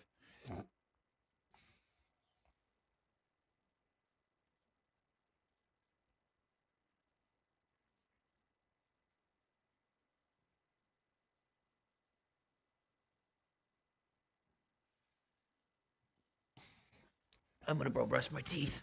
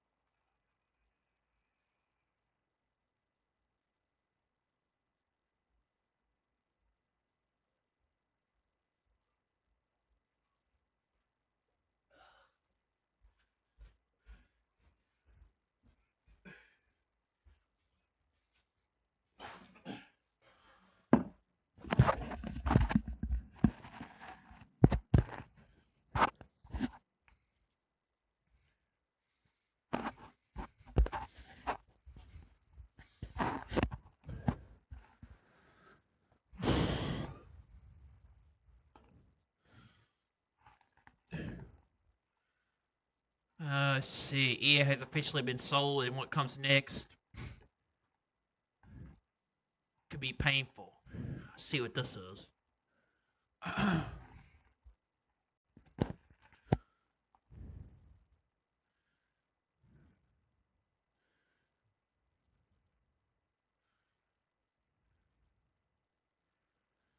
The blockbuster buyout of Electronic Arts has been completed, with Saudi Arabia's public investment fund taking ownership of the gaming giant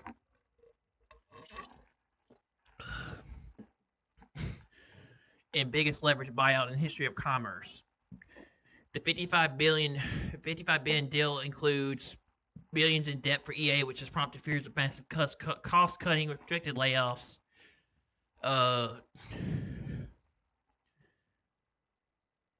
studio closures, and game cancellations. Nothing has been confirmed as of yet, but a Bloomberg story from earlier this year said EA will look to have $700 million in cost savings, including $170 million in organizational efficiencies. That will likely come through layoffs, at least in part. This moment recognizes extraordinary people whose creative ambition and passion have made EA one of the world's leading interactive entertainment companies. What a load of bullshit. EA CEO Andrew Wilson said in an official announcement, entering this next chapter from a position of strength with partners who share our vision and ambition. Together we'll invest boldly, accelerate innovation, and build the next generation of games and experiences for the hundreds of millions of players and fans who inspire us every day. More like woke DEI and bullshit. Entertainment and sports are key areas of strategic focus for PIF and are among the fastest growing and evolving sectors around the world. Added PIF Deputy Director, Deputy Governor, Head of International Investments Tarkov, Ellen Weiser. Together, the core serum is uniquely positioned to be a long-term partner to EA's management team in driving sustained growth and innovation for EA in the industry. In a memo to staff, Wilson said, "We're entering one of the most exciting and transformative moments that our industry has ever seen. Our games have become meaningful spaces where people build friendships, compete, express themselves, and create together." Yeah, okay, EA. Wilson confirmed that EA Sports VIP Cam Weber is being promoted to become President and Chief Studios Officer EA, while David Tenson will be President and Chief Operating Officer.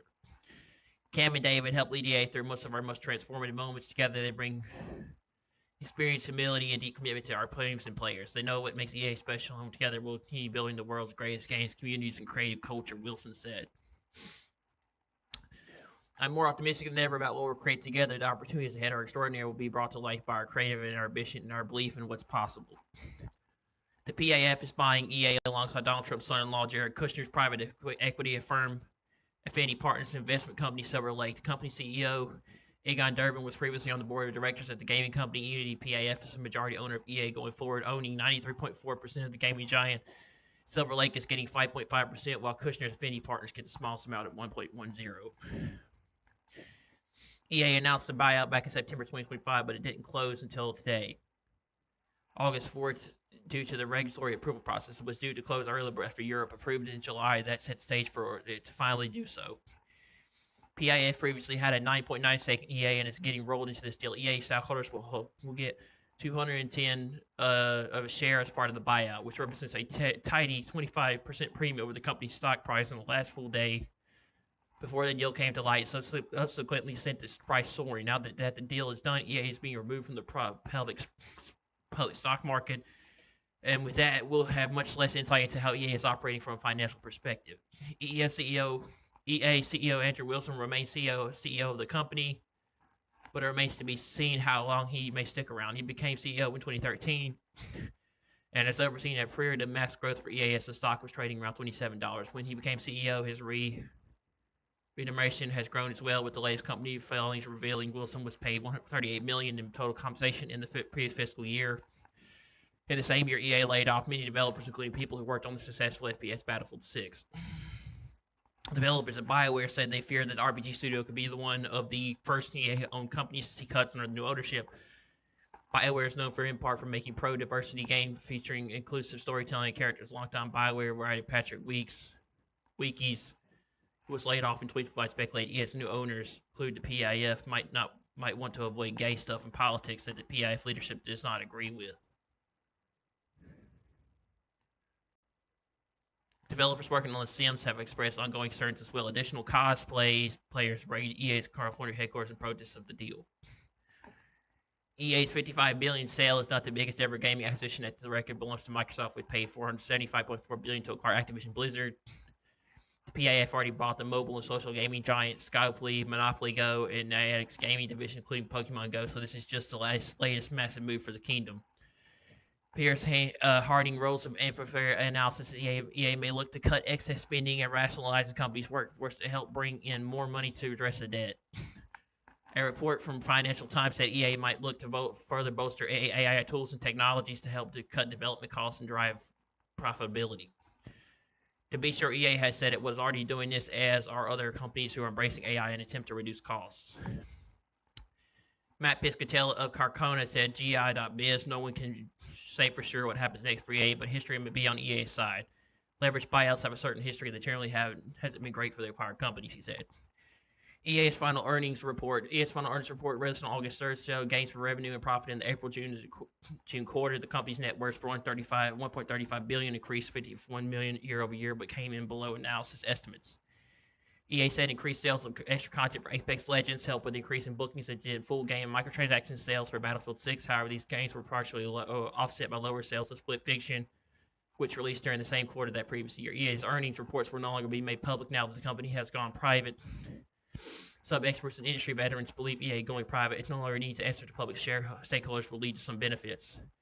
Fiona Sperry of the top boss at EA Criterion Games is now the CEO of Three Fields Entertainment. She said in an interview with GI.biz that I'd be really excited about the opportunity that going private would entail.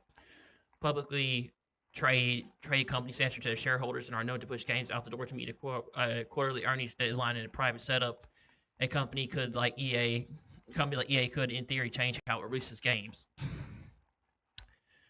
However experienced you are, the reality of game development means that you're having to compromise your game to hit a date you often had to commit to long before you finalize the design. She said you have to design to a date rather than the other way around, and it's really hard to do that when you're trying to innovate. EA has amazing creative teams, and hopefully this will give them the chance to really utilize the creativity and take some risks. Don't get me wrong, dates are important for focusing everyone, but sometimes you just need more time, she added. Pierce Harding, roles of unfair analysis at EA going private means the companies no longer be holding to a market at large and subject to everything that comes with being a publicly traded company. This in turn could allow EA to focus less on meeting quarterly financial targets and more on long-term strategies and investments. Of course, the investor consortium acquiring EA will surely have its own performance targets and demands that EA meets, not to mention the aforementioned debt to address, though the setup won't be the same as when the company is available on the open market.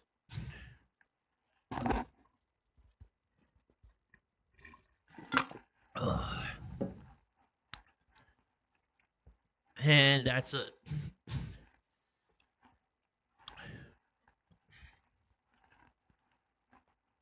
If you gotta beg people to play Nintendo, it might not be as great to the rest of the world as you think. Adult gamers, please stop being afraid of raising Nintendo games. You're literally missing out on a huge part of spectacular gaming sessions for absolutely no reason other than paying it.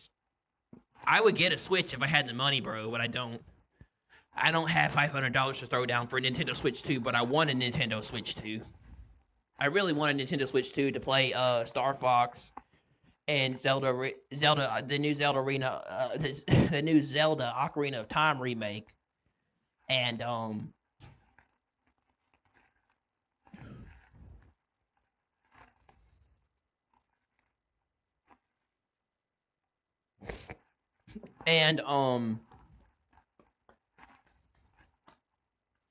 and that new game that came out for Nintendo. What was that game?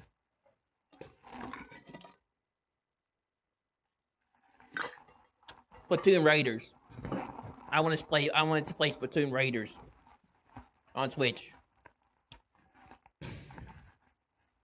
I would get a Nintendo Switch 2 to play Star Fox, Zelda Ocarina of Time, and Splatoon Raiders.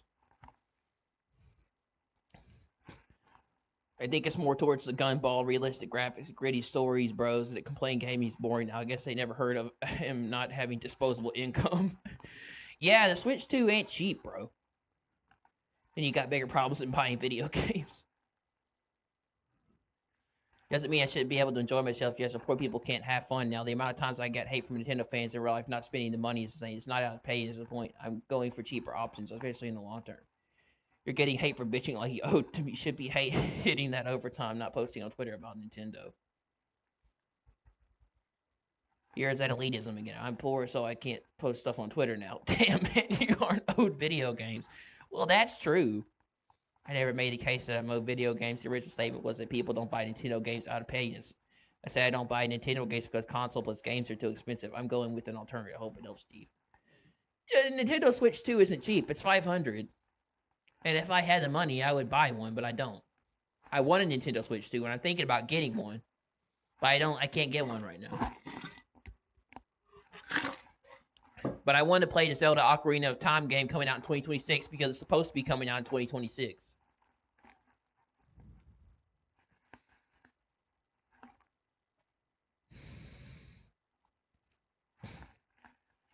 But Nintendo's games are the best. They just aren't. Yes, they are. Mario's the best platform. Zelda's the best action adventure. And nowadays, open worlds.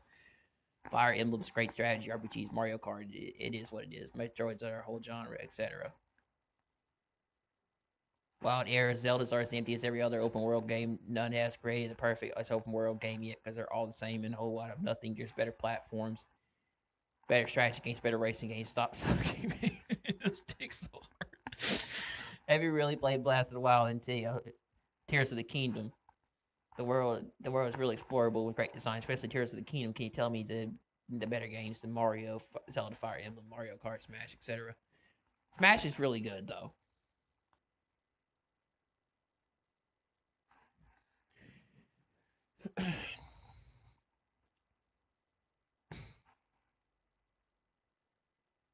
No one's afraid to embrace the Nintendo games. They just don't want to. Nintendo games are really made for children at this point because the brain power to play them is suited for them, or people with mental retardation, I guess. Damn, Nintendo living rent free in your head, huh?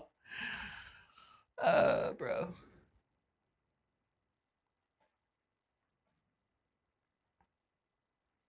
Once again, since some big names are trying to echo this lie, people still buy games like on vinyl, CD, and even cassettes. That's actually work. And singers release variants of those to boost sales and charts at number ones. People still buy movies and shows on Blu-ray in various editions. People still buy books in print.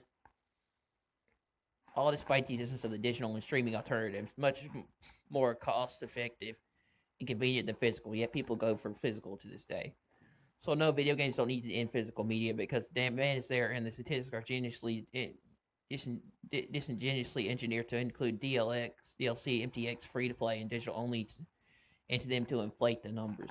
They want to start a monopoly, eliminate a second-hand market, raise prices on a whim, in-player ownership, take away your games anytime, likely make you repurchase new editions, eventually lock them into a subscription ecosystem. Yep. Rockstar is known to delay marketing dates when fans figure it out. Think it's safe to say no GTA 6 trailer gameplay will release this week and might release another time. I don't know. I think we're still gonna get I think we still could get trailer 3 on August 7th.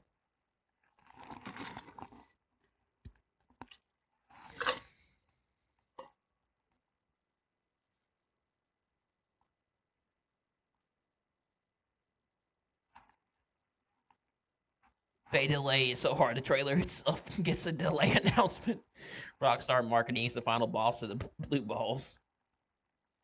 No, they're not. You're just stupid, retard. Well, there's your problem.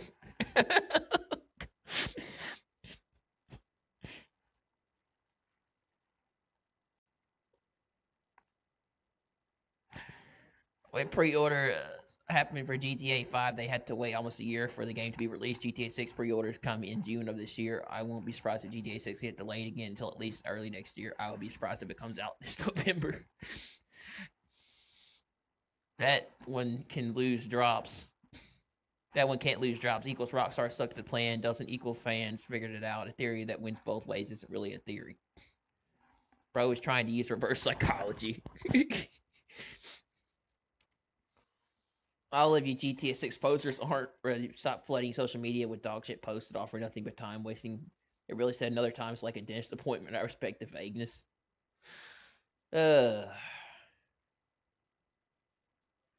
I expect Rockstar to come out with trailers, GTA trailer 3, August 7th probably. Sony just says make you mad. I bought all these physical games for the digital price of one GTA 6. All these on PS Store.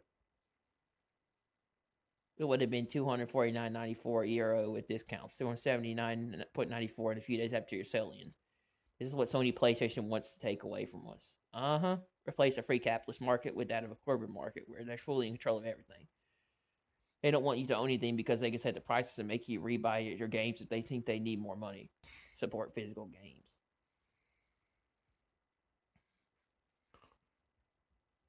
Marvel Rivals file reduction announced for PC, PS5, Xbox Series. File size reduction. PS5, Xbox Series reduced by 15 gigabytes. PC reduced by 40 gigabytes.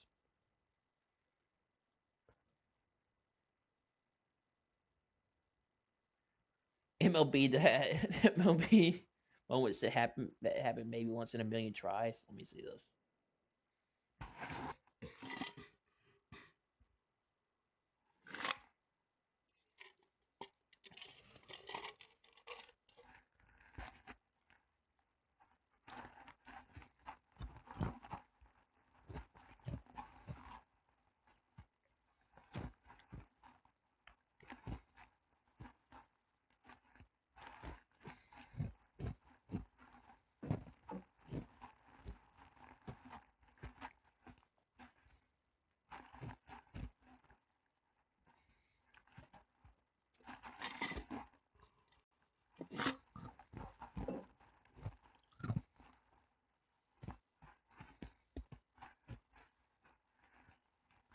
Oh my god, he hit the bird. Oh, he shattered a car window. What the fuck? And we finally admit this scene was pointless and made no goddamn sense. New Project Helix will play games from every Xbox generation according to a leaked document. Ooh. Full backwards compatibility across every Xbox generation from Xbox 2001. Whoa, bro. That's going to win Microsoft next generation hands down. If this is true, they're going to take next generation. PC game support is planned. Xbox One and Xbox Series placed physical games could be converted into licenses. Publishers must opt in, meaning not every game will be supported. Yeah, Microsoft cook, bro. Let Microsoft cook, man. Let them cook. They're going to win next generation for sure. Xbox 2001 to now in one box. That's the whole catalog. Not a greatest hit selection. Every gen from 2001 is ambitious, but the publisher opt-in means those licensing gaps could get weird fast. Microsoft finally made Series X, which is a warm-up act. Now we just need them to opt in to making games worth playing. They do this physical disc confirmed. They win next-gen console war over PlayStation hands down. They sure do.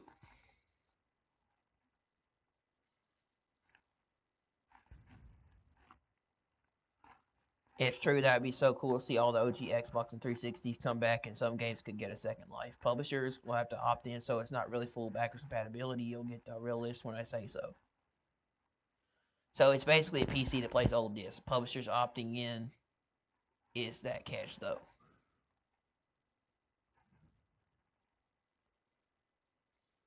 Let Microsoft cook, bro. They are on a roll here.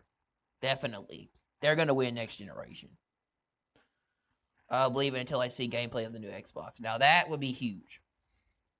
If they will be able to play all generations of Xbox, they will have full backwards compatibility across every Xbox generation from Xbox 2001. That would be huge. That would win Microsoft next generation hands down.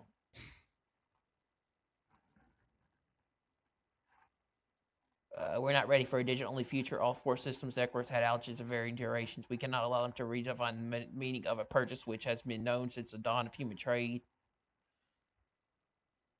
We need DRM-free digital games, and we need to have alternatives and not one unified market that can inflate prices on a whim. If there's even one chance you can be denied access to your games that you purchased at any time for any reason, you cannot do what you want with your purchase, then we are not ready for a digital-only future.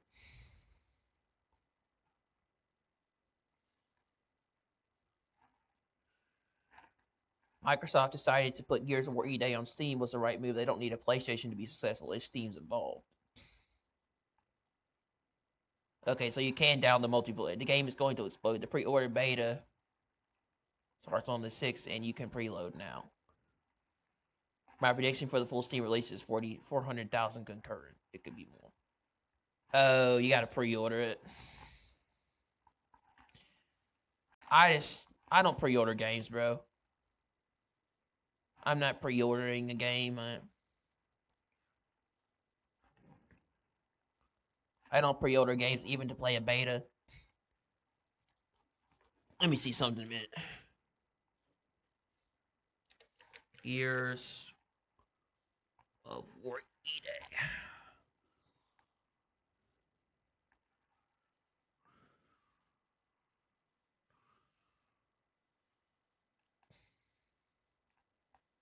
Yeah, you gotta pre-order it.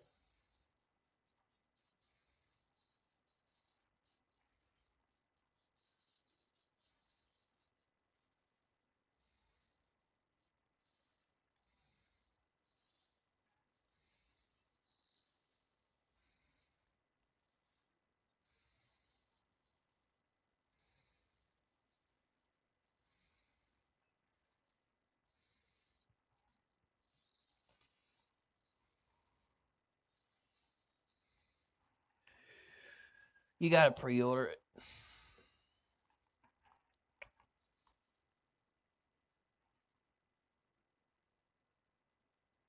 I'll never forgive them for deleting the scene from Spider-Man 2.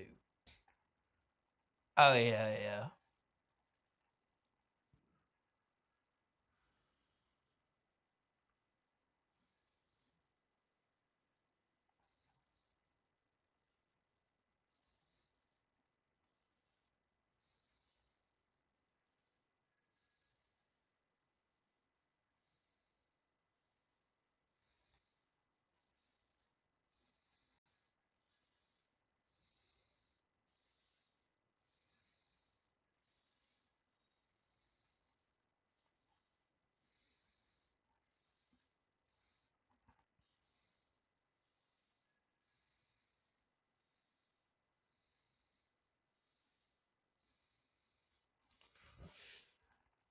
Former Rockstar devs would not be shocked by another GTA 6 release date delay. Personally, after being there and working on GTA 5, I don't currently work there, so I can't give a confidence boost based off that. Based on my previous experience, they could delay it again. I speak for everyone when I say we need a Santa Cena map remaster Call of Duty Modern Warfare 4. Oh yeah, that would be really cool to have this map remastered. I agree.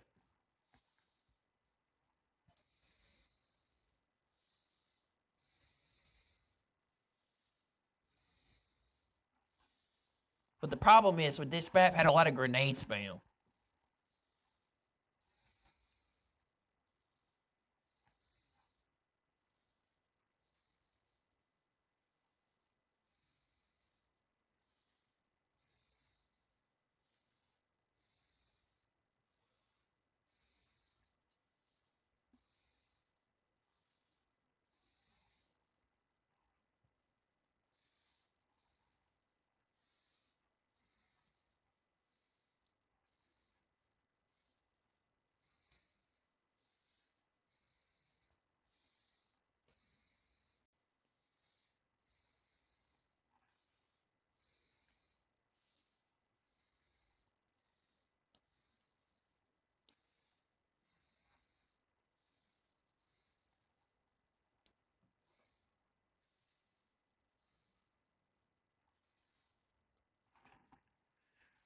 Spider-Man Brand New Day reportedly cut a scene with Claire Temple, a fan favorite Daredevil character played by Rosario Dawson, where her cameo may have fixed a slight plot hole.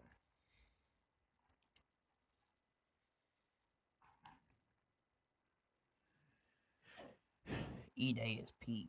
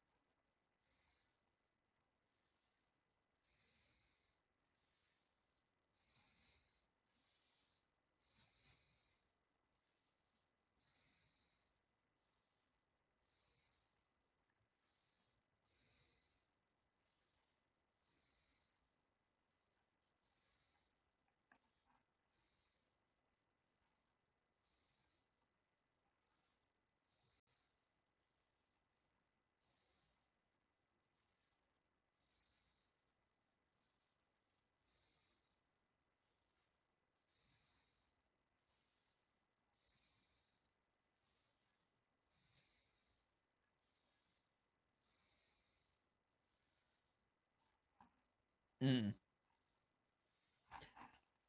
Avengers Doomsday new trailer leaked. We require Andrew Ghost Rider were revealed.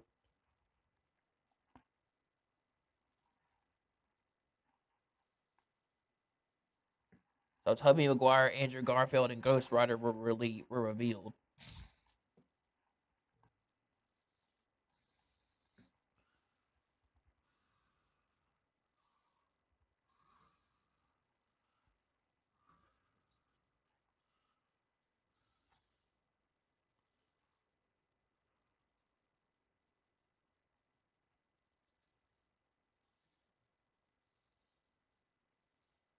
Cool.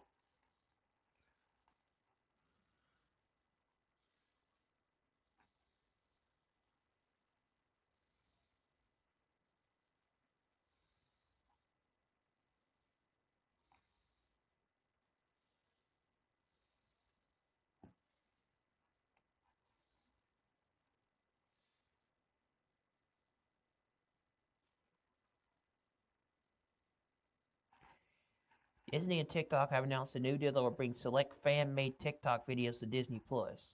Creators who opt in will gain assets from Disney's vast library of movies and TV shows to create TikToks for.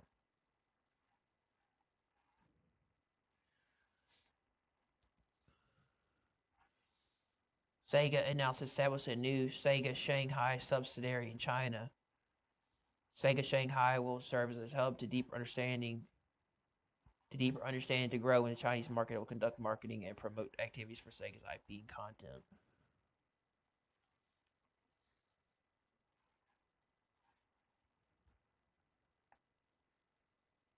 Okay, I can't read that. Reminder the best PS5 release schedule is about to become the busiest it's ever been. What do they got? We're now a few days into August, which means that pre-orders pre-GTA 6 games Avalanche is underway. It only gets more and more insane from here, folks.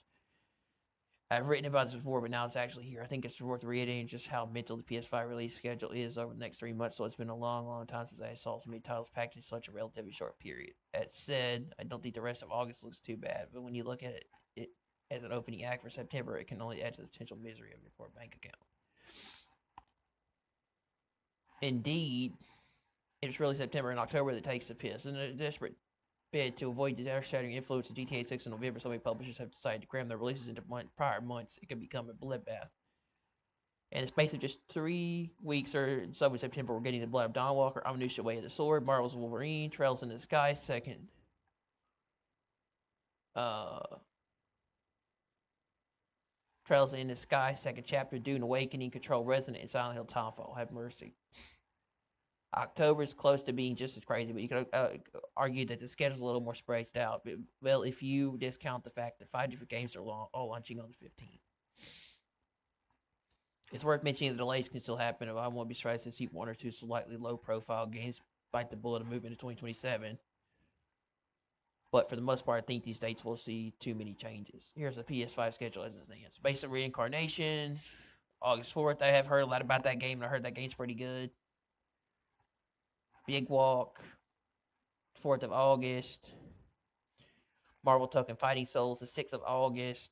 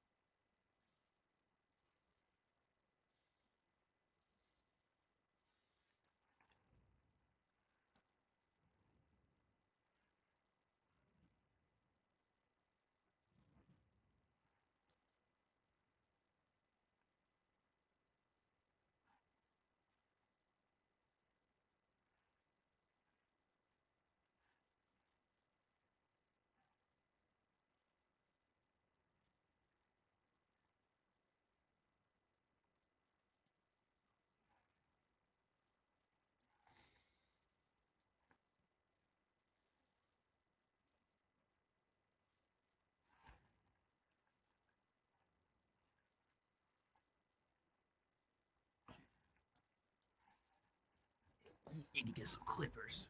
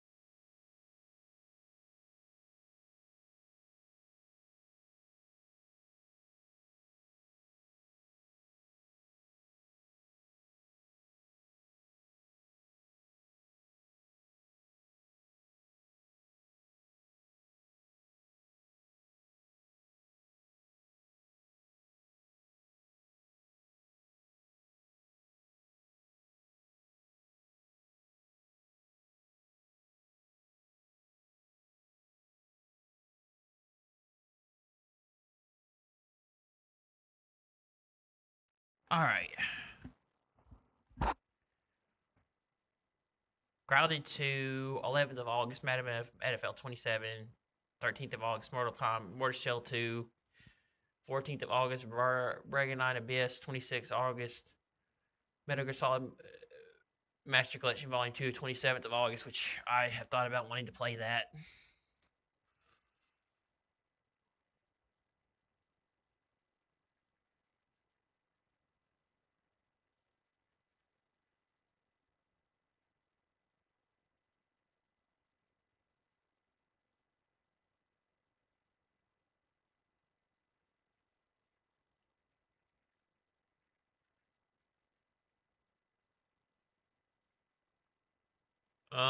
Residents of Plague Tale Legacy, 27th of August. Star Wars Zero Company, 27th of August.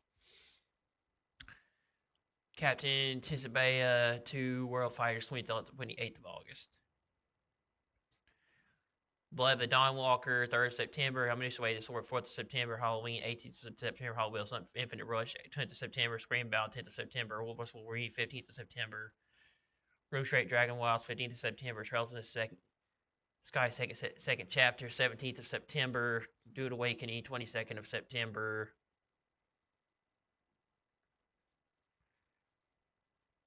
Control Resident, 24th of September.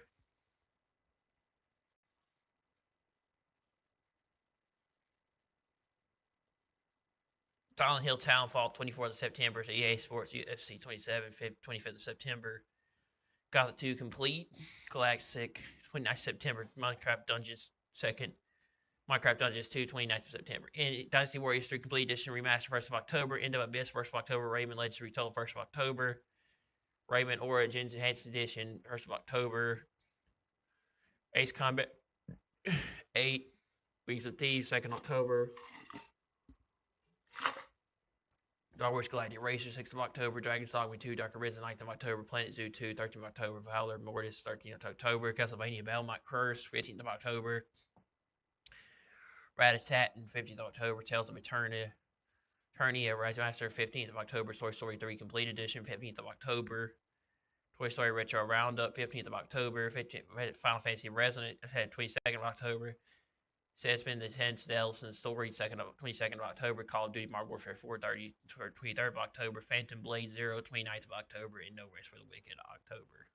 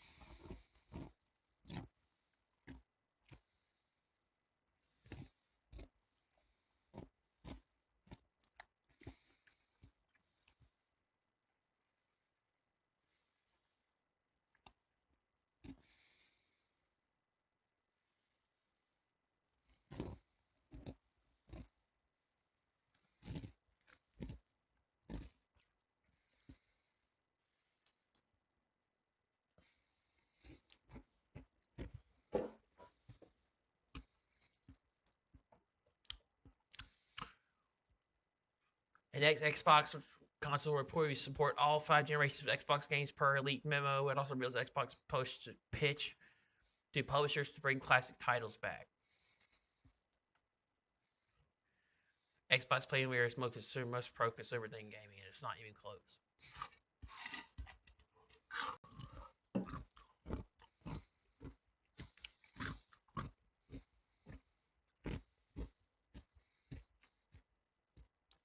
Microsoft has presented reasons why publishers should participate in its game preservation program, Digital.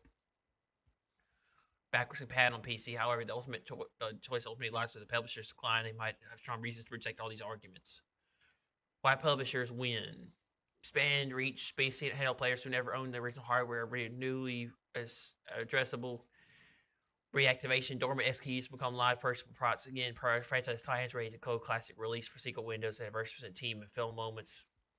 No porting required. Brand goodwill, honor your legacy library through your storefront partner, not a workaround. Modern ecosystem, play anywhere your classics behave like 2026 games, not 2006 games. Zero engineering. Microsoft owns the emulator certification, storefront ops, and players.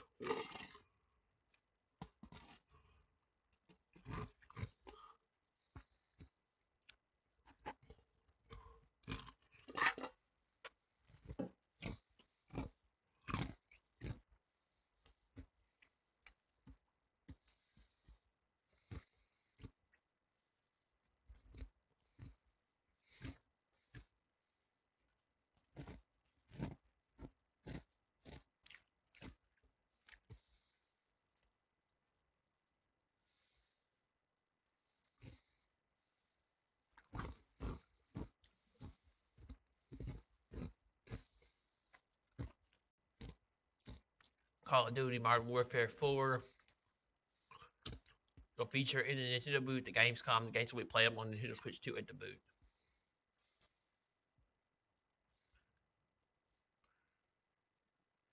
Beast of Reincarnation is out of stock in certain stores. Not the first physical game. Recent ones that can't meet demand. We saw this for Capcom titles as well. Shows another reason why sales numbers don't tell the full picture when it comes to consumer preference.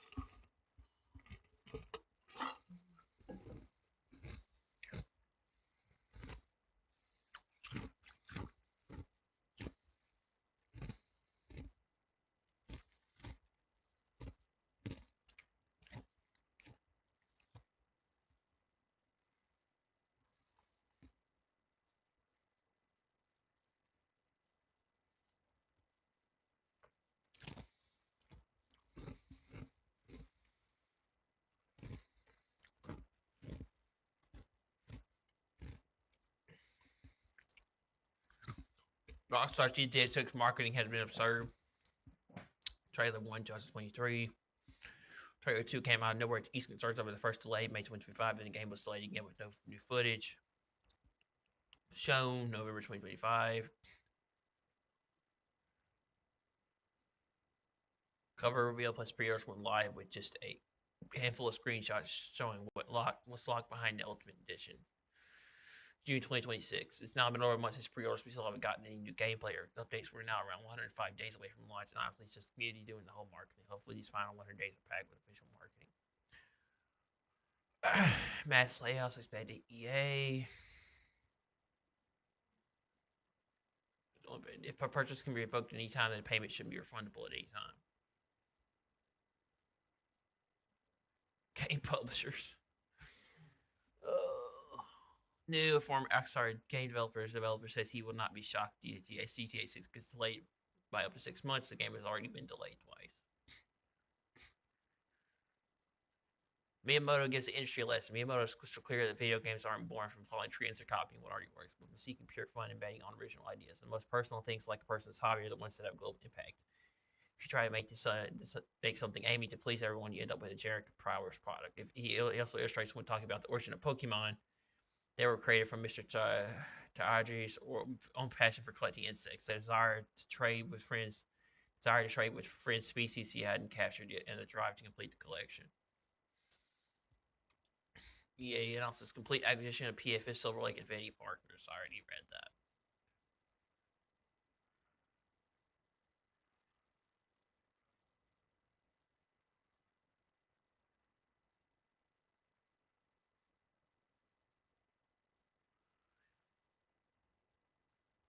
Spider-Man Brady Day just a massive message to both Marvel and Sony since entering the MCU. 3 out of 4 solo movies have crossed the 1 billion mark. In fact, Brady Day just hit 1 billion in just 6 days. Barely trailing Avengers Endgame 5-day record. What makes this insane is that Marvel has barely scratched the surface of Spider-Man's potential in crossover films. Spidey only got 7 minutes of screen time in Infinity War, a mere 3 minutes in Endgame, and it is expected to show up in Avengers Doomsday. This proves beyond a doubt that Spider-Man is a giant IP all on his own.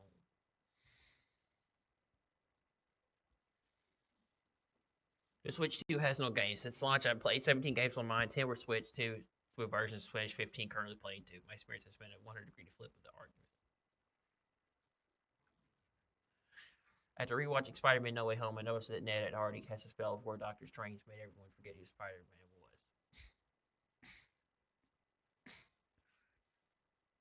So the handshake at the end of Spider-Man Brand New Day trigger memory because of muscle memory or Jean Grey. It simply reawakened the magic from Ned's own spell, allowed him to remember Peter again.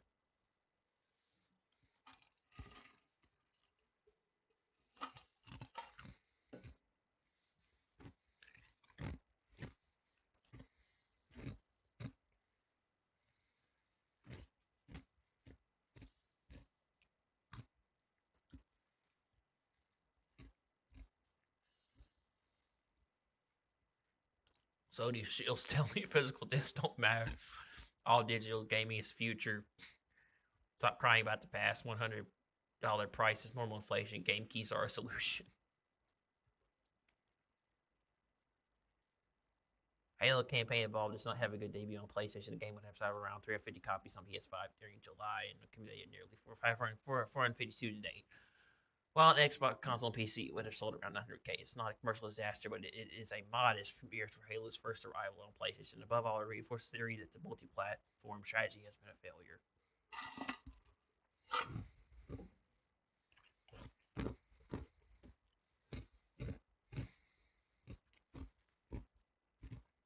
It appears the Undertaker challenge is nearly impossible to know as the cops will always be alerted when leaving the court center. He'd after losing them somehow just make it so you don't get cops when leaving in full stealth. My goodness.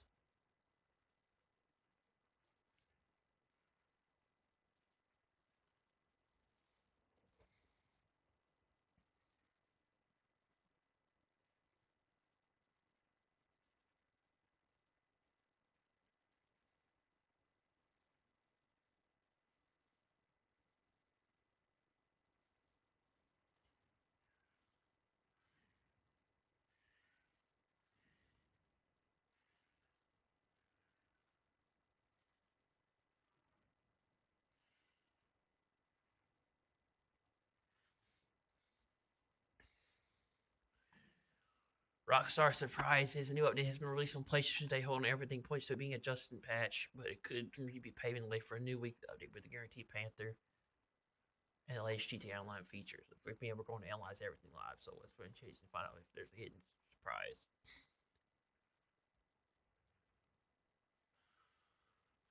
My experience with Nintendo Switch 2 is so good, switching between a racing game like Mario Kart World to a platform adventure game like DK Bonanza, following arcade style Star Fox and looter shooter Splatoon Raiders. There's so much to play, so the quality and variety is real. Next week, I'll be recording 2 interviews of PlayStation fans will love. I'm doing a follow-up interview with Sean Layden, but I'm also speaking to former VFX artist at Naughty Dog. I'm looking forward to it. Sony and Marvel Studios want Destin Daniel Cretton back for Spider-Man 5, and they want the whole team to handle Brand New Day again. The good thing is it's going to happen. The bad thing is that Cretton is busy with Naruto live action. Spider-Man 5 might hit theaters in 2030 or 2031.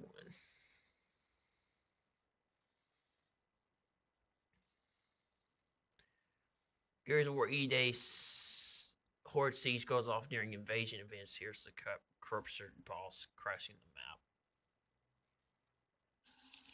map. Ugh. Fuck, that was loud.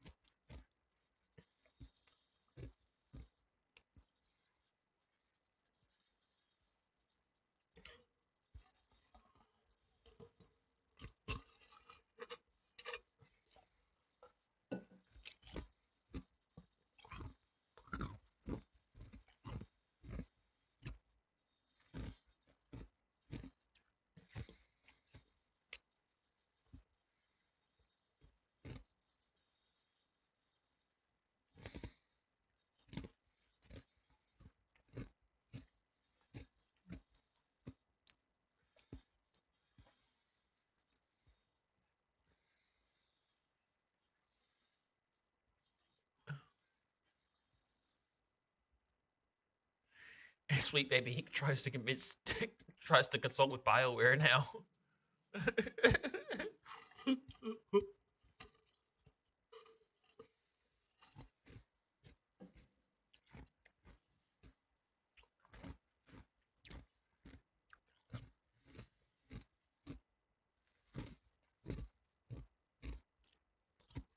Crossplay versus cross progression.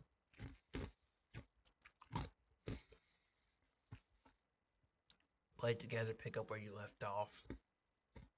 Crossplay lets you team up with friends on different platforms. Cross progression lets you keep your progression across platforms if you own the game of each platform. Have a Ubisoft account.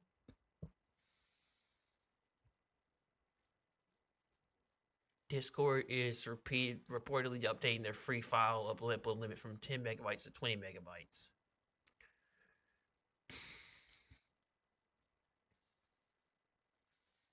Haters, Xbox gamers don't buy games. Reality, Halo on PS5, 452K copies sold. Halo on Xbox, 900K copies sold. Steam, 212K. I'm just saying. The contrast hurts a lot. 2016 ended up giving in, lowering the PS3 price because without the community they were nothing, and they saw the criticism. In 2011, Sony issued public apologies upon seeing the user criticism regarding the PSN issue. In 2026, to face some complaints over the end of the physical format, stances to stand firm regardless of the community's opinion. What has changed?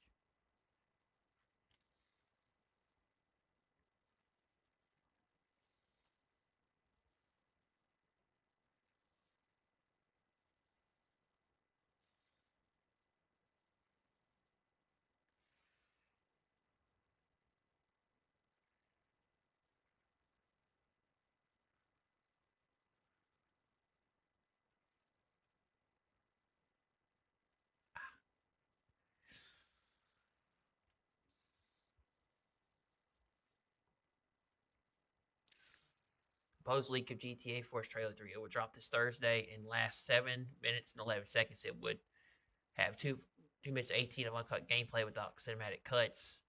It would start with the Pelican stealing chips from a tourist. Jacob's first line, you picked the wrong damn Tuesday.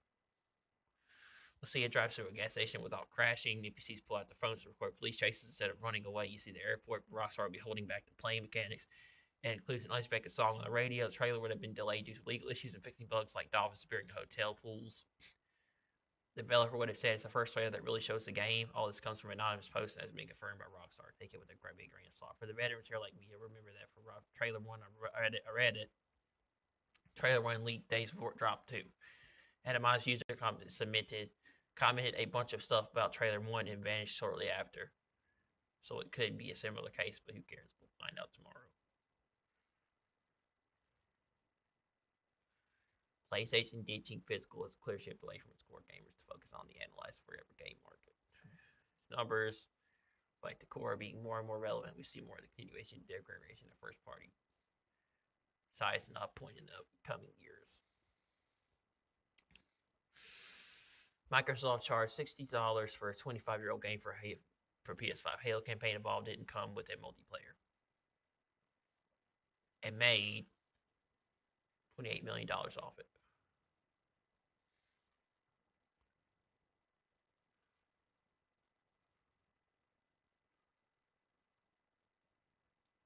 Paramount and Warner Brothers antitrust trial is set for March 2nd, tweet was there because the merger will close for October 1st. Paramount will argue $1.3 billion in ticketing fees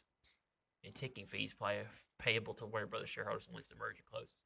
Paramount has already paid a $2.8 billion breakup fee owed to Netflix. Paramount would instead owe a $7 billion regulatory termination fee if the deal is ultimately blocked.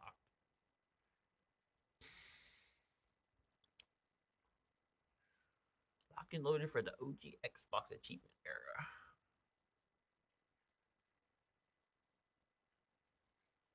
Three months ago, we were playing Lego Batman and 007 First Light. 3 months, we will be playing GTA 6. It doesn't feel like it's since Rockstar is being so quiet. GTA 6 is quite literally around the corner now. PC gamers are upgrading the hardware according to Valve's latest Steam hardware survey. 16 gigabytes VRAM graphics have officially taken over 8 gigabyte models for the first time. They can now make up to 25.9% of survey systems, while 8 gigabyte CPUs are close behind at 25.3%. CPUs are charging Changing two 8-core processors now the most common with 27.85% of users, just edging out 6-core chips at 27.52%. A few other interesting stats from the survey: Windows 11 is now used by 70% of Steam users. 16 gigabytes of RAM is still the most popular memory setup. The GeForce RTX 3060 remains the most used graphics card on Steam.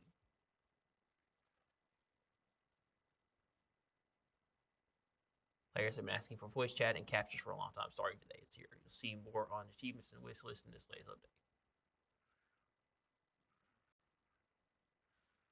Let's go. What was the last time you bought it on disc? Brother, an Xbox Series X is $800 right now. When we got here years ago, they were just $500. Now they're nearly double the price. Under no other president in history has inflation of this magnitude happened. Absolutely worst president in history is likely invested in AI.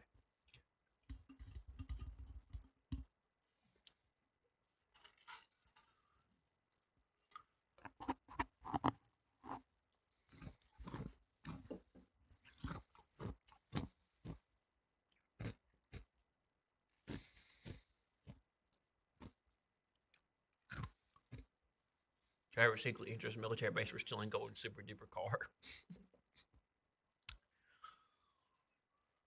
In fact, if we're lucky enough to come out of, we're not enough to come out 2029 to 2031, this time Spider-Man 3 will most likely release the same year with Tom Holland MCU Spider-Man 5. Can you imagine the amount of sales Marvel and Sony will record, especially if it's cross-gen too? I don't think that's going to be on PS5. I think that's going to be on PS6.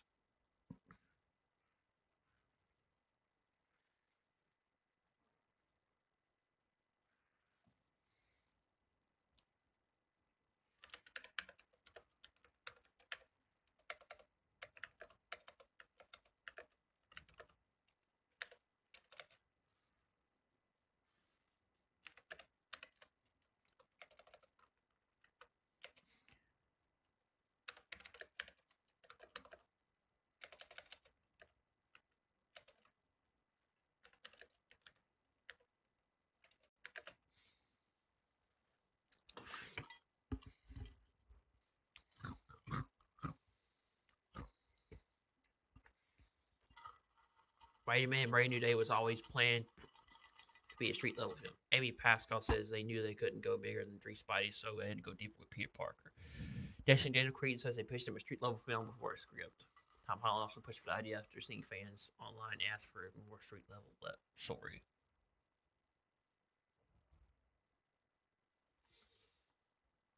Or why don't you trust anyone? My average childhood experience.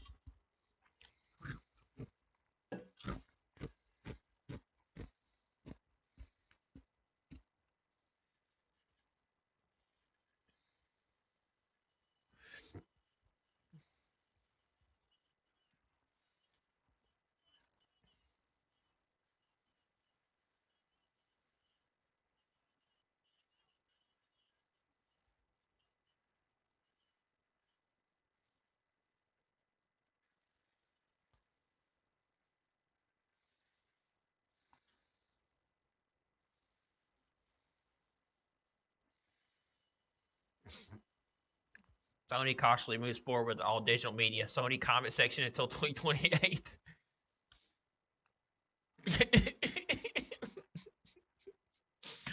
Yeah. Brand New Day secretly set up Spider-Man to defeat Doom. Peter's mutation gave him enhanced instincts and nearly consumed him. He first used Banner's inability to suppress them. By the end, he realized true control comes from mastering his powers, not hiding it. That lesson could be the key to Secret Wars. When Peter bonds with the symbiote, it'll be connected to Null's hive mind. Most hosts will lose themselves, but Peter has already proven he can resist overwhelming instincts. So if Doom rewrites reality into Battle World, Peter may be one of the few heroes able to resist mental manipulation, remember the real world, and use the symbiote connection to bring Doom's perfect reality crashing down from the inside.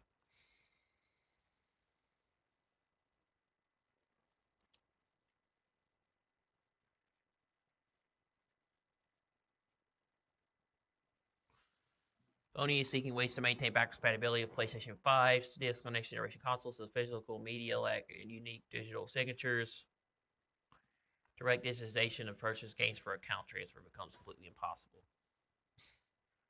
The only solution to the problem will be reaching an external optical drive. The module will connect to the device via a standard USB interface. This will allow running PlayStation 5 and PS4 games. PS4 disc on a fully digital PlayStation 6 console. Preserving access to existing digital disc libraries will lower the barrier when switching systems. Releasing a standalone drive will help the company retain its audience. This approach will ensure a smooth transition for users to the new generation. Still shocked the number of people who think GTA 6 will get delayed again. If this were the case, I don't think we would have gotten pre-orders in June. We would have gotten the daily announcement instead. Delay announcement instead. I'm truly confident in November 19th. To take people's money and then delay the game less than a couple of months later would be diabolical. I just can't see it happening. Yeah, I can't see it either. I'm pretty sure GTA 6 is going to come out November 19th. Nintendo has the most soul of any game company. I don't know how you can look at Nintendo's lineup, play their games, and feel that Star Fox and Zelda, Ocarina of Time, are appreciated remakes. One haven't even come out yet. IGN is a soulless site with no credible full of non-gamers and grifters.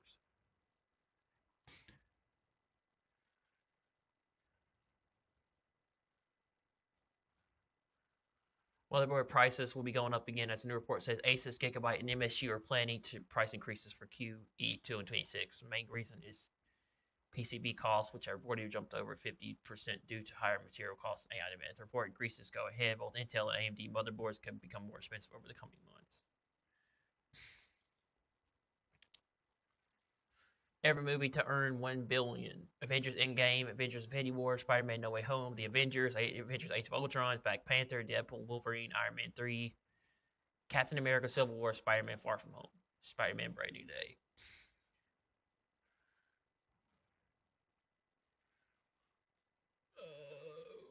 According to Super Sheds, Halo sold 3.51 copies on PS5 in July, and Halo sales and Halo on Steam has sold 212K on Steam. Meanwhile, Xbox has made 900K sales through Xbox console and Xbox PC, and was told we weren't buying games, and Halo sales on PS5 will be more, but better luck next time.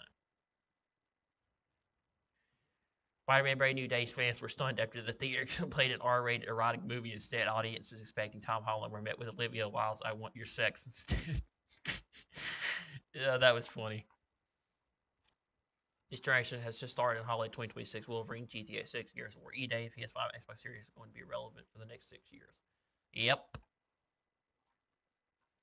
But that doesn't mean they aren't going to come out with next generation in 2027 or 2028. The Xbox has revamped the menu's looks, and the change feels much more organized and nostalgic. Now each generation of games has its own dedicated console cover. Original Xbox, Xbox 360, Xbox One, and Xbox Series X and S. Simple detail, but one that truly honors the brand's history.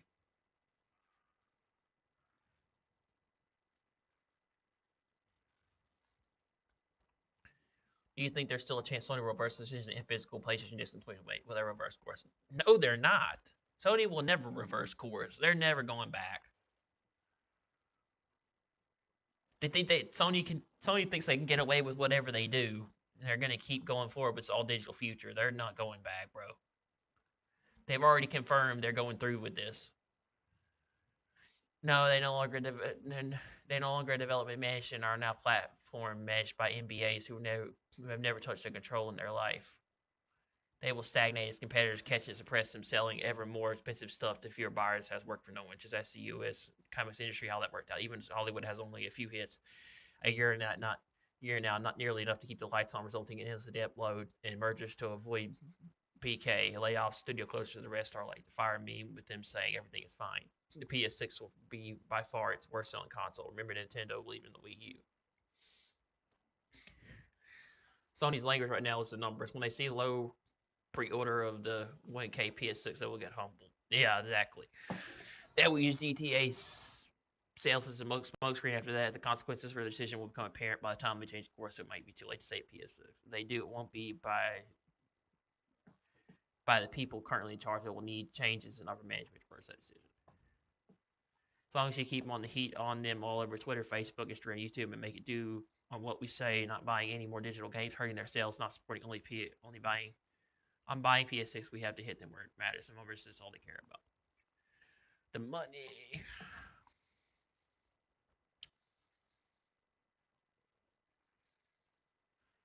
Man arrested after climbing onto hospital roof dressed as a Grim Reaper and staring at patients. What the fuck, bro? The Switch 2 at Gamescom is going to shut up a lot of haters. From August 26th to 30th, thousands of games will be able to test gamers will be able to test Call of Duty, Modern Warfare 4, Double 7 First Light, and Metaphor Reinvitation on the Switch 2. It's time to see it in the hands of the public how these AAA titles are really running on Nintendo Switch. Nintendo's console. The Switch 2 is already delivering third-party games with quality on par with the PS5 and in many cases superior to the Xbox Series S. Dominant console, no way around.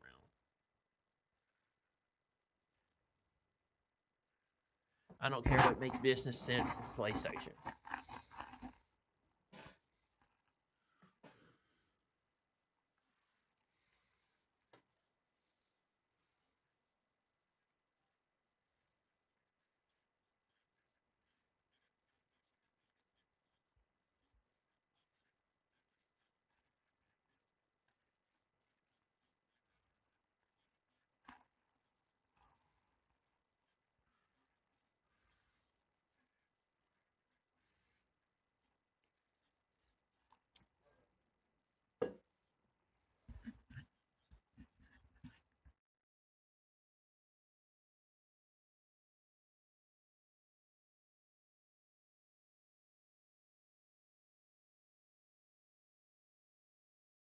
Don't believe in this. I don't think this is good for consumers. I don't care if 95% of consumers prefer digital over physical. That gives PlayStation no right to take away our choice. That goes for any other company who would even dare think about doing what PlayStation is doing. And even if PC is an all-digital storefront, at least they have options, at least they have great sales, at least they have more guarantees of ownership than PlayStation would with their monopoly on their digital store, where they get to set the prices and they get to remove games. Like, very loud.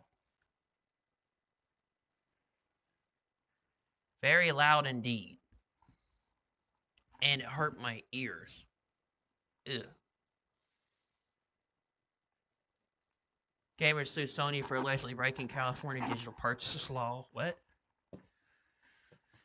Sony is currently being sued in California for its deceptive wording of buy now and confirm purchase on a PlayStation digital store. This language implies ownership, but in reality, all you get is access to a revocable license. remember PT? Guys, go. Wolfenstein 3D dropping Game Pass during QuakeCon. What else could we see?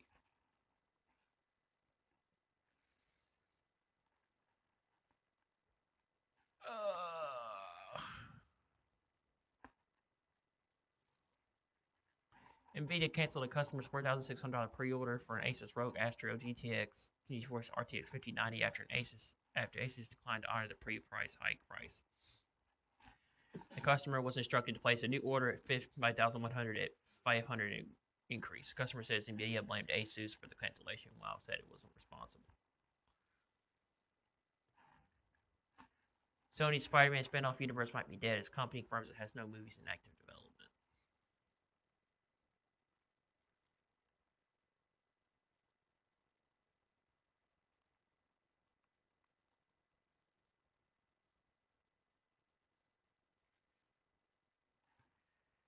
Players been asking for voice chat and captures for long, but EA is planning mass layoffs. The Xbox rumor everyone is cheering already expired. Digital Foundry podcast set this off. Microsoft has confirmed nothing. Child Lemon heard from two sources Xbox made to keep disk support on State's machine. He also says that was before leadership reset. And has no idea what survived it. What he describes as backwards compatibility, no part of it puts a new release on a disc. Back in July, Windows Central had Microsoft drifting towards Sony's position on Helix, and prior to The Verge, the drive itself is still an open question inside the company. Lemon went on to say he expects Microsoft to end up protecting libraries that Sony abandons. That is his read, and he offered it as one. On July 30th, the company that had actually decided something took questions Asked whether the backlash was costing it money, Sony said it sees nothing so far and expects nothing later. 82% of PlayStation sales already happened without a disc, and one side of the story is a podcast, the other is Sony's called. The only confirmed disc here is the one already on your shelf. What a disaster. Latest official BIOS update on the Lenovo Legion Go is leaving consoles stuck on a black screen and unable to boot even though the lights and fan are still working. Worst of all, several users with expired warranties reported that Lenovo is charging them $237 for their repair for a fault caused by their own official software. If you have a Legion Go, avoid updating the BIOS for now. Actor Robert Budge, Steve Haynes, and GTA 5 revealed in a recent interview with Harvey that he was turned down for GTA 6 despite auditioning for over 60 different roles without receiving any feedback from Rockstar. Expressing disappointment and mild resentment, Bog repeated silent rejections left him wondering if the studio had an unofficial policy against reusing previous voice actors.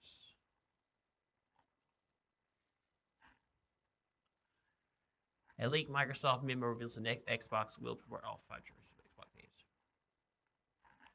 Trailer 3 isn't coming, that's what some fans believe. The theory Rockstar showed everything they need to in Trailer 2, map scale, dual protagonist, Fight City, Leonardo vibe, next gen density, the pre-orders are flying away anyway. Next video will see equals launch trailer November 19th, that's it. Part of me respects the discipline. Part of me wants to see a safe house interior one more time before I drop $80. Where do you land? Show me more or just give me the game?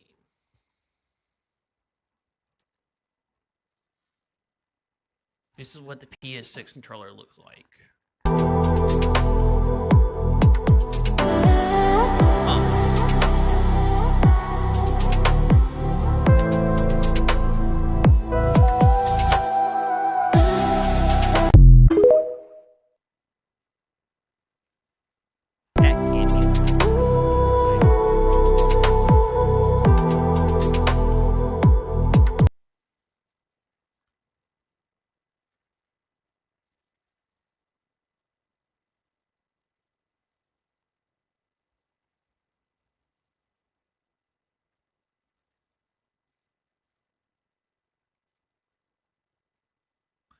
That's not what the controller looks like. That's just a made-up design. Best-selling games on PS4, PS5 for a month of July list is completely dominated by Xbox games with no PlayStation first-party games to be found. It's crazy because there hasn't been a lot of PlayStation first-party games that have come out. Peter and Miles versus Venom in Marvel Spider-Man 2 was amazing. Give me back my. I don't want to see that because if I decided I haven't really played a lot of Spider-Man 2, so Marvel Spider-Man 2. So if I decide to play it again, I don't want spoilers. Bruce Banner forgot Peter Parker after Doctor Strange spell, but Spider-Man Brand New Day finally proves that Hulk never did. Peter visits Banner with help with his mutation to protect his identity. He introduces himself as Ned Leeds instead of Peter Parker. Later, Jean Grey removes Banner's invisibility and forces him back into Savage Hulk. She controls him for a while, but can't keep Hulk under control. As Savage Hulk attacks Spider-Man, Peter says, "I'm your friend, Peter." He says, "Peter, not Ned." The name triggers something in Hulk. His rage fades and he calms down, letting Banner return to his human form. This suggests Strange's spell erases Banner's memory, but not Hulk's. It also shows Hulk's mind is far harder to control or erase. Doctor Doom later wipes everyone's memory in Battle World. Hulk could be one of the few heroes who remembers everything, giving him a major role in Avengers Secret Wars. PlayStation Next State of Play may still be unconfirmed, but several upcoming games already look like obvious candidates to take the stage. And what are those? Summer game announcements is officially behind us. It's time to turn attention on them, where we see one of the biggest games of the next year or so. In the case of PlayStation, they like to keep their big reveals and first-party titles safely tucked behind their state-of-play events. And while it's still only a rumor at this point, we may be seeing one at the start of September, according to longtime leaker Nash Will. Grain of salt aside, it's interesting to think about the kinds of games we may see at the next PlayStation event, especially how much star power they have on the back burner, and the number of announcements they're going to be hitting consoles any day now. Just in the last few years, we have reveals of God of War, Control Resonant, Phantom Blade Zero, and so many more incredible looking games.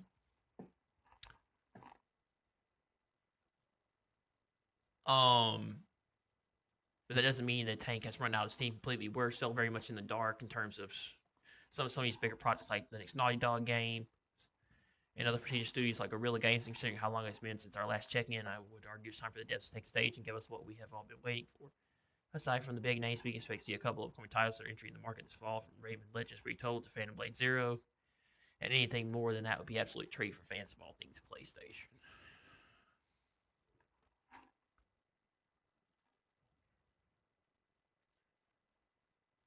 Let's start with the obvious. From September onwards, we already have a concrete image of the reminder of the 2026 PS5 lineup, so the assumption is that the event will start mostly headlined by Mars Wolverine, Phantom Blade Zero, and like a Grand Theft Auto 6. The first one being a PlayStation exclusive means that if a lot of the marketing attention is going to be heading in that direction, but that doesn't mean there won't be room for a few other extended previews. If I had to put my money on it, I would strongly expect Control Resident to show up, as well as Rayman Legends Retold as well. They might not be headliners for the PS5. They are still important games that are going to pad out the catalog nicely. Now, if we get out more speculative caps on it, it's worth reminding ourselves about what games PlayStation has already shown. While it's been a little under 2 years since we last saw it, I think it's a good chance for another peep into Galactic. The Heretic Prophet Naughty Dog has made a name for themselves as one of the big single-player studios. But their timeline has been pretty quiet. Aside from a few remakes and re-releases of their biggest IPs, there is word that the game may be targeting a much later release date like 2028. Yet I find it hard to believe that we'd be waiting this long for even a small amount of additional information or marketing. Games likely to appear at PlayStation State, next state of play, Mars Wolverine, Phantom Blade Zero, Grand Theft Auto 6, Control Resident, Rayman Legends Retold, Silent Hill Townfall, Ace Combat 8, Wings of Thieves, Turok Origins, for Loop. Then there are the other big PlayStation IPs, notably Horizon and God of War. The former hasn't had a mainline release since 2022. And although we may see a bit more gameplay from Rise and Hunters Gathering, it will still be great to know that Aloy is almost ready for another adventure. For Kratos in the game, we have been given a lot of information regarding the future franchise, with Luffy dropping next year, and several other projects steadily moving along the path to release. Among them are the remakes of the original trilogy and the list of God of War 6. And as much as I would love to see the axe-wielding menace grace our screens in September, other than some more info on the three-piece, it's fair to rule out any competition with God of War LFA. Turning away from PlayStation franchises, there are a couple of other big games out there that Sony are still keen to push out before the end of the year. At the end of September, we're getting to the next standalone Silent Hill game in Townfall, a debut first-person experience for the series that should introduce plenty of new horrors lacking in the mix, as it's scheduled to drop only a few weeks after the state of play. Makes sense for there to also be to at least be a mention during the event. Then there's Ace Combat 8, Wings of Thieves, game on the complete other end of the spectrum that brings with it high-octane aerial dogfights and a solid story that should impress both longtime fans and newcomers at the same time. From September onwards, we already have a concrete image and a reminder of the 2026 PS5 lineup, so the assumption is that the event will still most likely be headlined by Mars Wolverine, Phantom Blade Zero, and like a Grand Theft Auto 6. Next, there's a couple of other bigger projects that have been showing off quite a bit and would slot in perfectly alongside the premier IPs mentioned before. Turok Origins is most likely a candidate, which is still lacking a date, but it remains on the PS5 slot for upcoming games anyway, meaning that though a delay may be on the radar, it still has a decent chance of making it out by the end of 2026. Staying with shooters, we have 4Loop, the ex Left 4 Dead developer's next co-op game that is in the closed beta stages and primed for a wider access launch in the coming months, meaning that while full-blown launch might be a bit far-fetched, I could easily see an open beta dropping in the next state of play, especially given how prevalent it was at the last one. Finally, we can go conspiratorial mode and consider the long shots that still have a fair chance of appearing at an event sometime soon. Till Dawn 2 is another exclusive that was shown this summer with 2027 date already lined up. I imagine actual month or even day will be ironed out fairly quickly, judging by how complete the cutscenes and visuals of the trailer looked. As we really want to tug at some slander strings there, then there is a minute chance of some extra Marvel logos popping up, as we already know about Rise of Hydra, Iron Man, Blade, and the next Spider-Man game from rumors and announcements. And thus, it will be cool to see the future of the cinematic universe be set up alongside a watchable Wolverine. The last leap I can make is toward the other Naughty Dog game that's rumored to be in the works. Something that could either be brand new or come from an existing franchise. But again, I would say that while the chances above 0%, that there is no ground to get hyped just yet. But even if we even see a few of these less obvious games at the event, the PlayStation is going to become a major force throughout the end of the year and then start of the next.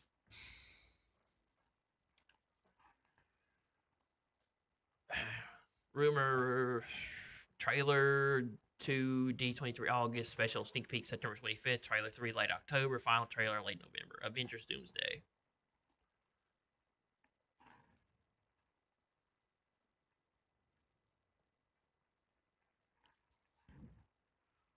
The voice of Master Chief is back in the studio.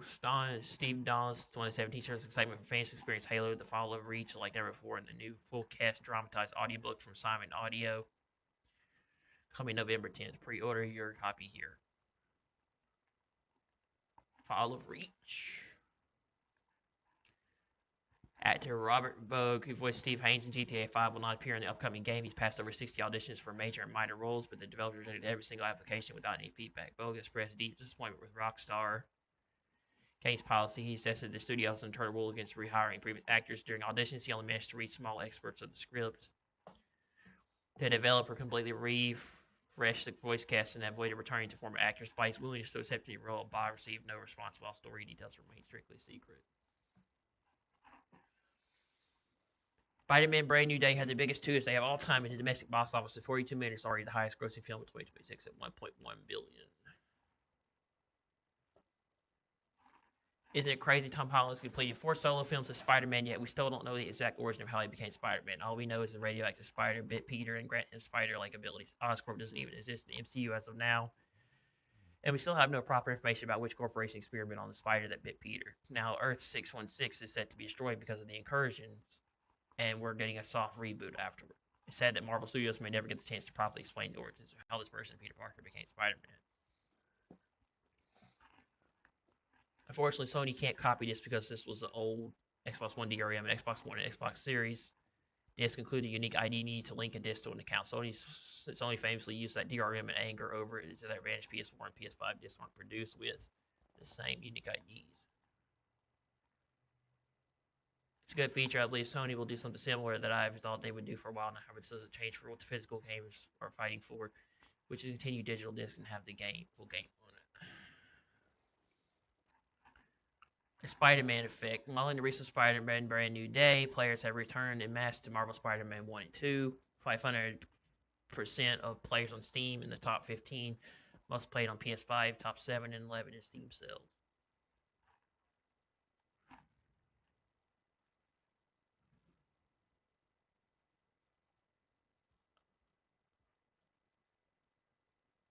This photo is going viral after how the 4 main games in the new game section are ironically remakes ports of old games. Some say it's a reflection of how the industry is going.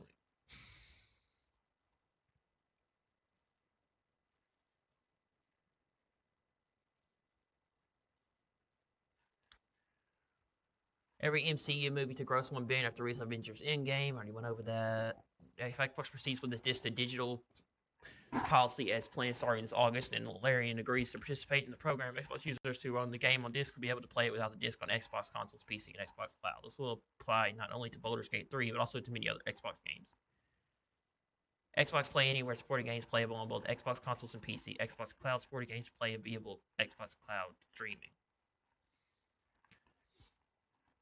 Kevin Feige on fans saying that Doctor Doom has no build-up compared to Thanos. So Thanos' build-up has built up in people's heads over the years. He sat on a chair at the end. He pulled a gauntlet out and said, "I'll do it myself," and he yelled at running on his video screen. I remember the memes making fun of Thanos for just sitting on a chair with the video board. He said, "This is really the introduction of Thanos to people. That's how the movie was built. That's what we're doing with Doctor Doom. Avengers Doomsday is the introduction to the story of Doom." I really like Robert Downey Jr. as Dr. Von Doom. I think he's going to be really good in Avengers Doomsday, and I'm looking forward to that and the follow-up with Secret Wars. I've never been this interested in Marvel. I haven't been this interested in Marvel in a while since I saw that Avengers Doomsday trailer. It made me really excited for the movie series.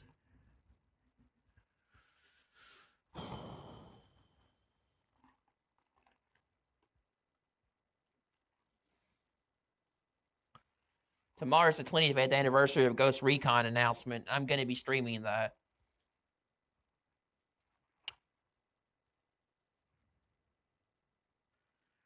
New Ghost Recon Wildlands Definitive Edition PS5 page details. Releasing tomorrow following the Ghost Recon 25th Anniversary Showcase. Free to play from August 6 to 12. Native 4K 60 FPS support, 3D audio support, faster SSD load times, haptic feedback, and adaptive triggers. Priced at $999. The E includes base game season pass, year 2 pass, 4 additional contents, new story pack. The last rights will be able for free, along with various other quality of life improvements and more. The game will also be free to play from 6th of August to 10th of August. Xbox will soon allow users to include in-game and party chat audio in their game captures. PC players when a game costs more than 1 cent.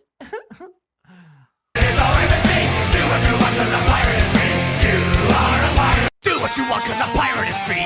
You are a pirate. Yar, yar, being a pirate is all I've seen. Do what you want, cause a pirate is free. You are a pirate. Do what you want, cause a pirate is free. You are a pirate. Yar, yar, being a pirate is all I've seen. Do what you want, cause a pirate is free. You are a pirate. Do what you want, cause a pirate is free. You are a pirate. Yar, yar. Disney is looking to launch free streaming channels as a new way to funnel consumers into signing up for Disney Plus, Hulu, and other subscription services. We see it as a way to expand our reach to a customer segment that's more price sensitive, and expanding our reach as we talked about before, one of our strategic priorities. CEO Josh D'Amaro told investors early Wednesday, unlike a lot of our avid competitors, we're fairly well sold, meaning more inventory will actually help us accelerate in our revenue growth. And then finally, his free offering could help us drive top of funnel Disney Plus subscriber growth. So nothing specific to announce today, but definitely something that we're considering. Me asking for a PS1, my mom saying no. My mom asking for a grandchild, me saying no.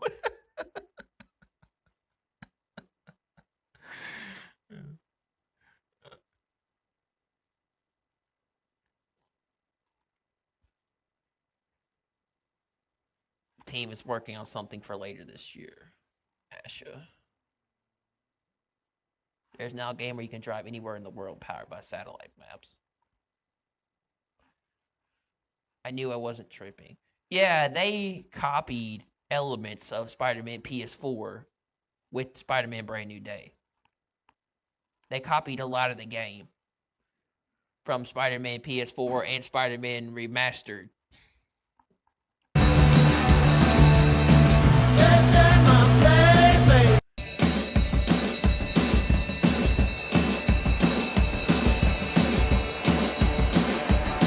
Yeah, this movie was a lot like Insomniac's Marvel Spider-Man. The movie was a lot about Marvel, Insomniac's Marvel Spider-Man PS4 and Marvel Spider-Man.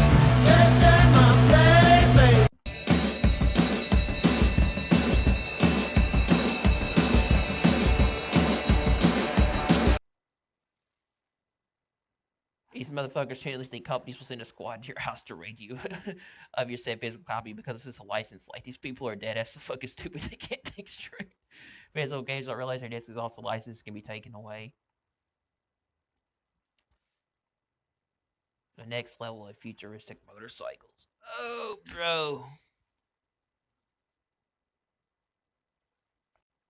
Shit, man. Today is the last Tuesday before Take-Two's earnings call. But Rockstar has been favoring Thursday more recently as the cover art reveal and pre-orders were both on a Thursday. The game also launches on Thursday, November 19th. This Thursday, August 6th, a day before the earnings call of America's significant higher chance for a new announcement or trailer reveal. Is Aunt May in the new Spider-Man movie? Please don't spoil too much.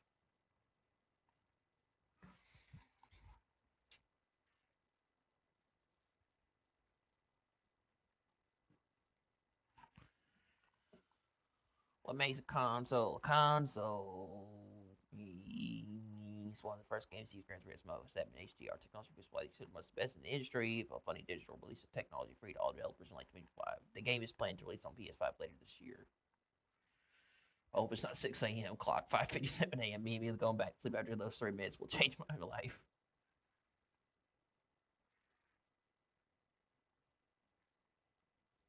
Oh, bro. Pokemon Company faces a class action lawsuit over alleged hidden bathroom recordings.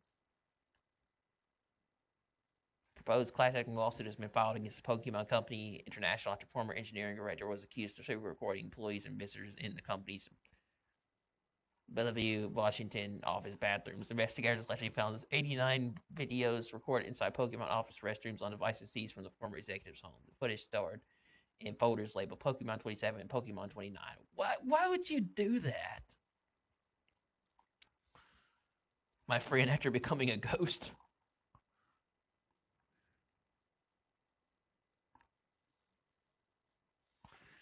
Love the fact they gave Star-Lord the first F-bomb in the MCU.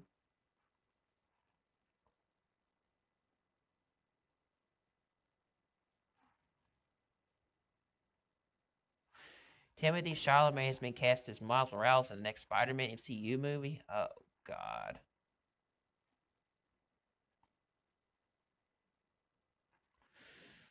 Someone found the way in Halo campaign involved to send Lieutenant Williams, probably Halo Studios HR, self-insert into Oblivion and make her disappear from the game.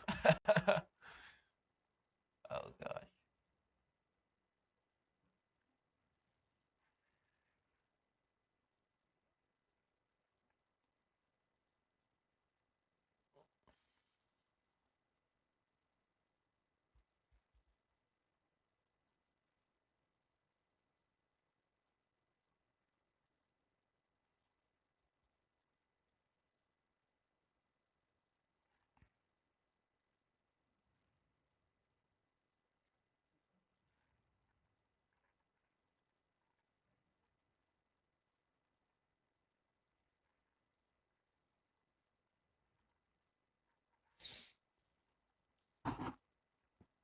Still thinking about Netflix Resident Evil promo that made it look like a licker had escaped in the streets of New York. The video speech was, I remember that, bro. Yeah.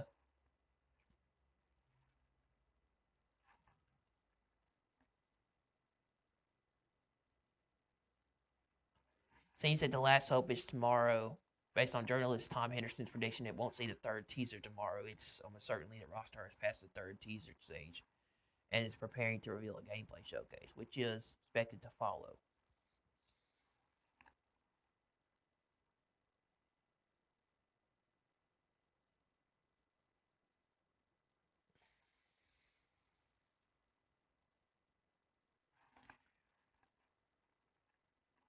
I gotta go to bed, man.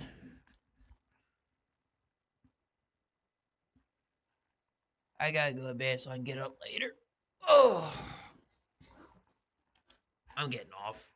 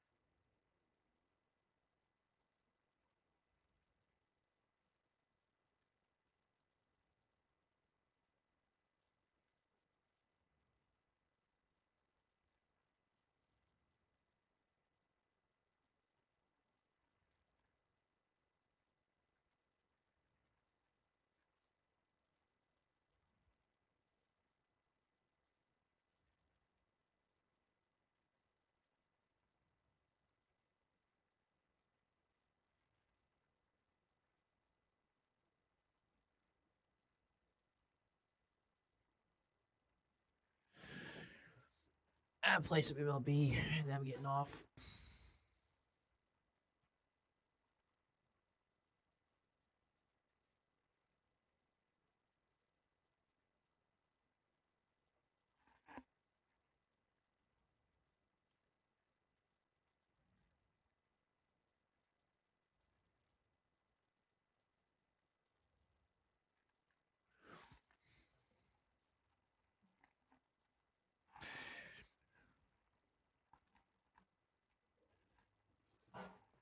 Oh.